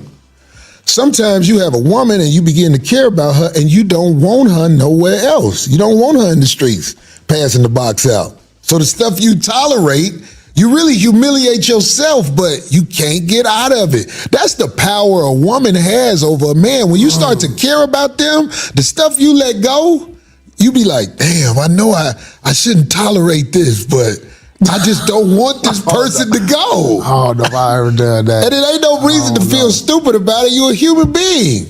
Women do that for men too. Yeah, I've tolerated cheating, but not knowing who it was and all of that. I know I tolerated cheating one time, but I don't know the details or nothing, but I know it was some cheating going on and I tolerated it. You bold to admit that, because most people ain't got the courage to admit that. Yeah, but only one time though. A large number of high-value men have already tolerated female disloyalty before. They just don't talk about it publicly because online men love saying things like, if she cheats once, I leave immediately. Sounds powerful, sounds masculine, but real life is very different. I've personally handled cases where the husband already found out everything, the messages, the other man, everything exposed. And after we changed the dynamic and rebuilt her value inside the relationship, he still came back. That's when you realize something very important. Many men in long-term relationships are not making purely emotional decisions. They are calculating value. A huge number of men, especially successful men, have already tolerated some form of disloyalty before.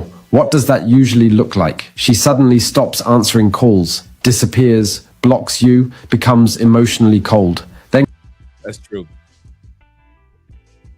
That's true. I hate to say it, but most of the wives or the girlfriends that I smashed, you guys were successful. I've never smashed a wife or a girlfriend that you guys were broke. You were a buster. You didn't have any job. You didn't have any ambition. Most of you guys, in your own right, were successful. That's true. A lot of married dudes or dudes in relationships won't leave after they find out that I was smashing a girl. They do not leave. They do not leave. They don't know that it was me that was doing it, of course, but they're not leaving. They'll argue, cuss, and fuss. Men don't leave as much as you think they do. Men don't leave as much as you think they do. I kid you not. Successful men don't leave. You would think, I got the money, I got the ability, I can fly anywhere. I could be with any woman I want. But I think with some men, I could be with any woman I want, but I would rather be with the one that doesn't want me.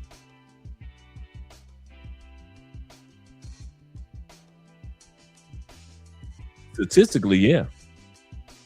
Seems like the more successful a man is, the more likely his wife is. Statistically, that's true. I came across that stat yesterday, but I forgot what the numbers are. So don't let me misquote something.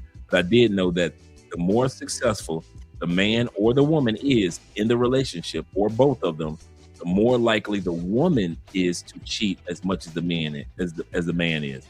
Successful women cheat at a rate far higher than women that are not successful, that just got regular jobs. That's true. That's true. And I experienced that so much. It will amaze you how many successful women or women with successful men for no reason. Why you out here? Dude, I had one chick, man, I was like the third boy toy. I was boy toy number 3. She had been cheating so much. I said, what happened to boy toy number 1, number 2? They fell in love. And they wanted me, she said, they wanted me to leave my husband. And I am not leaving my husband and my kids. I said, dang. I said, well, you ain't got to worry about Dre the Ripper. Dre the Ripper don't fall in love like that. I say, I am the ultimate boy toy. I walk past you in church. I say, you ain't never got to worry about me acknowledge you in public. Never. Ain't no hi, how you doing? I say, I won't bump into your husband's shoulder. Nothing. I say, if I see y'all on that side of church, I'm walking on this side on purpose. I say, never. I say, I played my position like a champ. Sergeant Boy Toy. Calling for duty. Yes, sir. Females were like, give me 50 laps in this coochie. Yes, ma'am. 50 laps in that coochie. He said all the co-workers who tried to cheat on their husbands with me had high earning. Yeah, bruh.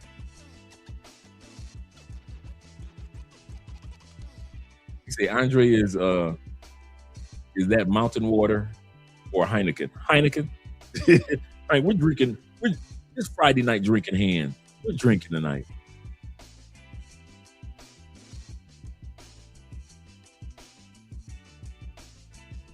Yeah, man. Wish I could put it another way, but the more upper echelon woman, they will cheat with the pool boy. They will cheat with the mailman. They will cheat with the UPS dude. And most men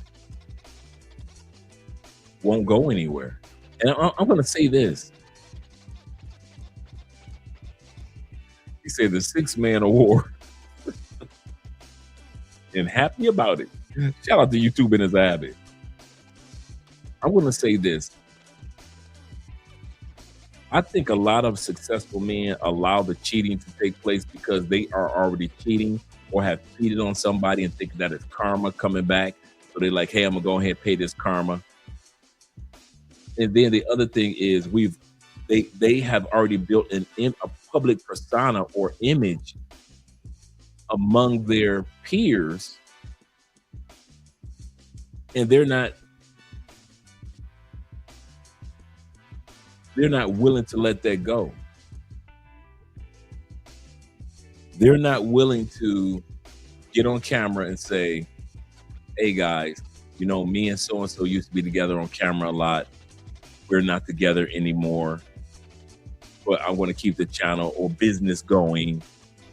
A lot of guys don't have that gumption to do that, so they'll keep the wife just to keep the facade or image up. But the wife has been cheating.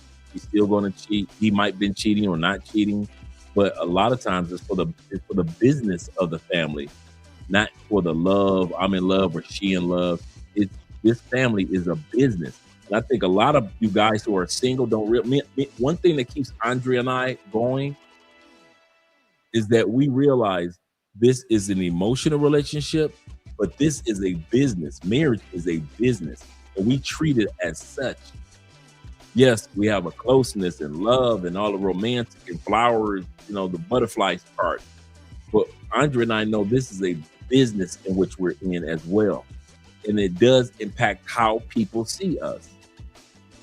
Not saying that we're out there cheating, but I'm saying that a lot of guys don't leave their wives because they built a brand in their community, in their business community. And a lot of times, and I'm going to say this, and this is a lot of you guys who have been in business or in corporate America, you realize this.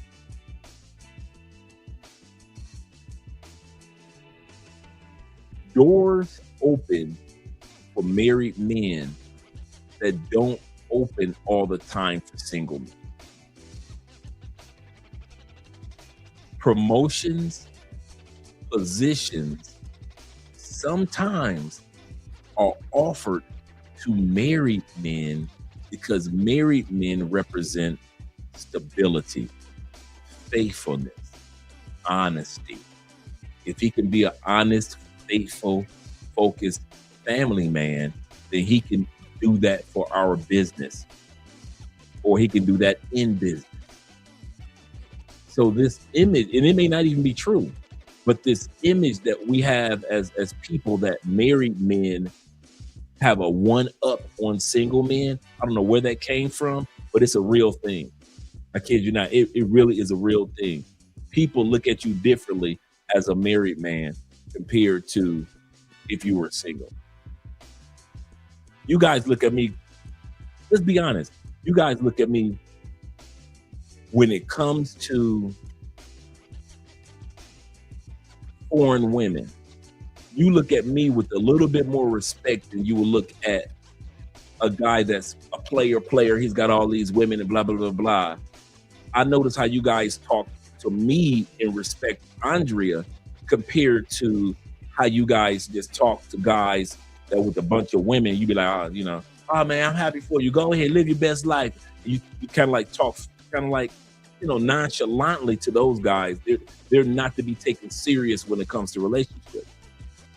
And I'm not saying that it's a good or bad thing. I'm just saying I notice how on social media, how guys talk to men who travel the world and have sex with a bunch of women compared to those of us who have a girlfriend or are in serious relationships or married. You guys speak to us with a little bit more serious, a little bit more respect. But the guys that just out there, you kind of talk to them on social media with almost like a nonchalant mindset. Hey, bro, I see what you're doing. Oh, you got another one? All right, brother, keep doing what you do. Live your best life. Live your best life. And that's the best that they get from you guys. And so in corporate America, it's the same way.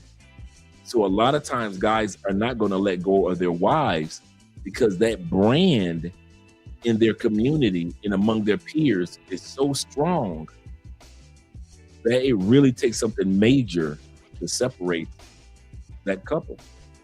And that's why a lot of guys stay. That's why a lot of guys stay. For the brand, for the business side, not the loving side of the marriage. I want to say this, he might not love her ever again. He might not love her ever again. He might say, I got me a side chicks now. I'm out in these streets. She cheated. She gonna do what she gonna do. I'm gonna do what I'm gonna do.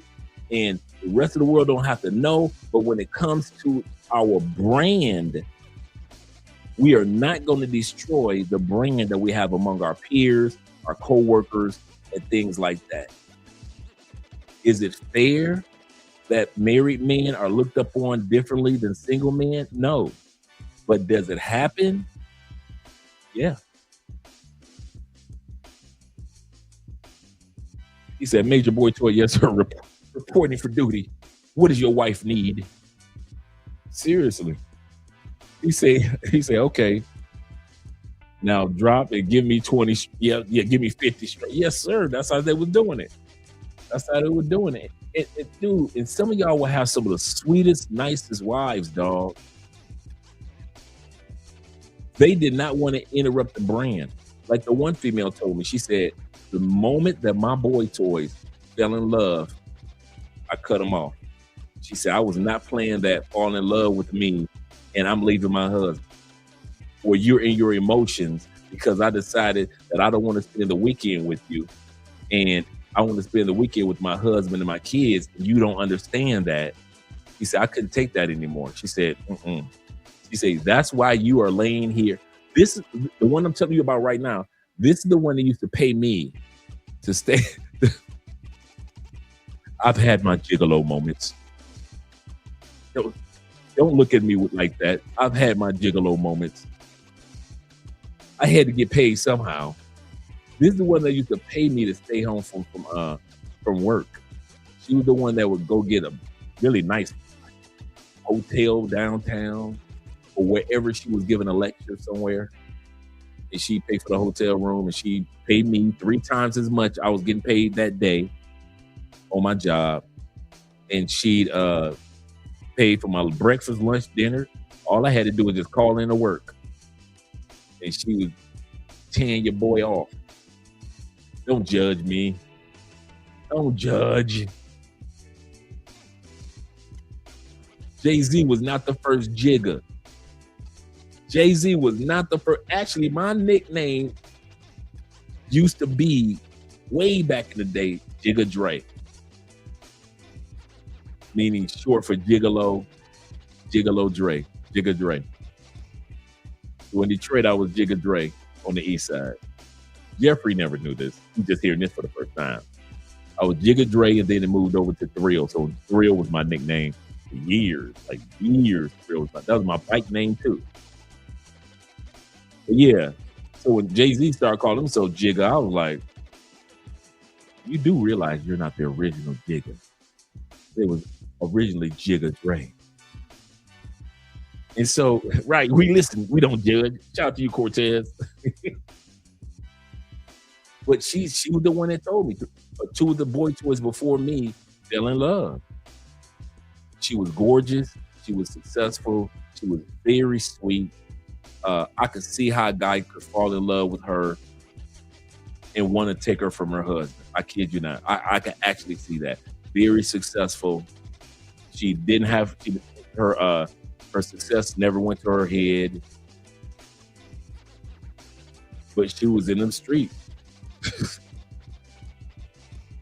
And I don't know if her husband, like I said, I never saw a picture of her kids, never saw a picture of her husband. Very attractive, very fit, a sister that was doing the Pilates and all that stuff, so. But dudes didn't know how to do their position. But Jigga Dre did, reporting for duty. Jigga Dre know how to play my position. Shit. No, you ain't got to worry about me falling in love with you. It ain't that serious. It is not that serious, boo. It is not that serious. Like Sky said, like the old school group, Sky said, call me if you need someone to talk to. Call me. Satisfaction guaranteed. Yeah, treat me like Sky.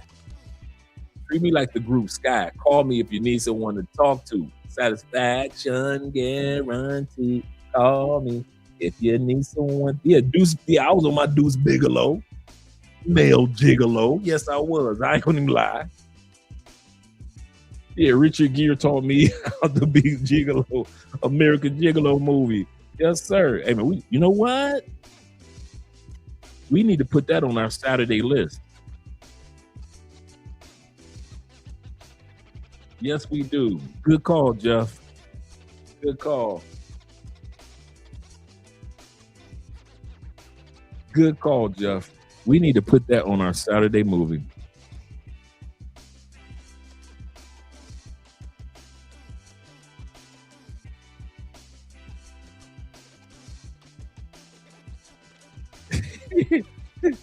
Sherlock said, just call. Yes, sir.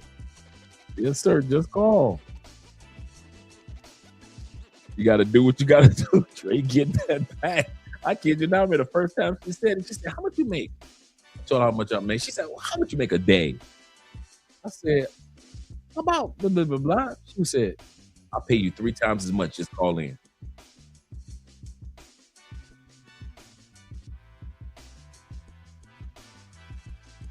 Call into your job. Okay. Okay.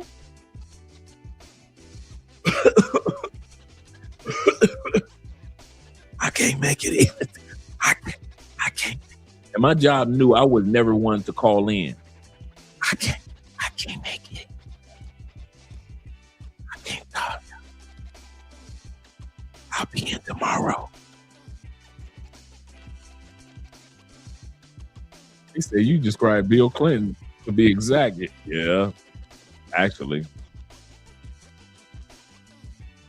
Yeah, AMS said, he said, yeah, that's 100% fact. Cheaper to keep her. Yep, cheaper to keep her has more than one meaning. That's true, man. You say that's true. A lot more doors open for married men, and that's true, bro. I often say this on camera and to Andrea off camera. I know Love Crossing Borders would not be the channel, and we would have never accomplished any of what we accomplished if it wasn't for her and I together. Like, you guys see me all the time, but the first 3 years was Andrea and Andrea all the time. I've just been on here like the last 2 years, but the first 5 years was Andrea and Andrea all the time. And now Andrea's got her channel, but I kid you not, man. I know how men look at men who are in serious relationships, especially if it's not phony or fake. So a lot of you guys are like, okay, cool, Andre real, he's good people, his wife good people, they down to earth, all right, cool. But if it was just me, you guys would have supported, but I don't think you guys would look at it the same way.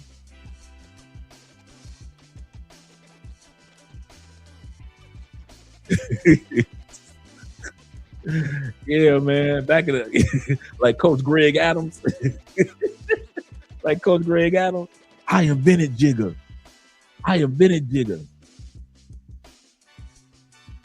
Sharik the singer. Oh, okay. I know what you're talking about now. Now I know what you're talking about. Yeah, man. When I heard Jay-Z start calling himself Jigga, I was like, man, that takes me back in the day when I would used to be Jigga Dre. Jigga Dre. What's up, Jig? What's up, Jigga Dre? Let's go ahead and continue on. We're almost done with the video. Hope you guys are having a good Saturday. Let's bring this back just a little bit. And after we changed the dynamic and rebuilt her value inside the relationship, he still came back. That's when you realize something very important. Many men in long-term relationships are not making purely emotional decisions. They are calculating value. A huge number of men, especially successful men, have already tolerated some form of disloyalty before. What does that usually look like? She suddenly stops answering calls, disappears, blocks you, becomes emotionally cold, then comes back later saying, I've been stressed. I've been going through something. My phone broke. I fell asleep early. Come on. When behavior suddenly changes, there is usually another person involved. People just don't say it directly, and men almost never tell you, I became emotionally distracted by another woman. They always create another explanation because everybody wants to look like a good person, but many women already see the signs. They just choose to believe the story. That's why I always say, stop looking for certainty in relationships. Human nature is dynamic. Relationships are dynamic too. Your job is not to control people. Your job is to stay emotionally clear and take responsibility for your choices. A lot of women think relationships end because I said the wrong thing. I upset him. I wasn't feminine. When a man forgives a female cheat, she can't respect you the same way. You got to remember, we like alpha men.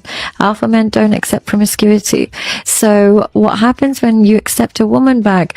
A part of her will always feel like you're weak and you don't have the willingness to walk away, because there's nothing that can push a man to walk away more than infidelity. And if that didn't do it, nothing will. So now she's lawless.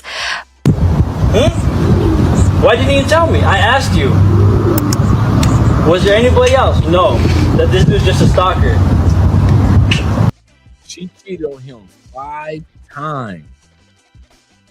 He kept taking her back, only to catch her cheating again.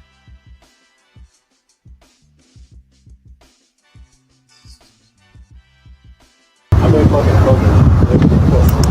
Someone else. What women can sense when a man will forgive her for cheating and a man wouldn't. The men that accept cheating and always get cheated on, and they tolerate the footsteps to cheating. And what I mean by that is they don't mind that your Instagram is very provocative. They don't mind that you're a bit secretive with your phone. They know that you're still talking to an ex. And the woman controls you, but you can't control her in anything. Most of the time you sitting next to a motherfucker that's trying to control you, and when you don't allow them to control you, they really become mad at you. So once I start talking to you like I need to talk to you, understand that word need, like I need to talk to you, I understand it's probably finna be over. Cause if you got an attractive woman, she got other options besides you. And I'm gonna tell you what you need to hear. So most of the time, every time I say bye, I think it's the last time I'm gonna see you. It could be though. That's a good mindset. Cause I ain't finna switch it out. If I thought I could switch it up, I would. There you have it. Love that. The one and only Raw and Uncut, Corey Holcomb. Thank you. Yeah. All right, shout out to Corey. Shout out to Corey. Shout out to O'Shea B. Jackson. And shout out to you guys that have been here rocking with us for the last 4.5 hours. See you guys tomorrow with an interview with our brother DMT, Aaron from Passport Bros app, as well as the Passport Bro group. Appreciate all you guys. And we're gonna get together right around live at 7 o'clock Eastern, like 6:30 Eastern. Aaron will join us at 7 o'clock. We're going to be talking about the evolution and the growth of many of the men that are part of the Passport Bro movement. Shout out to all you guys that are here. Let's get us an outro video in. I know some of you guys are ready to lay it down like I am. Let's go here.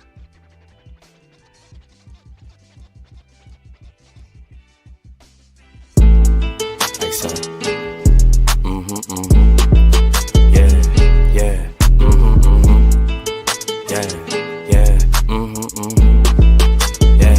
Yeah. Like it or love it, it's double or nothing. You ain't getting money, then you bugging. Damn fat, you know I'ma hug it. Lows by the truck. Up the budget, cashing it in, damn I'm a bucket. OD, you know I overdoes it. If it ain't moolah, we cannot discuss it. Her name ain't Erica, she finna bust it. Her name ain't Mega, but yeah, she a stallion. The way that we dressin' ran out of Italian. New chain bustin', keep the medallion. Pour your own troubles out by the gallon. Her name ain't Lotta, but she from the south. Her name ain't Ruby, she got a big mouth. Putting it in, she sticking it out. Putting it in, she sticking it out. She like salsa, one in a hole, just like a golfer. If you ain't leeching, what can you offer? Ain't got it, they just be talking. Ain't got it, they just be talking. They gon' tell you what you wanna hear.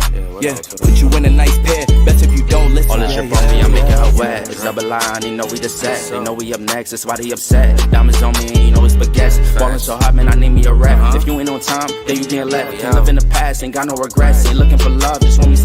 Like it or love it, still gotta respect it. How you in first, but you coming in second. They watching you next, so you gotta protect it. Running it up and we breaking the records. You gave us your last, you should've just kept it. Eyes on me as soon as I step in. The eye on me, you know what I'm reppin'. It's eyes, so yeah, you know what we dressin'. Our blessings is coming, they know that we destined. Like it or love it, they know how we coming. Just send us the budget, She wanna suck in my hands on weed, she tell me don't touch it. What you doing? We bringing them vibes, you know we don't force it. Tell them don't rush us. Don't rush us at all. Hate us or love us, it really don't matter. Ain't holding no grudges. Like it or love it, it's double or nothing. You ain't getting money, then you bugging. Damn fat, you know I'ma hug it. Lows by the truck, up the budget, cashing it in. Damn I'm a bucket. OD, you know I overdoes it. If it ain't moolah, we cannot discuss it. Her name ain't Erica, she finna bust it. She want me to touch it, I'm making her cream. Like she a Russian, she for the team. She bring her cousins, I'm bringing my brothers. Now it's the scene and we are for being. Like it or love it, I had to just dub it. Ain't no in between, no in between. She for the streets, feeling so geek. She for the streets, feeling so geek. Like it or love it, they know